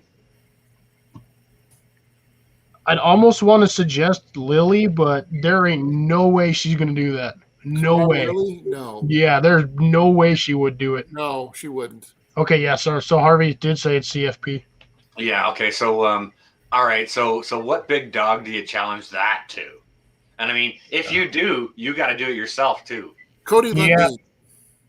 Cody Lundin. That's even Hey, if that guy it would is probably be in his wheelhouse. doing anything. Now you can't challenge Angry Prepper to this because he's in New York City and there's no way he's going to be burning a turd on his rooftop. Well, that's why I was saying Cody, because he lives naturally most of the time, or Matt Graham maybe. Yeah, but is Cody Lundin even still on? Like, does he even film for YouTube? Probably not. We can take a look. I can't believe we're still talking about this. It's an interesting. I don't know. I don't know. Let's see. He Cliff, hasn't I'm just done going to a go ahead and video say you're in one messed 4 up individual. years. Yeah, the last video he did was 4 years ago, and that was a water thing. That was like 4 minutes. Man, that dude has been on YouTube for a long time. His first video was 13 years ago. Cody Lundin? Yep. I mean, he was on Dual Survival. So was Matt Graham. Well, Yeah, now he's probably decided he's moved beyond trying to make money off of most people have figured out that YouTube doesn't really want to pay anybody. So Nah. He makes more money. He probably makes more money doing his random survival courses or whatever. Yeah, he's probably doing classes and stuff like that. Harvey, yeah, exactly. Down San Fran. You can find that in the middle. Like, you go to the bad section of New York, you're gonna find that. Just go in the middle of the street in San Francisco. Scoop them up all day long. Who's that? They just squat down in front of the cafe and have a dookie. That guy over there. Steve, what are you doing? I didn't do it. That was Steve. Yeah, I don't know where Cody is. I haven't even heard like anything from him in like years. The last time I heard anything from him was when he was doing Dual Survival. Well, and the last one he did was with the what was that guy? That sniper from it was a military sniper from our side. Joe. I can't remember his name. Joe something. Yeah, Joe Tedeye. I had a conversation with someone today about YouTube and prepping and making money, and they're describing to me how hard it is, to get views and how hard it is to make money on the prepping thing. And I said, hey, listen, you know what? If I was on YouTube to make money, there's no freaking way I would have a prepping channel. If I was on YouTube to make money, I would do cats. I'd have a channel about puppies or kittens. That's it. Or ferrets. Bunnies. Not my bag. But yeah, no. It just everybody on the planet loves puppies and kittens. And rabbits. Bunny rabbits. Maybe not my bag, but unless you like Bomber Steve, he likes reptiles. More mainstream. The puppies and the kittens. You can't go wrong on YouTube with puppies and kittens. Put a funny little caption. What's going on, Mommy? What's going on, Daddy? Why can't I have the ice cream cone? Yeah, I like the Schnauzer Mom channel where she has like 7 miniature schnauzers in her house. I like that one. Yeah, get yourself a pug and just call it like Pug Love, and get the pug cam. Get him a vest with a harness on the back, and he walks around. And he's got the pug cam going on. I would totally name a pug. Someone's going to start a channel like that. You know that, right? You take him through the drive-through, and he's all begging for donuts at the drive-through or whatever. Call it Pug Life. People love that shit. Name your pug Pugsley. Whichever, exactly. No, nobody got the reference. Come on, people. Nobody. Come on, Adam's Family. Come on. Yeah, thank you. I really like that channel, Zeus, that dog Zeus that just cries all the time. Was it a husky? Is that a thing? I don't know. Yeah, Zeus the. Well, let me look it up. Shoot. There you go. It's so funny. I mean, I think the dog passed away, but it's just. So did Angry Cat or Grumpy Cat. Yeah, Grumpy Cat. No, it could be Angry Cat. But do people love the shit out of Angry Cat? Dude, he was like a huge meme for years. Massive meme. Okay, well, see that? There you go. Maybe he made millions of dollars. His owners did anyway. This angry kitten. Angry kid. Yeah, it was this guy. So But yeah, I mean, yeah, puppies are kittens. I wouldn't be doing. You don't remember ever seeing any of this on the internet? I only got on the internet last year, Cliff. But he looks angry. Yeah, he looks grumpy as all heck. He's just like, Heck yeah. But apparently he was a really happy cat. He just looked like that. Yeah, you do get really happy cats. They just got like a bitchy look on their face. Sweet as can be, but they're looking at you like. Yeah, this cat always looked like it was both confused and upset. Perfect. Don't let it climb your leg in a spiral. Actually, I saw a video that it might go along the lines of you were talking about, Sean, about this officer who was checking out, who was on a call, went to a house, no one was home, and saw these two baby squirrels running in the front yard around a tree, and one ran up the outside of his pant leg and put himself right between his gun belt and his waist and just tucked himself in. Huh. A baby squirrel. Yeah, I bet that went viral. I think so. It was I thought it was kind of cool. How would that even fit? Because those belts are usually fairly tight. It was a very tiny baby squirrel. Squirrels are like mice. They can flatten themselves out and fit under doorways. But it was at the top of the belt, not in the middle of it, but on the top. But he tucked himself in, and the officer said after that he'd made that video, he picked him up and took him across the road from this lake where his house is and let him go. And his mom found him, and he's all good to go, and everything else. He survived. So good on him for letting the little baby squirrel go. I thought squirrels had the same issues, like the mom squirrel had the same issues like birds have. If you touch the offspring, the mom won't touch it again. Don't know. But that's just maybe that's when they're nesting. This was a baby squirrel able to leave the nest on its own. It was a young squirrel, not a baby. But it was all fur and everything else that it can climb up and down the tree. Yeah, Cliff, they've got a whole scent thing going on, right? Yeah, because I know for a lot of bird species, if you touch the baby bird falls out of the nest and you try to pick it up and put it in there, the parent will actually just kick it right back out. Yeah, they won't touch it they'll kick because it doesn't smell right. Yeah. Crazy. But you can pick them up with like rubber gloves or anything that like whatever that'll keep your actual body oils from touching the bird. So if you use like cotton gloves or like rubber gloves, yeah. Filthy human contaminated my baby. Right. Yeah. Okay, folks, it is now after midnight here. Zeus the Stubborn Husky. That's the channel. Well, I'm getting tired, folks. Just to let you know. It's funny as all heck, that dog. What was it, Southern Husky? Zeus the Stubborn Husky. Oh, Zeus the Stubborn Husky. Okay. Yeah, exactly. There's how many channels The videos are like Stubborn Husky refuses to eat and tries to bury food. It just, Husky demands a water bowl refill, stuff like that. It's just hilarious. Yeah, after he emptied it. Oh, but anyways, you know what's really priceless is the ones where they tell the dog to get in the car because they're going to the park, and then they drive over to the vet, and they show the clip of when the dog realizes they're at the vet. Well, the ones that are really hilarious are when they try and give a dog a bath and it just doesn't want to go into the bathroom because it hides behind the toilet. It does anything to not take a bath. Oh yeah, it's got all its legs out, not going into the tub. And usually the dogs are huge and the owners are small, and they're like shoving this animal into the bathroom.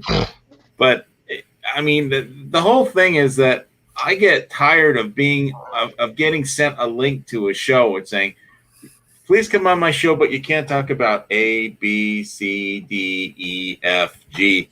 And I'm like, you know what?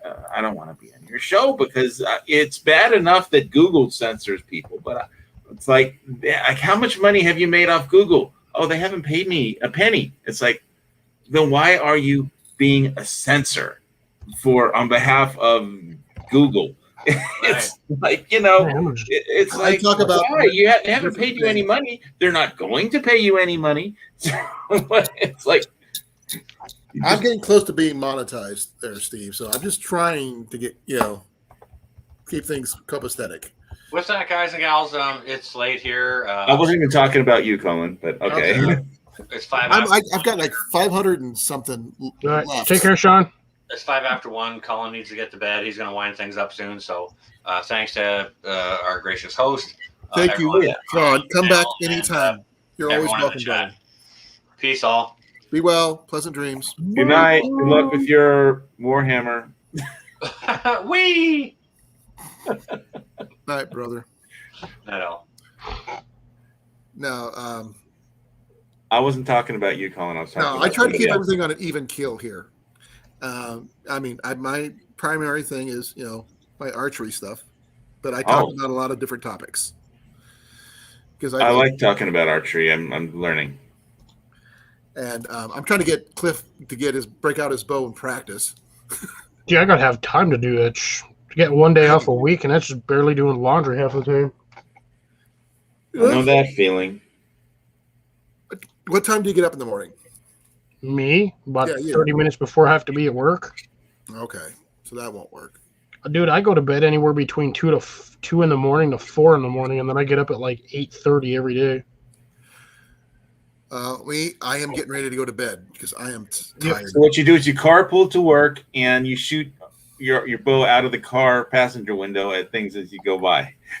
That's the way he gets time to practice. Then they get him for drive-by shooting, and then they'll say he's a terrorist and all this other stuff. And shoot telephone poles, don't shoot people. That's just a waste of arrows, right? Well, he has to get some practice. Practice is not. I mean, what are you, Allen Iverson? We're talking about practice. Practice is everything. Who's Allen Iverson? Who? You never heard of him? He was the guy that said, we're talking about practice? He's a basketball player. He used to be a very good basketball player in the NBA. I don't watch basketball. Well, he got in trouble for skipping out or not paying attention to practice drills. No, I'm not. Like I said, I'm not into professional sports. I'm just a guy who just likes medieval things and archery and stuff like that, and backpacking, and I will try to set up that tent that I found, Cliff, where you can see it. Okay, Cabela's tent. Yeah. Is it a 2-person or 4-person? I'm going to find out. I would say from the size of the bag, that's probably a 4-person. Well, the thing is, for the price I paid for it, $9, it's more than worth the money. Definitely. And with the 4 air mattresses that I picked up as well, I mean, made my money back and then some. I mean, literally the thermal. Well, you have to see if they inflate, if the tent works, if the mattresses work. Don't. Well, the mattresses is the first thing we tested, my boy and I, and we found out some of the valves needed some more sealing, so he picked up Flex Seal, right? Flex Seal, Flex Glue. It'll work. So that'll help seal the leaks around the valves. And other than that, I mean, we got some really good mattresses and everything for less than $25. Yeah, definitely worth it. But yeah, well, the video for that would be awesome. But we're gonna try to let you get some sleep so you can actually, wake up in the morning. Well, the thing is, I don't have to be anywhere. I know, but you still got to get sleep. I got to heal. I do know that. Well, he could stay up all night, drink coffee, drink booze, and just party on YouTube, all night. I don't drink alcohol. Well, nobody's perfect. Well, drink coffee then. No, actually, I am tired. I literally have to, and my legs are starting to get sore from sitting up. Monster Energy will fix you right up and put you back in the hospital. No. But You can't do those either. With the bacterial infection and everything, I've got to keep my feet elevated. Yeah, I know. I'm sitting the drill. up, I can't do that. All right, go to sleep. Go to sleep. Take care of yourself first. I will do that. Thank you, Steve. Thank you, Cliff. Harvey, thank you. Grace, thank you. Sorry you couldn't make it in when you tried. And everybody else who was here tonight, I thank you for coming. Just to let you guys know, because I was doing some checking. Where's it at? Should be we're about 400 hours away. I'm checking. I'm saying 436. 3406 is what I've got watch hours, but I think that's wrong. Plasma. Plasma. Yeah, that was my fire starter. Oh, it's saying I have 594, but I think I'm a lot less than that. My subscriber count keeps bouncing up and down, even though I picked up like 4 subscribers yesterday. Yeah, I've lost 6, but I should start getting some back because I'm starting to put out videos now. Thank you, Harvey. I do my best. And I'm glad those people who have seen my video, I enjoyed it. I will do some more shooting soon. That's my strong suit. The bowstring thing I picked up a while back. Actually, 12 years ago was when I picked up that bowstring making. I still got to learn how to make arrows. Once I do that, then I've got everything. I lie. There's one more thing. I have a 8-foot piece of ash in my backyard. I need to split. I'm going to see about making a bow. I was going to say, if you're going to do that, send it over to Riverbend. See if he can make a bow out of it for you. Oh, I'll see. I've got to get a hold of him first. He's on. He's more on. He's on Instagram. Instagram and YouTube. So I got to get a hold of him. Yeah, you can probably contact him through YouTube, Instagram. Just message him on one of his posts and tell him I've got an 8-foot piece of ash that I'm willing to give up most of it if you make me a bow out of it. Well, you'll still have to pay cost, but he might, if he's got enough time on his slot, he can probably make you one. But you might be looking at a 6-month turnaround time. Oh, the thing is, I'm not worried about time. That's the one thing I'm sure of. But the thing is, if I can hand deliver it to him, because I've got to go to Eddyville anyway. Time is money. He's from my hometown, Steve. So I know where he lives. Well, the general area. He doesn't do it for No. I mean, I'm willing to donate the rest of the boat, anything that can come out of that log, to him to do whatever he wishes with. Plus whatever. Would you like to bend my ash? Hey, an ash longbow would be awesome. That'd actually be a beautiful bow too. Isn't that what they used to make him out of? No, willow. They used to make him out of willow. You. And I actually have a U recurve. A custom-made U recurve. It's mine. The longbows were originally out of yew. Yes, okay. But I have a recurve. I asked a guy to make me a recurve. He made me one out of yew. Deer sinew backed, even. 65-pound draw. Have you ever done any long-range archery? I mean, where you actually do arching and not just... Yeah. I'd like to see the some of those division videos. I was telling you about when I shot in 2019 at the Iowa Games was at 40, 50, and 60 yards. But I've done clout shooting in the SCA, which is closer to 100 to 150 yards. I'd like to hear about that next time I'm on one of your streams. Just hear you talk. I haven't done very much of it, but I have done it. And I used to do quarter-mile shots for fun when I lived out in. Give me a second here. Trying to remember. Monroe, Iowa. and I lived on a farm. I think I find that very interesting to hear about. But anyway, go to sleep, man. Yeah, I will. Good night, everybody. Good night. God bless. Later, Steve. Love you, brothers and sisters. Thank you all for coming. Shakas. Be safe. Be safe. Never. Plan to. Night, guys. Take care of that infection, man. I will try. Have a good one, brother. Good seeing you. I'm glad you're out of the hospital. Me too. And I will keep in contact. I hope you have a good holiday weekend for those of you who are from the stateside. It's just you and me in here. No, I'm talking about in the chat. No, it's just you and me in here. Oh, well, it says 3. I think it might be Harvey still in the thing. Well, Harvey's not American, so it wouldn't count. Oh, no, not Harvey. I think HVS, sorry. If he's still in here, I hope you have a Or good Grace. holiday weekend. Let's see. Grace is probably here too because she was on her phone. No, I think it's HVS. Let's see. Yeah, Grace might still be in here too. So. South Florida was here earlier. Oh, yep, Grace is still in here. So it's just me, Grace, and I guess HVS because I don't think you're in your own YouTube chat, are you? Actually, I'm still in. I haven't ended the broadcast yet, so. Gotcha. But thank you. I'll catch you later, brother. Go get some sleep. I look forward to getting the stuff you sent. I'm looking forward to it. It'll get there. Hopefully, it'll get there by next week. And I will do it on a total unboxing of that. Save it for Thursday and do it on a Thursday live stream. Planning to. Right on.